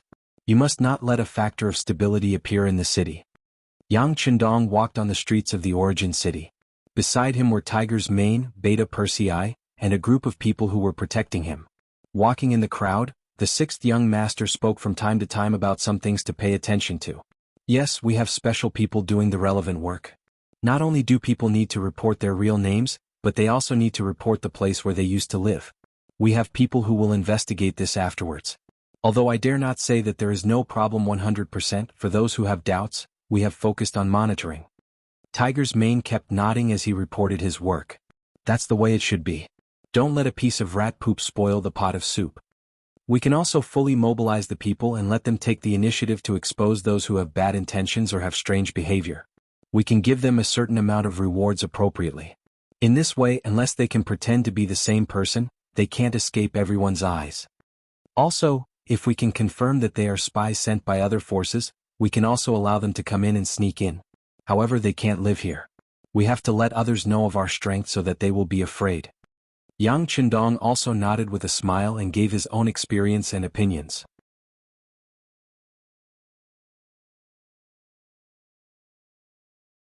Chapter 704. Young Master, this is a good order. I'll send someone to pass it on right away. Tiger's Mane's eyes lit up and he remembered this suggestion in his heart. Yang Qindong, who was flattered again, chuckled. But before he could continue to say anything, the commander of the reconnaissance battalion, Su Yunxing, rode a horse and rushed over from the other side of the street. Although the first city was still under construction, there were rules that cavalries were not allowed to pass through the streets for no reason. However, some people were always exceptions, such as the cavalries who had received military orders and the brothers of the reconnaissance battalion. The soldiers of the reconnaissance battalion were in contact with the front line of the battlefield intelligence. In order to spread the news at the first possible moment, they naturally had some privileges. Su Yunxing came riding a horse. This originally indicated that something big must have happened. Everyone stood firm and stopped. The guards even faintly formed a semicircle, closely protecting Yang Qindong. This had already become a habit. If any accident happened, they would have to pay at least several times the price to get close to the 6th young master. Who? As soon as the sound came out of Su Yunxing's mouth, he landed in front of Yang Qindong. After a standard military salute, he said, "6th young master, there's an urgent military situation at the front. Inform all the senior officers of the regiments and battalions to have a meeting in the war room." Yang Qindong also became a lot more serious and said with a slightly serious voice, "In the newly built spacious conference room in the first city, in just half an hour, the main cadres of the 4 regiments in the city were gathered here. Looking from afar, a group of military officers could be seen flashing in and out of their seats. The commander of the Guli Regiment Tiger's Mane and the deputy commander Xian Honghai, the commander of the Nuzhen Cavalry Regiment Yi La and the deputy commander Lu Dai, the commander of the 1st Cavalry Regiment Zhui Feng, the commander of the 1st Battalion Deng Yu, the commander of the 2nd Battalion Gao Danhua, and the commander of the 3rd Battalion Hulu, the commander of the 2nd Cavalry Regiment Lu Zhua, the commander of the 1st Battalion Ma Xiangshan, the commander of the 2nd Battalion Ding Shan, the commander of the 3rd Battalion Taimur, and the others were all present. Yang Qindong presided over the meeting, and the reconnaissance battalion commander Su Yunxing introduced the enemy situation. Su Yunxing held a slender wooden stick in his hand, drew a line on a huge map hanging high in the meeting room, and said with a loud voice, "Ladies and gentlemen, the scouts in the front have reported that Agadorji is leading 45,000 cavalrymen to the beginning city. According to our investigation, there are about 20,000 elite cavalrymen and 25,000 ordinary cavalrymen. It is estimated that they will arrive at the West River in the west of the beginning city in 3 days, tomorrow and the day after tomorrow." After introducing the information, Su Yunxing gave a standard military salute to Yang Qindong and returned to his original seat, waiting for the military order to be issued. After the introduction of the battle report, the discussions of the higher-ranking officers below quickly rang out. It could be seen that everyone's face was filled with excitement. After staying for 50 days, there was finally a battle to be fought. Every one of them was a warmonger. It could be said that their faces were glowing. It seemed that they couldn't wait to appear on the battlefield in the next moment and fight 500 rounds with the enemy. Yang Qindong did not intend to stop everyone from discussing together. On the contrary, he looked at them with interest. He wanted to understand everyone's mentality as soon as possible through observation. To his satisfaction, none of the officers showed any signs of fear or trepidation. The morale of the army could be used. This word popped into Yang Qindong's mind. He knew that even though this battle was going to be tough, it was still a good time for the mercenaries to establish their might. Well, since no one has any objections, then this young master will make the decision. Fight. Does anyone have any questions? No. Sure enough, the voices below were extremely unified. One by one they opened their mouths and shouted. No one objected. Yang Qindong also stood up and led everyone to the 3-dimensional sand table at the side. After that, Yang Qindong, who was waving the stick in his hand, kept waving it. The north side of the beginning city is the north slope. It is easy to defend and difficult to attack. We can make a fuss about it. The west side of the West River has just had a heavy rain 2 days ago. The river is rising rapidly, which can be used to stop the enemy's frontal attack. We can also make a fuss about it. The south side of the South Forest is suitable for hiding the army. This time, the number of the enemy's cavalry is 3 times more than ours. It is absolutely impossible to fight head-on.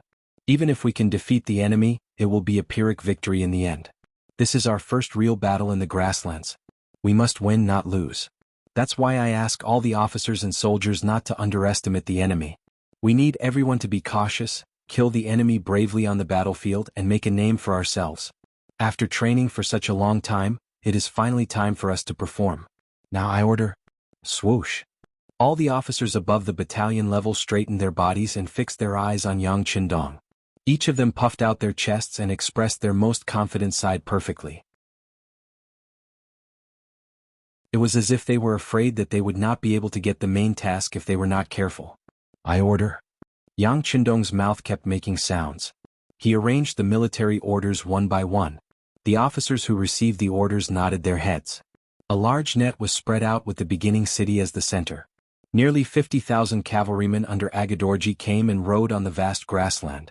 Wherever they went, the scattered grassland herdsmen fled. Some of them even had to abandon their sheep pens in order to escape. Along the way, the army had robbed thousands of sheep and horses. Slaughter, slaughter them all. Pass down the order to make a good meal for the warriors to satisfy their hunger.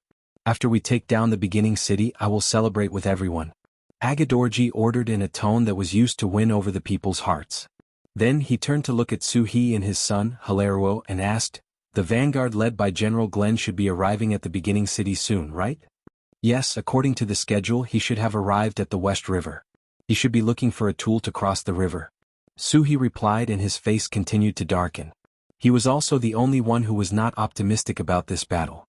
During the period of the alliance with Walla and Yes Hen, he learned more than once from the other general about their experience with the mercenaries 3 years ago. The more he learned, the more he knew how powerful the mercenaries were. At that time, Walla's troops could be said to have won a great victory. They were all cavalrymen and had an absolute advantage in speed. However, in the face of the mercenaries who were many times smaller than them, they still returned in defeat. Therefore, he did not think that they could take advantage of the advantage of numbers this time. It was just that they really had no way out now. At present, the closest and most suitable enemy was the mercenaries of the first city. If they wanted to get out of the current predicament, they could only fight with them. As for whether they would win or not, they would do their best and leave it to fate. West River? Very good. I hope General Glenn can find a way to cross the river soon. In this way, our army can go straight in and kill our way to the beginning city. By the way, I also heard that there is still a section of the outer wall in the beginning city that has not been completely built. Our cavalry can kill our way into the city from there. At that time, everything in the city will be ours. Ah. Agadorji laughed wildly on his horse as if he had already won at this moment. It was as if the mercenaries were at his mercy. The reason why Agadorji was so confident was that the number of his cavalrymen was 3 times that of the other party. He thought in his heart that even if the other party had continuous fire guns, as long as they set up a formation, with the advantage of the cavalry's speed and number, how many people could the other party kill in a short time? Once the other party charged together, it would be the time for them to kill the other party. At that time, the advantage of the cavalry would be maximized and the victory would still belong to them. There was another point that Agadorji did not mention, and that was that he actually looked down on the Han people. Even if this Han was the loyal duke of the great Ming dynasty and was known as the god of war, it was still the same. Everyone knew that the people of the grassland ate meat. They killed cows and wolves and were ferocious. Since ancient times, the Han people took farming as their duty. They were loyal and honest and were vegetarians. It was difficult for them to be opponents of the grassland people. Unless there was an emperor of great talent and a general who had won every battle, only then could the Han people defeat the people of the grassland. Back then, Zhu Yuanzhang had spent a lot of effort to chase the Mongols back to the Mongolian grassland. Zhudi's 5 expeditions to the Mongols had only weakened the Mongols. 20 years later, Yes Hen defeated the Ming army at the Tumu Castle. If it was not for Yang Qindong's timely intervention, Zhu Qizhen would have been captured alive. Throughout the Ming dynasty had lost more wars than wars with the Mongols. As time passed, the strength of the Ming dynasty also decreased. With these facts in front of him, it was fine for Agadorji to be more confident. Not to mention this time he had brought 3 times the number of his enemies. However, he did not know that if he exaggerated his advantage and looked down on the other party, it would only cause him to lose even more miserably. It would only cause him to enter a state of no return. This was because he did not take into account the firearms in the hands of the mercenaries. In the cold weapons era, the Mongol cavalry were invincible and conquered the world. Even the Russians were slaves to the Mongols. The Golden Horde had ruled Russia for nearly 300 years. Every time the Russian nobles knelt before the Mongols would burn, kill, and plunder in Russia and commit all kinds of crimes. The Russians were angry, but they did not dare to speak out. The stars changed and the era changed. The Western world entered the era of hot weapons. Guns and cannons were really strong, and a single cannon could kill a large number of cavalry. At the end of the Ming dynasty, Yuan Chonghuan used cannons to kill Nurhasai. The 8 Banners' disciples were like scarecrows in front of Yuan Chonghuan. During the Crow War, the British army only had a few thousand men and defeated the Qing army of over 1 million. At that time, tens of thousands of Mongol elites led by Green Chin attacked the British army of a few hundred. What happened? The Mongol cavalry was wiped out, and the British army only lost a few people.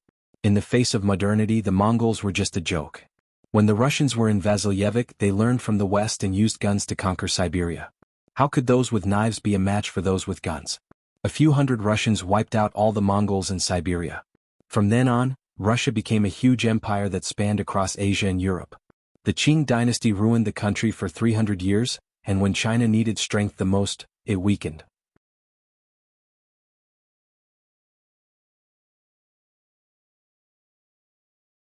Chapter 705. This was the power of the flintlock in actual combat. Of course, the flintlock was not omnipotent. As long as the soldiers were united and did not fear death, it was not impossible to turn the situation around.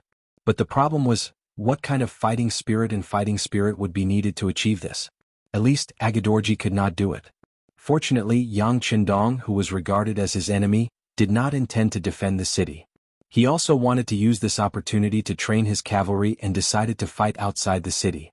And if he was willing to defend and not come out of the city, then not to mention the 50,000 cavalry, even if another 50,000 cavalry came, they would not be able to gain the slightest advantage. The advantage of the flintlock was more in defense, especially when facing fast cavalry. Attacking was equivalent to giving up most of one's advantages. But Yang Qindong still wanted to do this, which in itself proved that he was confident in the strength of his cavalry. Perhaps in his opinion, even if the cavalry charged, even if they used the most primitive method, his mercenaries were the strongest in the world. Of course, Yang Qindong only wanted to use this opportunity to train his cavalry. He did not really want to play to his strengths and avoid his weaknesses. He knew very well when to use the most primitive method to fight. For example, in the West River War Zone, he used the flintlock to fight against Gulang and his 5,000 enemy cavalry. Gulang obtained the qualification of the Vanguard General. This did not mean that he was brave and good at fighting, but because Suhi did not fight for it and did not care about it. In the end, he was just a touchstone, a stepping stone to test the strength of the mercenaries. In front of the mercenaries, Gulang became a whetstone, but he did not know it. After hearing the news and making arrangements, Glenn led 5,000 cavalrymen to the West River and saw the mercenary army stationed on the other side of the river. This was the independent regiment led by Tiger's Mane. A regiment had 16 battalions, which made them far more powerful than an ordinary regiment or even a division. Both sides looked at each other across the river. Facing such a powerful opponent, Gulang sneered and began to arrange the cavalry to find trees and make rafts to prepare to cross the river. As a Mongolian from the grasslands, Gulang did not think much of the 6,000 enemies in front of him. He noticed that the other party's camp was still 3 miles away from the river. And if he could cross the river on a raft at the first moment, he could even kill his way to the front of the enemy through the West River. It was very possible for him to obtain a good start by catching them off guard. General, our cavalrymen have tested it out. There are 2 sections where the riverbed is relatively high, and the water flow isn't that strong. We should be able to cross the river directly, a Chiliarch reported in an agitated voice as he arrived beside Gulang. What? Glenn, who was riding a horse by the river and looking at the enemy's camp, suddenly heard this and his eyes widened. General, I've already found a suitable place to cross the river. As long as we execute it well, we might be able to catch them off guard, the Chiliarch continued in an excited manner. Gulang also became more agitated. His body even trembled slightly. Is what you said true? The riverbed is really not high and warhorses can gallop freely? Yes, some of our brothers have lived here since young. I heard them say that when they were young they tried to cross the river on horseback. They know where the riverbed is higher and suitable for cavalrymen. Just now they intentionally tried it and found that there were no changes. It seems that this secret is only known by the locals. The mercenaries have just arrived and are oppressing the people of the grasslands. It is reasonable that they do not know about this. This time, not only did the Chiliarch reveal the source of the information, he also helped to analyze the weaknesses of the mercenaries. When Gulang heard all of this, he could not help but nod his head. Good, the heavens are really watching over us. Haha, since that is the case, make the arrangements. We will cross the river at night and catch them off guard. Yes, General, the Chiliarch said excitedly. If he could win this battle, it would undoubtedly be equivalent to him making a great contribution. At this moment, neither of them had the intention to send someone to inform Sir Agar Dorji, who was waiting for news at the rear. Perhaps in their eyes, any bold words were far less effective than the truth. Or perhaps they were worried that if they reported this matter, His Excellency would send someone else to carry out this mission, just like how he might send his disappointing son, Hilario, to lead the army. If that was the case, wouldn't all their previous efforts be wasted? Without informing anyone, Gulang gathered some of the Chiliarchs in the army to discuss the plan for the night. Although the riverbed was higher and they could cross the river without the use of wooden rafts, they would still have to cross the river. But after all, they were walking in muddy water. It was said that the high water level could even submerge the legs of the horses. Under such conditions, it was best to carry as little as possible so that the horses could move faster and achieve an unexpected effect. Pass down the order.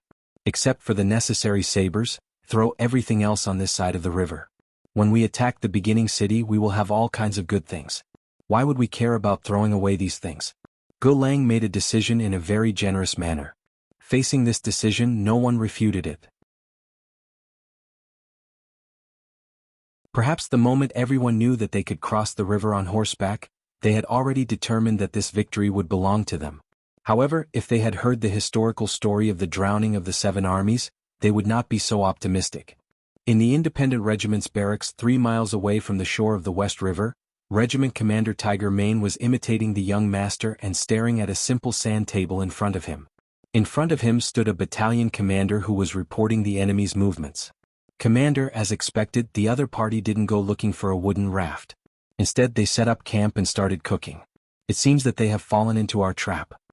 When the battalion commander said this, he was a little agitated and his eyes were a little bright. "Of course they will fall into a trap. This is the plan that the young master came up with," Tiger Mane said confidently.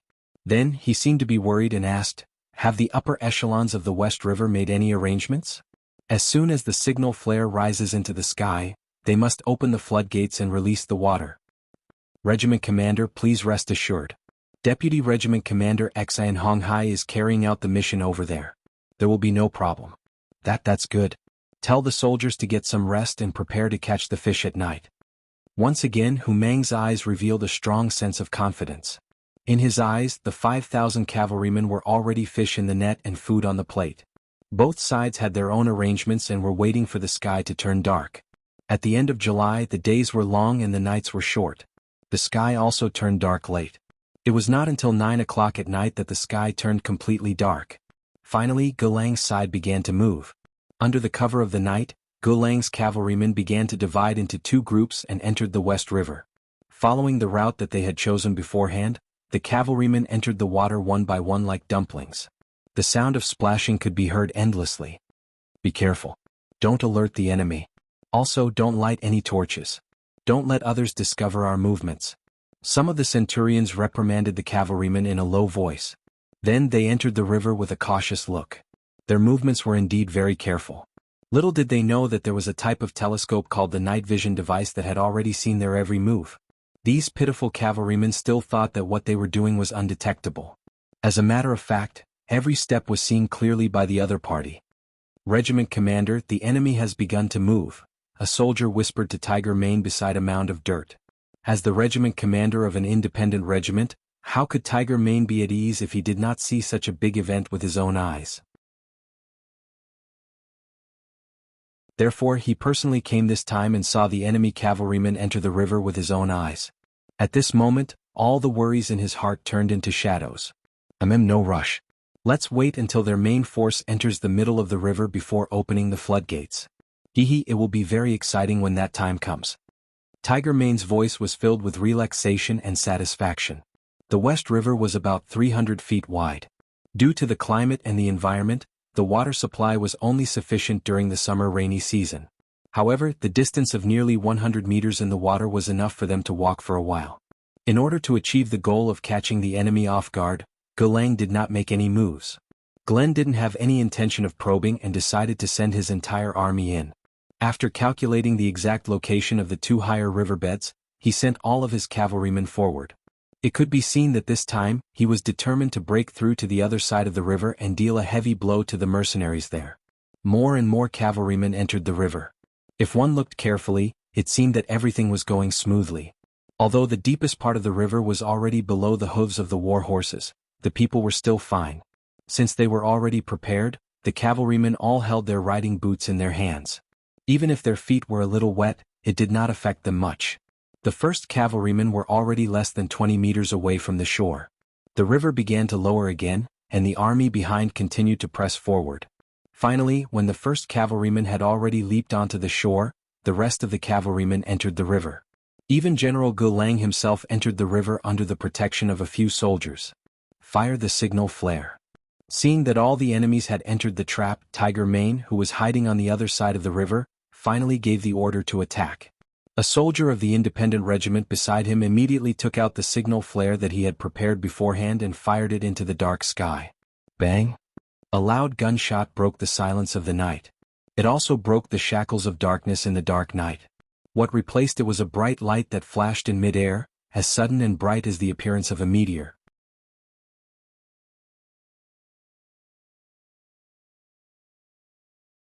Chapter 706. What's going on? Out of instinct, all the cavalrymen in the river and on the shore couldn't help but look up. They couldn't understand why such a bright white light would suddenly appear in the darkness. What was going on? Could it be that the gods had manifested? The white light slowly flew up to the sky, but when it reached a certain height, it finally started to fall slowly. It was really like a meteor falling in midair.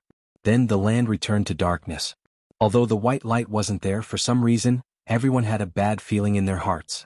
Naturally, they didn't know that this was a signal flare. This meant that the mercenaries were about to launch an all-out attack. However, their intuition told them that this sudden appearance wasn't a good sign.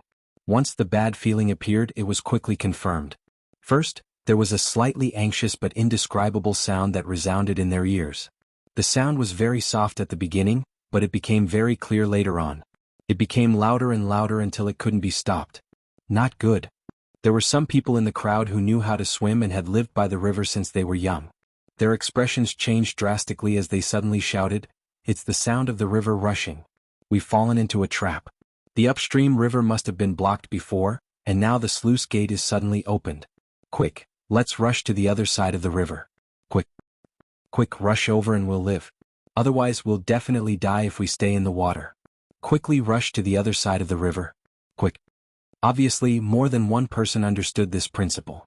The sound of the flowing water became louder and louder, and finally all kinds of shouts were heard. However, because there were too many people shouting, they couldn't hear clearly. Those who understood naturally urged their horses forward with all their might. Those who couldn't hear clearly were still stunned. They looked around blankly as if they were still waiting for an explanation. Wah, wah, wah. The sound of the flowing water was finally getting closer.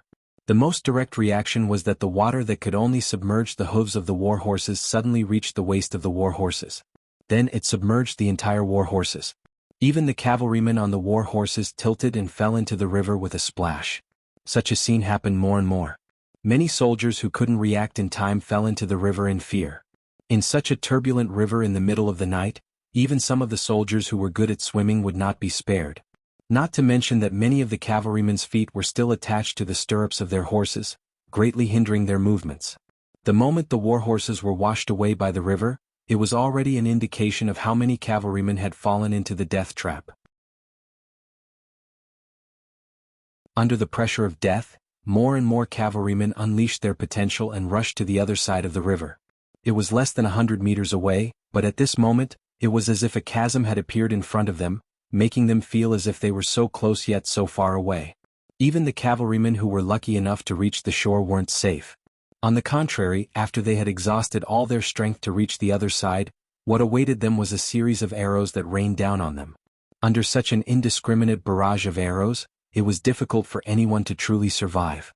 A few lucky people rode on their war horses and broke through the rain. Just as they were about to reach the soldiers of the independent regiment who had been waiting for them, hundreds of loaded muskets were waiting for them. They were waiting for the scene of their bodies turning into a hornet's nest. Glenn's luck wasn't bad. He had just entered the river when he realized that the situation wasn't right. Under the protection of a few bodyguards, he retreated. He was one of the lucky ones among the 5,000.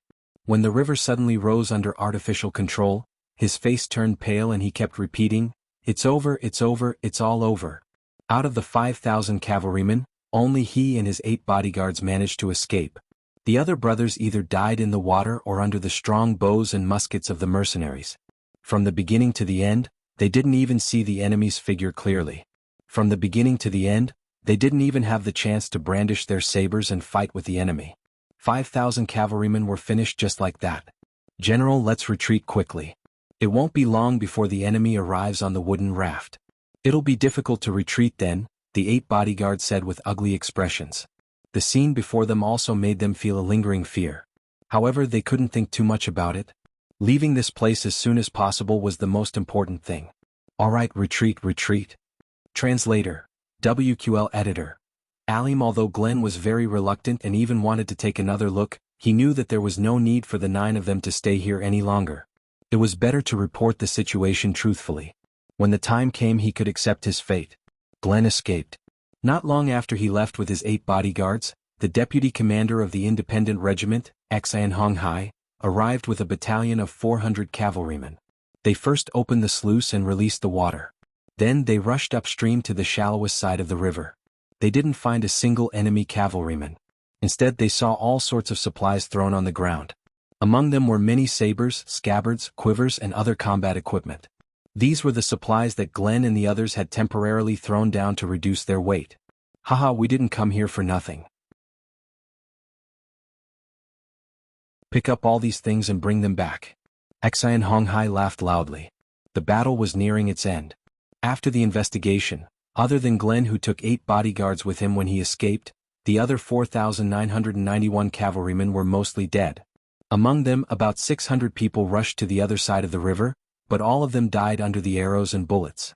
As for the other 4,000 people, at least half of them became water ghosts in the West River. They couldn't be more dead than they were. Only a few lucky ones who were good at swimming managed to escape. Sigh, if it wasn't for the urgency of the situation and the enemy's main forces arriving tomorrow, I really couldn't bear to see so many warhorses get washed away. What a pity. The commander of the independent regiment, Tiger's Mane, was still lamenting. In the end he waved his hand and said, "Clean up the battlefield. Throw the enemy's corpses into the holes we dug long ago. Chop off their heads and make them into statues. Bring the warhorses back to the city. Hurry up and deal with everything."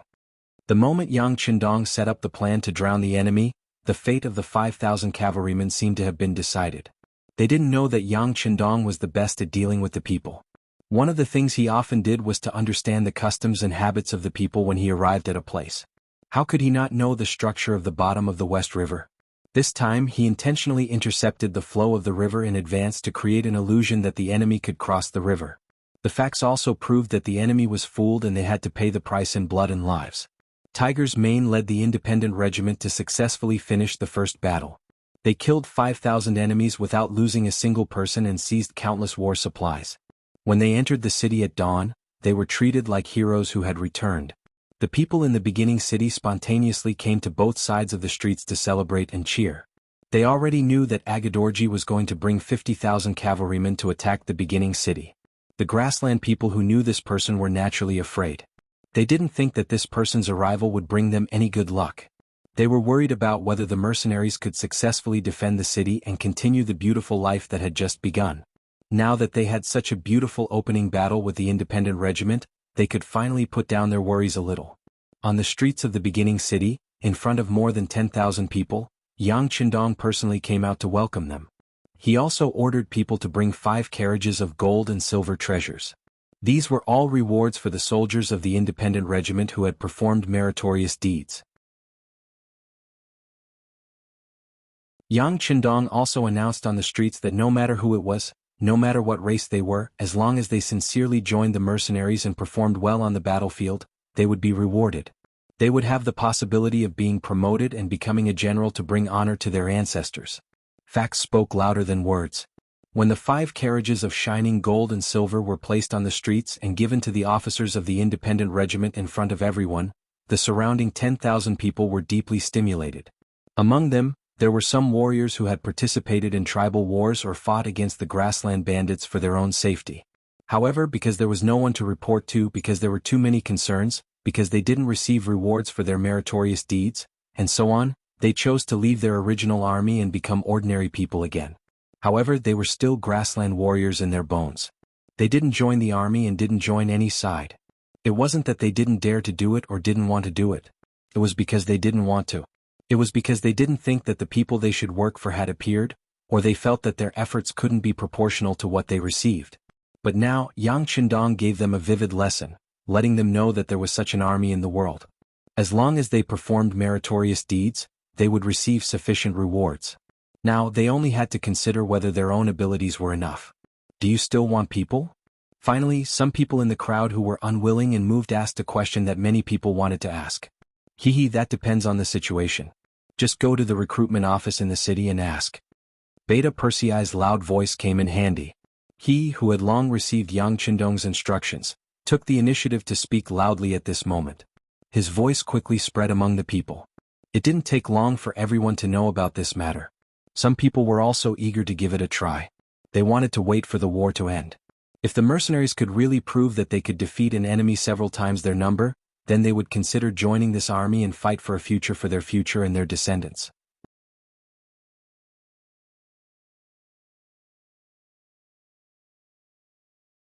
Chapter 707. Yang Chendong saw all of this. This was also the reason why he threw out gold and silver on the street. Although raising an army required food in gold and silver, the more troops there were, the heavier the burden. In the current situation he didn't have any plans to recruit soldiers, but it didn't stop him from preparing early. This way, if he needed soldiers, there would be an endless supply of backup troops for him to choose from. Originally, although the independent regiment's mission was completed beautifully, they opened the floodgates and unleashed continuous attacks with bows and arrows. In fact, this battle wasn't dangerous at all. But he still wanted to praise them with great fanfare. It was for the sake of buying horse bones with 1,000 gold. Now it seemed that it was effective. On the way back to the largest city lord mansion in the beginning city, he chuckled and said to Zhui Feng, Lu Zhui Yila and the other commanders, "Did you see that? Many of the people below have the intention to join the army. So, you can fight the next few battles without worry. Once there are any losses, I will give you the number of new soldiers no matter how many warriors you lose. I will ensure the integrity of your organization. Just give it your all." "Yes, sixth young master." Zhui Feng and the others all cupped their fists and said respectfully. The last worry was gone. Even if the army was crippled, it could be quickly replenished. What was there to be afraid of? Next they just had to give it their all. Compared to the excitement of the mercenaries, the Tatars were furious. Their angry shouts could be heard clearly from tens of feet away from the tent. "You lost just like that, how can you still have the face to come back? Why didn't you die in the West River? Do you know that you brought 5,000 cavalrymen? 5,000 cavalrymen. You all died in less than an hour. How can you still have the face to come back? How can you still have the face to come back? Men, drag Gulang out and behead him to show our military might." "Father, don't be angry, don't be angry." Another slightly younger voice sounded. "Yes, please calm down. Horses can stumble. Victory and defeat are common on the battlefield. Besides, it's inauspicious to kill a general in the middle of a battle. Please give General Gulang a chance to redeem himself." Another calm voice sounded. Needless to say, the one who was angry was Agar Dorji. The next to speak were his son, Hilaruo, and another tiger general, Su He. After being persuaded by his son and his subordinates, Agar Dorji knew that he couldn't kill them. Otherwise it would only disappoint everyone. Most importantly, the enemy was right in front of them and they needed people. Not only was it inauspicious to kill a general before the battle, he couldn't find a general more capable than Gulang. He thought to himself, although Glenn is responsible for his negligence in this battle, isn't it because the enemy was too arrogant and took the initiative to set a trap? Even if it wasn't Gulang this time, if it was someone else, it was hard to guarantee that they wouldn't fall into the trap. Forcibly gasping for a few breaths, Agadorji looked at Gulang, who was kneeling on the ground, trembling with fear, and said angrily, "Fine, this time Suhi and Hiraruo pleaded for you, so I'll spare your life for now. However, you have to redeem yourself. If you make any mistakes, you will be executed without mercy." "Thank you, sir. Thank you, sir." Gulang knocked his head on the ground like he was pounding garlic, and the cold sweat on his head finally disappeared a lot. Gulang was defeated, and his 5,000 cavalrymen were all dead. This was equivalent to a wake-up call for Agar Dorji. Facing such a powerful opponent like the mercenaries, he had to put away all his tricks and luck. Next, he had to fight a proper battle and defeat the enemy head-on. Thinking about it, he now had more than twice the number of the enemy. Even if he fought them head-on, there was nothing to fear. "Pass down the order, the army will rest for a day. Tomorrow morning we will head to the West River. I want to see what tricks the enemy has that can stop our army from advancing." Agar Dorji finally gave the final word and shook the drums. There wasn't much time left before dawn. When the sun rose, the army set out, and it only took them 4 hours to reach the West River. Compared to last night, the river here had become a lot more turbulent. What was more striking was that on the opposite side of the river, there was a statue made up of about 600 skulls. It seemed to be narrating the tragic battle that had happened here last night. Agar Dorji glared angrily at the human skulls on the other side of the river. He clenched his fists and shouted angrily, "Mercenaries, when we defeat you, we will definitely build an even bigger skulls and let everyone know what the consequences of angering us are. Men, test the river." As soon as the order was given, the soldiers who were good at swimming began to try to cross the river. However, in the face of the turbulent river, after several failed attempts, it was announced that the idea of crossing the West River would not work. At least, they shouldn't think about it for the next few days. "Sir, the sluice gate of the upstream river has been opened. It is obviously impossible to cross from here. It is better to find another way." Seeing that the army stopped here and faced the statue that was still emitting the smell of blood, the longer they stayed, the lower the morale of the army would be. Suhi had no choice but to stand up. General Su, do you have any good ideas? Agar Dorji asked calmly. Sir, if we want to get close to the origin city now, there are only 3 ways. First, we can go around the north side and enter from the north slope. Second, we can build a raft and cross the West River by force. Third, we can go around the south side and rush to the south gate of the origin city from the southern forest. Su He, who said the 3 methods in one breath, caused Agar Dorji to nod. This was what a brave general should do. He would not be like his son, Hararuo, and General Gulang, who could only look at the river and sigh. Seeing that Agar Dorji nodded in approval of his suggestion, Su He continued, "It is not advisable to cross the river with a raft. Who knows what kind of reaction the mercenaries will have if we build a raft here? If they attack us with arrows halfway, we will inevitably suffer heavy losses.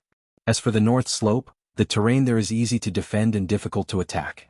It is also not suitable for cavalry to attack. Only the southern forest in the south is suitable for an ambush. However, as long as we are prepared and the area is in a vast location, we can still fight. Of course, how to decide, sir, please make the decision." After analyzing everything, Suhi was able to hold his own. In the end, he still gave the choice to Agar Dorji. Such a capable and sensible subordinate would naturally win the favor of his superiors. At this moment, Agar Dorji's expression became much better after hearing these words. General Su is right. Then, according to you, we should go through the southern forest? If this subordinate can think of this, then the mercenaries must have thought of this as well. Therefore, we still need to listen to Sir's final decision. Suhi held his fist and said. His words reminded Agar Dorji of something. Yes, all of this analysis seemed to be correct, but how could the mercenaries not know? It was not hard to imagine that the mercenaries would definitely ambush a large number of cavalry in the southern forest to attack him. If that was the case, how should he deal with it? All of a sudden, everyone stopped moving and the surroundings fell into a state of silence. Gulang, who was in the middle of this, blinked his eyes continuously. Then, as if he had thought of something, he whispered, "Sir, this subordinate has something to say, but I don't know if it is appropriate." Speak. When Agar Dorji was at his wit's end, the general below had a suggestion. Of course he had to listen to it.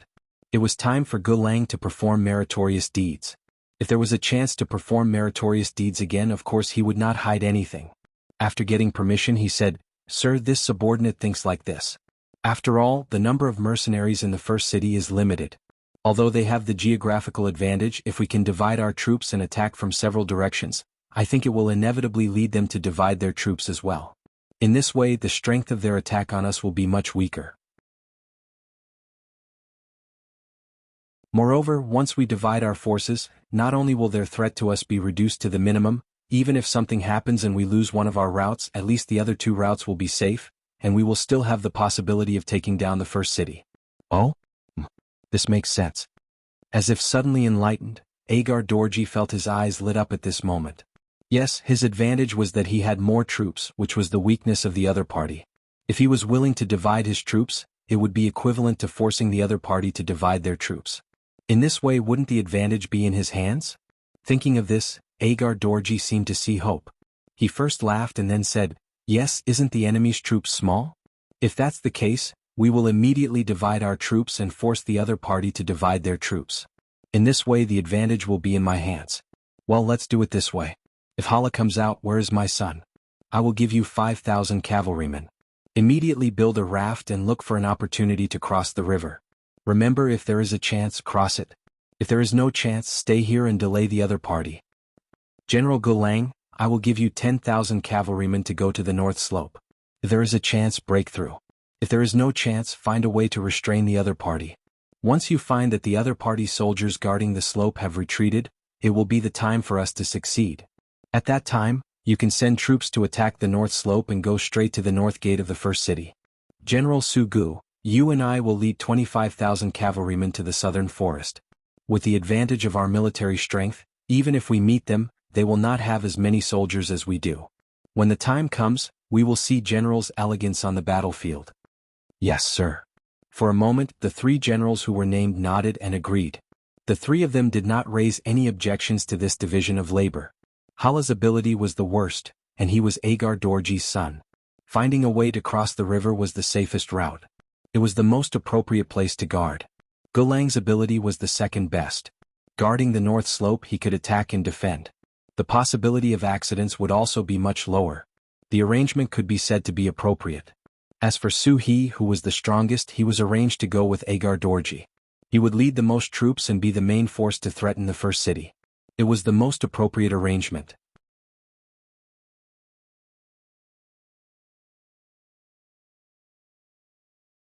Chapter 708. Finally, the 40,000-strong army was divided into 3 groups, and then they left. In an instant, only 5,000 Tatar cavalrymen were left in front of the West River.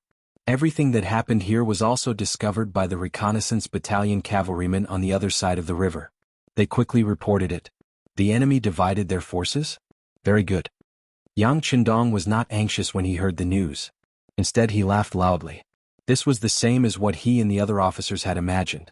Facing the first city that seemed to be full of loopholes, the enemy seemed to want to attack from multiple angles. This was exactly what Yang Qindong wanted. If the enemy combined their forces, no matter where they chose to attack, they would have to pay a high price to stop them. After all, this was 40,000 cavalrymen.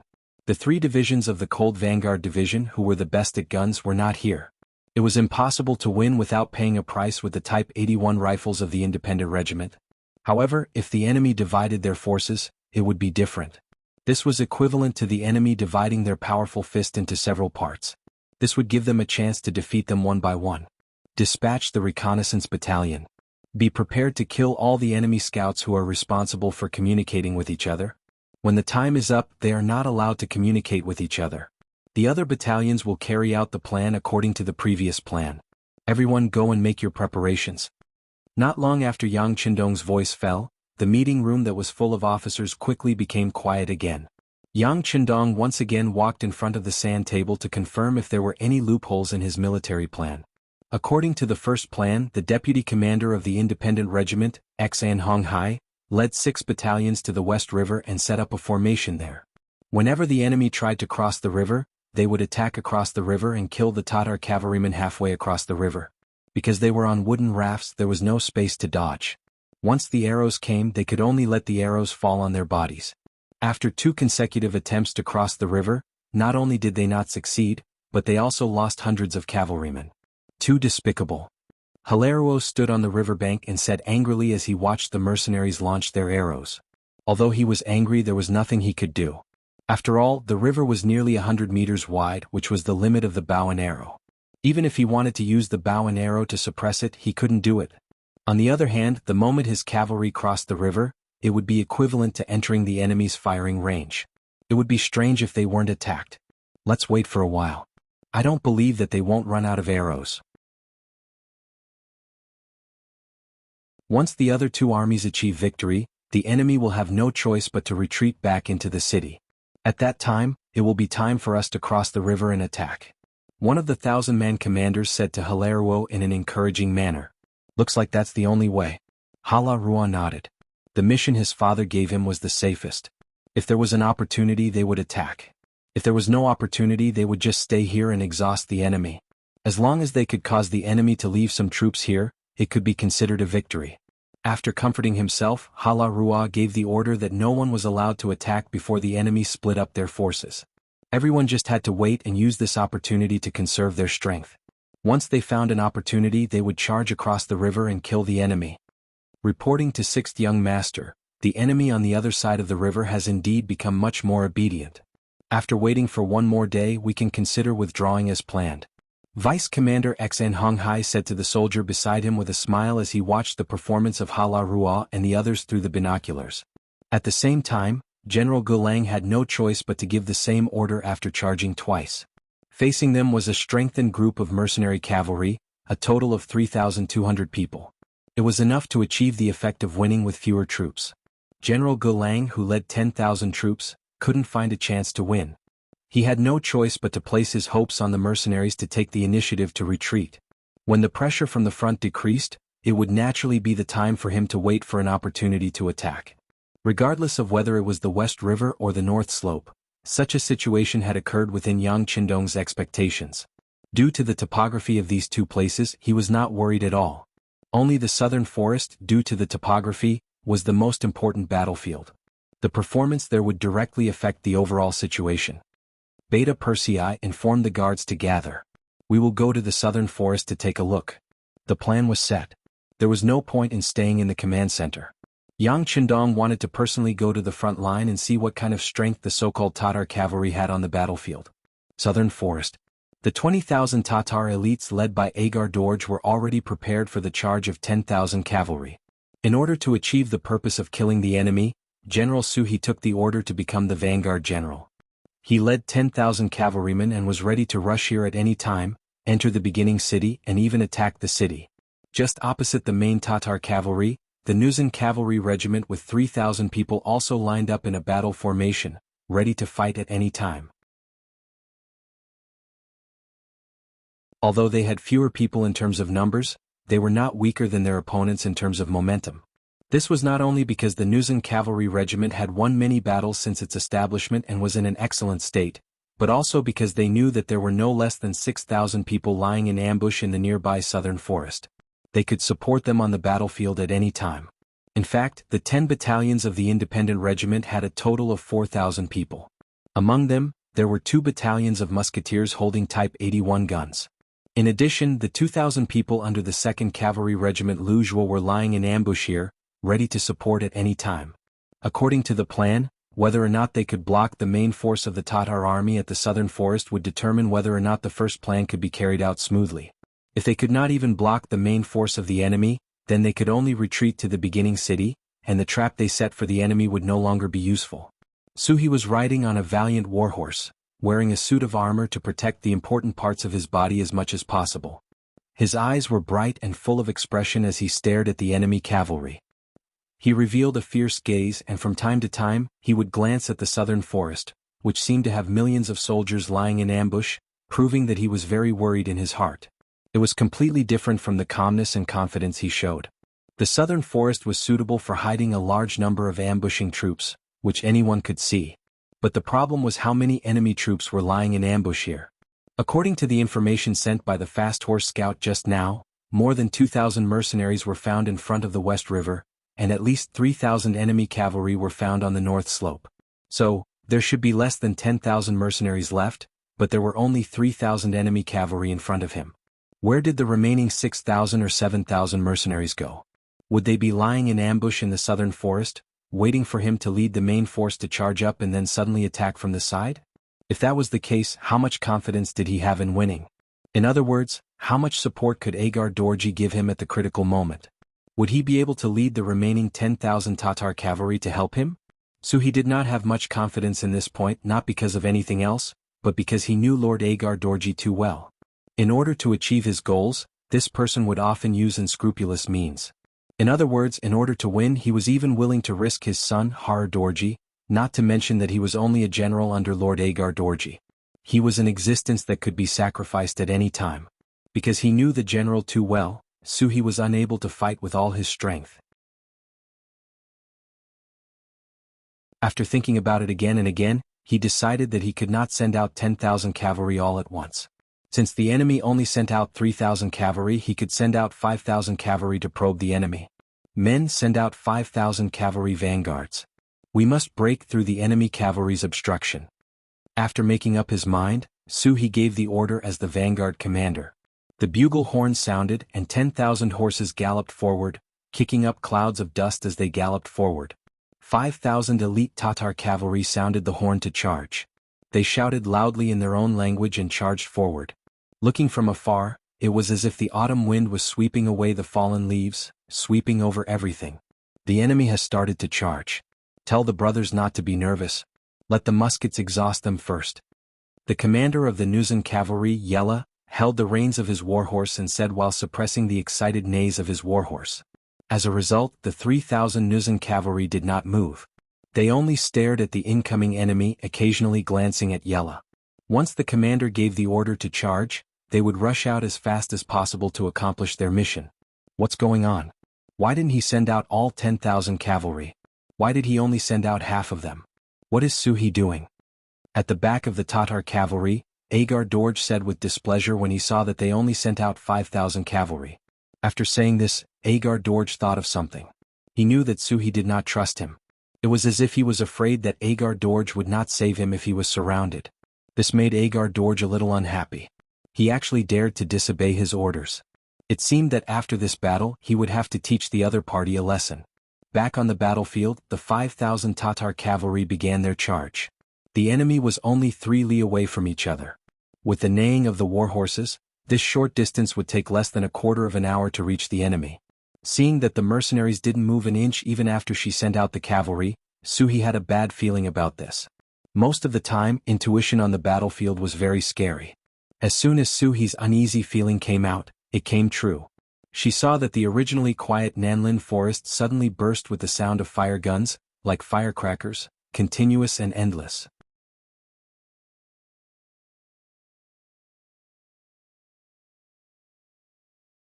Chapter 709. Looking at the charging 5,000 Tatar cavalry, the charging formation was in chaos. Then one after another the cavalry fell off their horses. One after another the strong war horses became ownerless. They stopped in front of their owners and lowered their heads as if saying, "Get up, I'm still waiting for you to lead me into battle." It's the mercenaries' muskets. Seeing this scene, Suhi reacted and his heart sank. Although he already knew this before the battle, Suhi was still shocked when he saw the power of the muskets. He calculated that this wave of attack alone killed about 1,000 cavalry. This greatly reduced the number of cavalry on both sides, making his advantage infinitely smaller. Kill. The remaining 4,000 Tatar cavalry finally broke through the blockade of the muskets with the help of the speed of the horses, allowing them to come within a mile of the Nuzan cavalry. Prepare the bows and arrows. Charge with me. Seeing that the enemy was seriously injured, Yella laughed and then reached out to block the strong bow hanging on his horse. He shouted and urged his horse to charge. The other 3,000 Nuzan cavalry soldiers who couldn't wait for a long time followed suit and took out their bows and arrows. They raised their bows and were ready to shoot at any time. Finally, the battle is about to begin. Suhi opened his eyes wide and stared at the scene in front of him. This was a good opportunity to observe the strength of the mercenaries' cavalry. After escaping from the muskets, he hoped that his Tatar cavalry could play a role in suppressing the mercenaries' cavalry. This was their only chance to turn the tables. Arrows shot from afar, close combat, sabers raised high, cavalry charged. After 1,000 cavalry were killed by the muskets, the Tatar cavalry's morale couldn't help but drop. Many people were terrified because they couldn't see where the enemy was and could die under the muskets of the enemy at any time. This made them think of the scene when they faced the Ming army's Divine Machine Battalion. Who knew how many ancestors died under those hateful muskets? Now this scene fell on them. They really had a feeling that they couldn't resist. Fortunately, they finally rushed over. Now they were about to engage in a charging battle with the enemy cavalry. This was their strength. They hoped to turn the situation around in this battle. Similarly, the 4,000-strong Tatar cavalrymen started shooting at the Nuzan cavalrymen. From panic to calmness, from being beaten to fighting back with all their strength, the 4,000 Tatar cavalry perfectly displayed the word, elite. Both sides began to shoot at a distance of only 1 mile. Both sides' horses were galloping. Under the situation where each person could shoot at most 2 arrows, it was difficult to say who would win. As the arrows continued to fly about, the cavalrymen fell from their horses one after another. The war horses stopped charging and became ownerless. In just 2 waves of archery, both the Nuzan cavalry and the Tatar cavalry paid the price of hundreds of cavalry deaths. In the end, they switched to using bows and arrows to fight in close combat. Kill. The deputy commander of the Nuzan cavalry division, Lu Dai, took the lead and led her men into the formation of the Tatar cavalry like an arrow. As the commander, Yella led most of the cavalry to engage in guerrilla warfare. This was a tactic that had been discussed before. A cavalry couldn't be without a commander. Otherwise the army would be like a sheet of loose sand. Without a commander they would be defeated one by one. Deputy Commander Lu Dai killed his way in. Along with him were 1,000 Nuzan cavalry soldiers. They followed behind the deputy commander and waved their sharp sabers at the Tatar cavalry around them. In history, the Mongol cavalry was once the subordinate of the Nuzan cavalry. In the end, with their help, the Nuzan defeated the Ming dynasty and established the Qing dynasty. But that was something that would happen more than 100 years later. In this era, the Mongol cavalry was still the strongest cavalry in the world. The Nuzan cavalry was still nothing in their eyes. Reality also proved that the Tatar cavalry was indeed the elite of the Mongolian cavalry. Be it their fighting spirit or their skillful operation and performance, they were slightly stronger than the Nuzan cavalry. If it were not for the fact that the Nuzan cavalry's sabers were sharper and tougher, and if they did not learn the 3-to-3 strategy from Lung Feng, where every 3 horses could form a small fighting group and fight with the enemy, the Nuzan cavalry would not be able to win against the Tatar cavalry. Use the advantage of the saber to increase the speed of your chopping. Commander Yella, who was roaming around the periphery, saw that both sides were actually evenly matched. Because they had fewer people than the enemy's 1,000 cavalry, their losses were even greater. Finally, he couldn't sit still anymore and began to shout loudly to remind his subordinates. If they wanted to use the advantage of the saber, they needed to cut the enemy's saber in half and obtain the advantage of the weapon. With Yella's shout, the Nuzan cavalrymen seemed to have woken up from a dream. They increased the speed at which they swung their sabers, forcing their opponents to fight back. After several collisions, the results finally appeared. Many of the Tatar cavalrymen had cracks on their sabers, and some of them even broke in half. The saber suddenly breaking in half was undoubtedly fatal for the cavalry who were in the middle of a fight. When the same saber was chopped over, the enemy's saber had already stabbed into his heart. However, your saber did not even touch the enemy's clothes. What kind of result would that be? The advantage of the saber was brought into play. More and more Tatar cavalrymen were caught off guard. More and more Tatar cavalrymen were chopped off their horses. The situation on both sides was reversing. Charge! Right at this moment, another group of cavalrymen dressed entirely in black iron, and even their war horses were covered in black iron armor, suddenly charged out from the side. Although they didn't have many people, their momentum was astonishing. Their black clothes and black faces emitted a cold and powerful aura. Their bodies were impervious to swords and spears. When this group of 100 people entered the battlefield, they became the mouth of a giant beast that devoured people's lives. They killed the Tartar cavalry and no one could stop them. Is that the enemy, the black cavalry that young master spoke of? So he also quickly discovered the existence of the black cavalry. When he saw the other party's heroic performance and killing as if there was no one around, he couldn't help but gasp. He saw with his own eyes that at least a few sabers had hacked at the enemy's black armor. However, apart from producing some weak sparks, they were unable to cause any damage. On the contrary, the Tatar cavalry that attacked were continuously killed by the Haiki cavalry. In just a short while, the Haiki cavalry had killed over 100 elite Tatar cavalry. The appearance of the black cavalry seemed to have blown the horn of the enemy's counterattack. Several thousand cavalrymen rushed out of the southern forest. They were the troops of Lu Jua of the 2nd Reinforced Cavalry Regiment. 2,000 men of this regiment were thrown into the battlefield. They appeared like a gust of wind sweeping away fallen leaves. It was as if a steel knife had stabbed into the side of the Tartar cavalrymen and caught them unprepared. Charge, charge with me.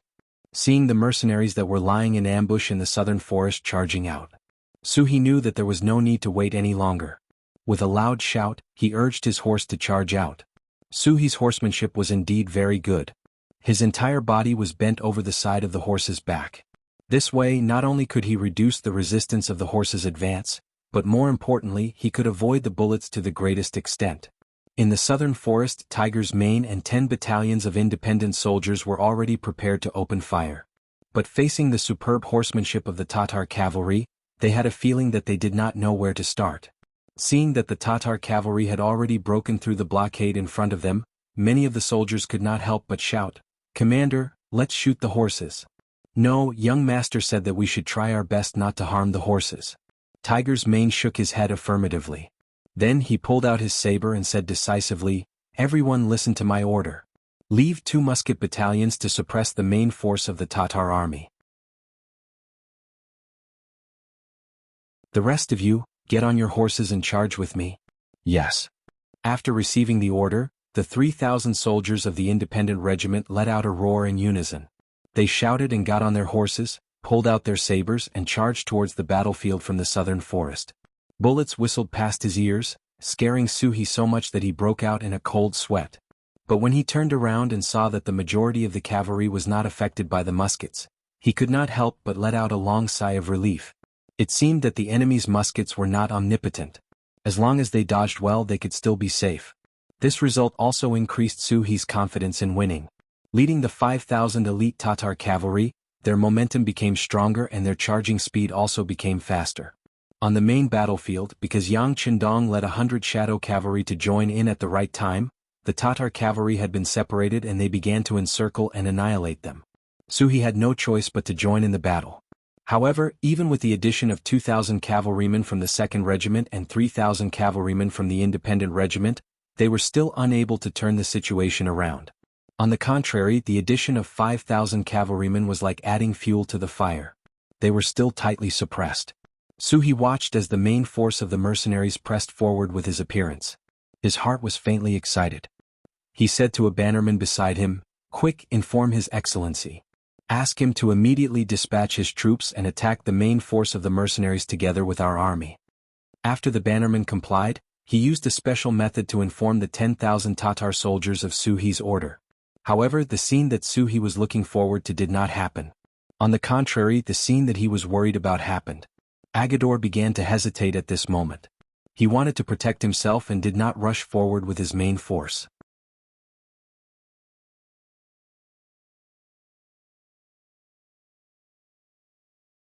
Chapter 710. My lord, General Suhi has made another request. A Chiliarch appeared beside Agar Dorji and reported anxiously. I know, but have you noticed that there are still figures moving in the southern forest? If I'm not wrong, those are the flintlock soldiers left behind by the mercenaries.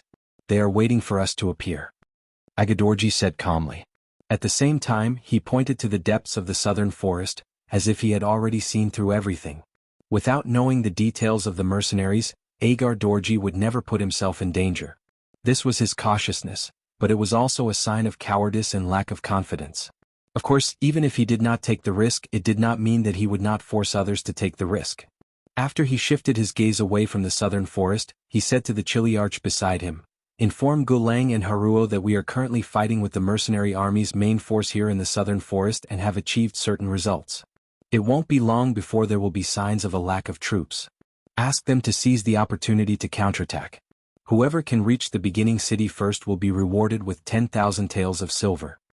Yes, Agar Dorji didn't want to take the risk himself, but he placed his hopes on his subordinates. Just as General Suhi thought, even his son was included in the plan. The messenger left after receiving the order. And just after the messenger passed the order, they didn't know that the mercenaries had begun to take action. They cut off the communication between the three parties at the right time, making it impossible for follow-up information to flow smoothly. This made this order the last one issued by Agar Dorji. The battle was still going on ahead. Suhi led the last 5,000 cavalrymen into the battlefield, but he still couldn't gain an overwhelming advantage. Instead, as the battle dragged on, the sharp and tough sabers in the hands of the mercenaries played an absolute role. More and more Tatar cavalrymen's sabers were broken, and their combat strength rapidly declined.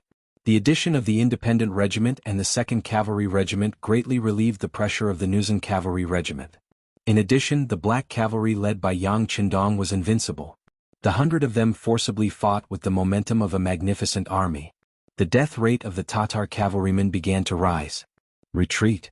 After chopping down one of the mercenary cavalrymen, Suhi was a little out of breath as he watched more and more of his companions fall off their horses and die.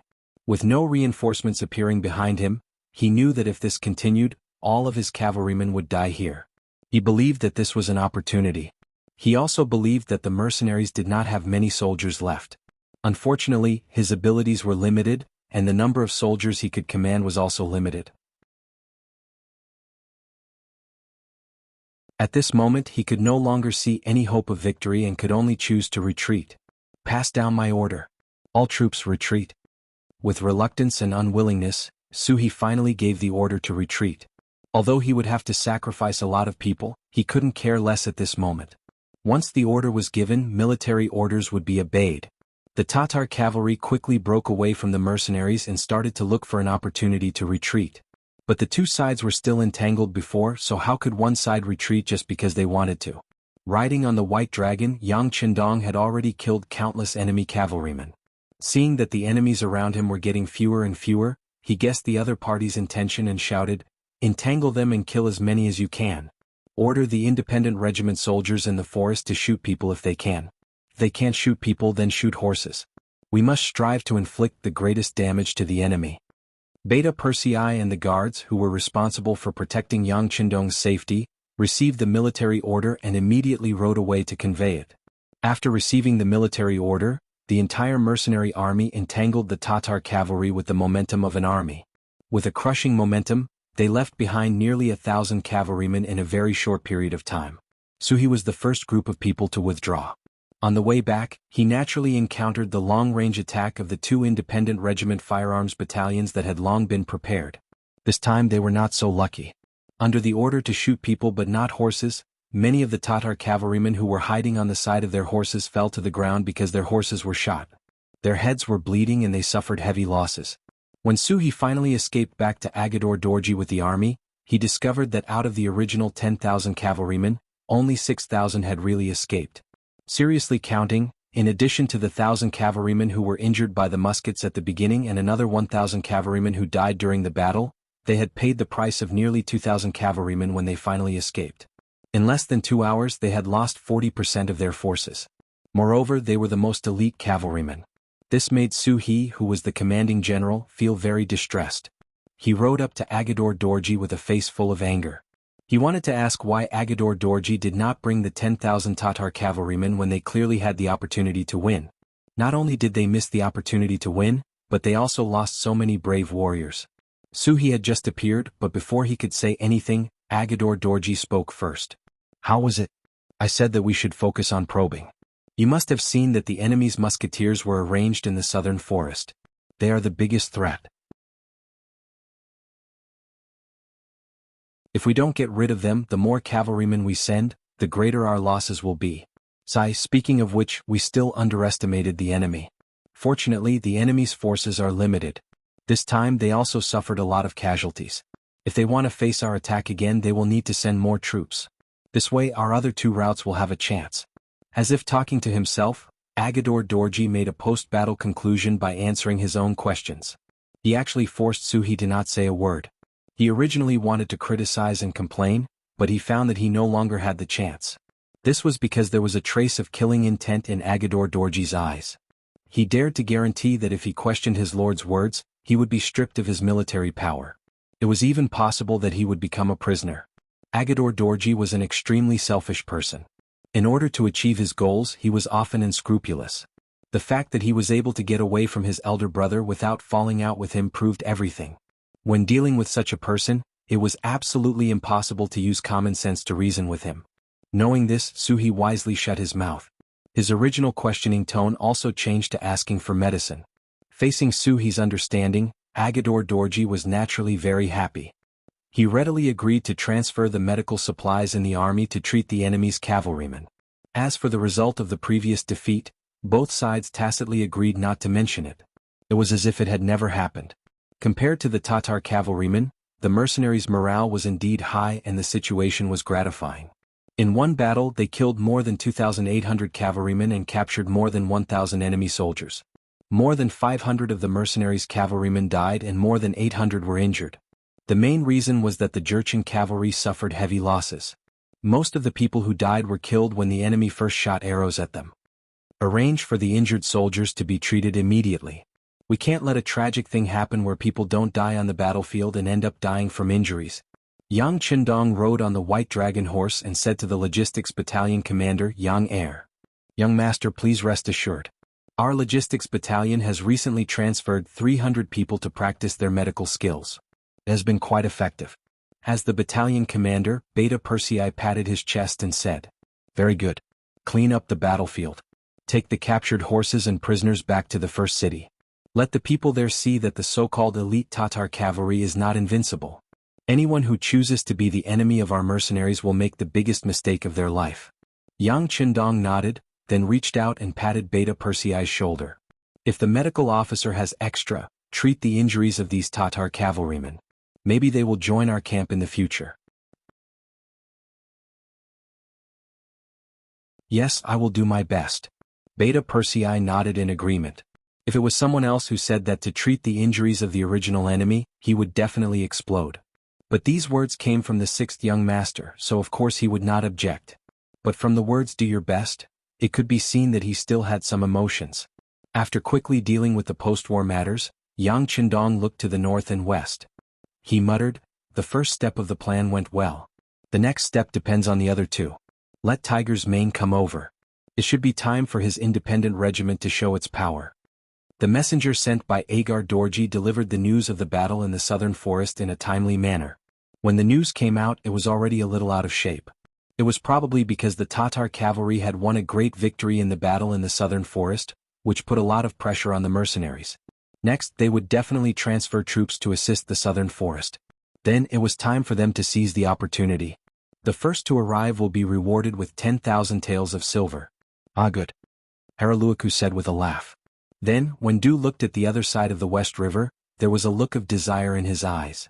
Unlike Agar Dorji, Haraluaku was the kind of newborn calf that was not afraid of tigers. Since young, he had been shrouded in his father's halo. In addition, when he was born, his appearance was not obvious and was even a little ugly. This made him want to prove himself more than others.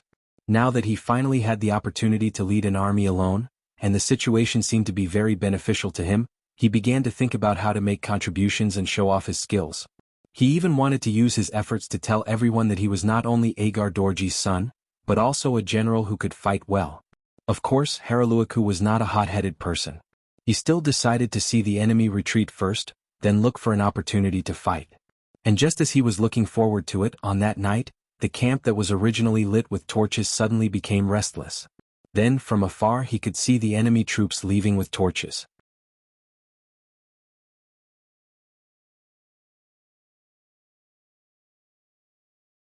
Chapter 7:11. Young Master, the enemy really did withdraw their troops. The scout who was ordered to keep an eye on the enemy's situation excitedly opened the door of the tent to report. This caused Haraluo, who had just fallen asleep, to immediately crawl out from under his blankets. Quickly bring me out to take a look. As soon as he fell asleep, Haraluo dreamt of himself charging across the West River, beating back the mercenaries and arriving at Beginning City. Who would have thought that the dream would come true so quickly? Following the scout, they arrived at the West River. What they saw was the scene of the enemy's torch squad leaving one after another. Although there weren't many torches, the remaining ones moved very frequently. In a short while, he saw 4 to 5 groups of torches leaving the camp. Haraluo made a rough calculation in his heart and revealed a meaningful smile. These mercenaries are very careful. Do they think that I won't be able to detect their movements if they don't leave in large numbers? You underestimate the heroes of the world too much. Seeing that the mercenaries were using small groups to cover the retreat of the main army, Haraluo was even more certain that the enemy had sent reinforcements to the southern forest. After making up his mind, Haraluo said to the scout beside him, "Pass down my orders. The soldiers will wake up at 4 in the morning and eat at 5 in the morning. After that, the entire army will cross the river. This time we must be the first army to reach Beginning City." Young Master is wise. The scout who had the same idea didn't forget to flatter him. This caused Haraluo to laugh even more loudly. After returning to the tent, Haraluo didn't feel sleepy anymore. He just sat there and waited for the arrival of dawn. After a long time of shouting and cheering, the sky gradually brightened. While the morning fog still lingered on the West River, making it impossible to see the situation on the other side clearly, the 5,000 elite Tatar cavalry had already finished their breakfast. They boarded the wooden rafts that had been prepared earlier and left across the river. Perhaps it was because of the mist on the river, or perhaps the enemy had really retreated. The 5,000 Tatar cavalry actually arrived on the other side of the West River without any obstruction. As soon as they arrived, Haraluo loudly announced the order to attack. He wanted to take advantage of the fact that the enemy wasn't ready to launch a surprise attack and obtain victory. Once the order was given, the 5,000 Tatar cavalry mounted their horses and brandished their swords, charging straight toward the mercenary camp 3 miles away. His shouts could be heard from far away, drifting along with the wind. What was surprising was that there was no movement from the opposite side of the barracks despite all the shouting. This was very illogical. Whether they were panicking or going out of the camp to fight, there had to be a plan. This kind of disregard was really a little strange. Haliruo's face was filled with doubt as he charged at the front of the group. However, a thought quickly surfaced in his mind. The mercenaries must have escaped under the cover of the night. Perhaps they knew that the southern Cianwood forest could not be defended, so they had already retreated to the Beginning City. If that was the case, then he would lead the large army straight in and charge to the Beginning City. The first merit would undoubtedly belong to him. Ha ha ha. Thinking of this, Halaruo laughed heartily. His 5,000 Tatar cavalry had already arrived in front of the camp. As expected, there was still no movement.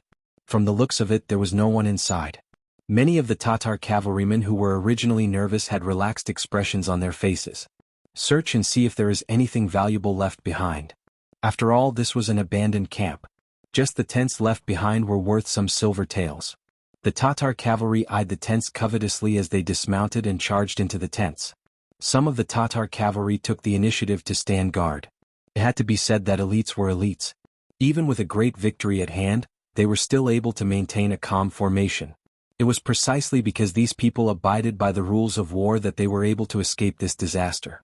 On the other hand, the Tatar cavalry who were eager to obtain the spoils of war had already been locked onto by the god of death the moment they charged into the green tents. Boom!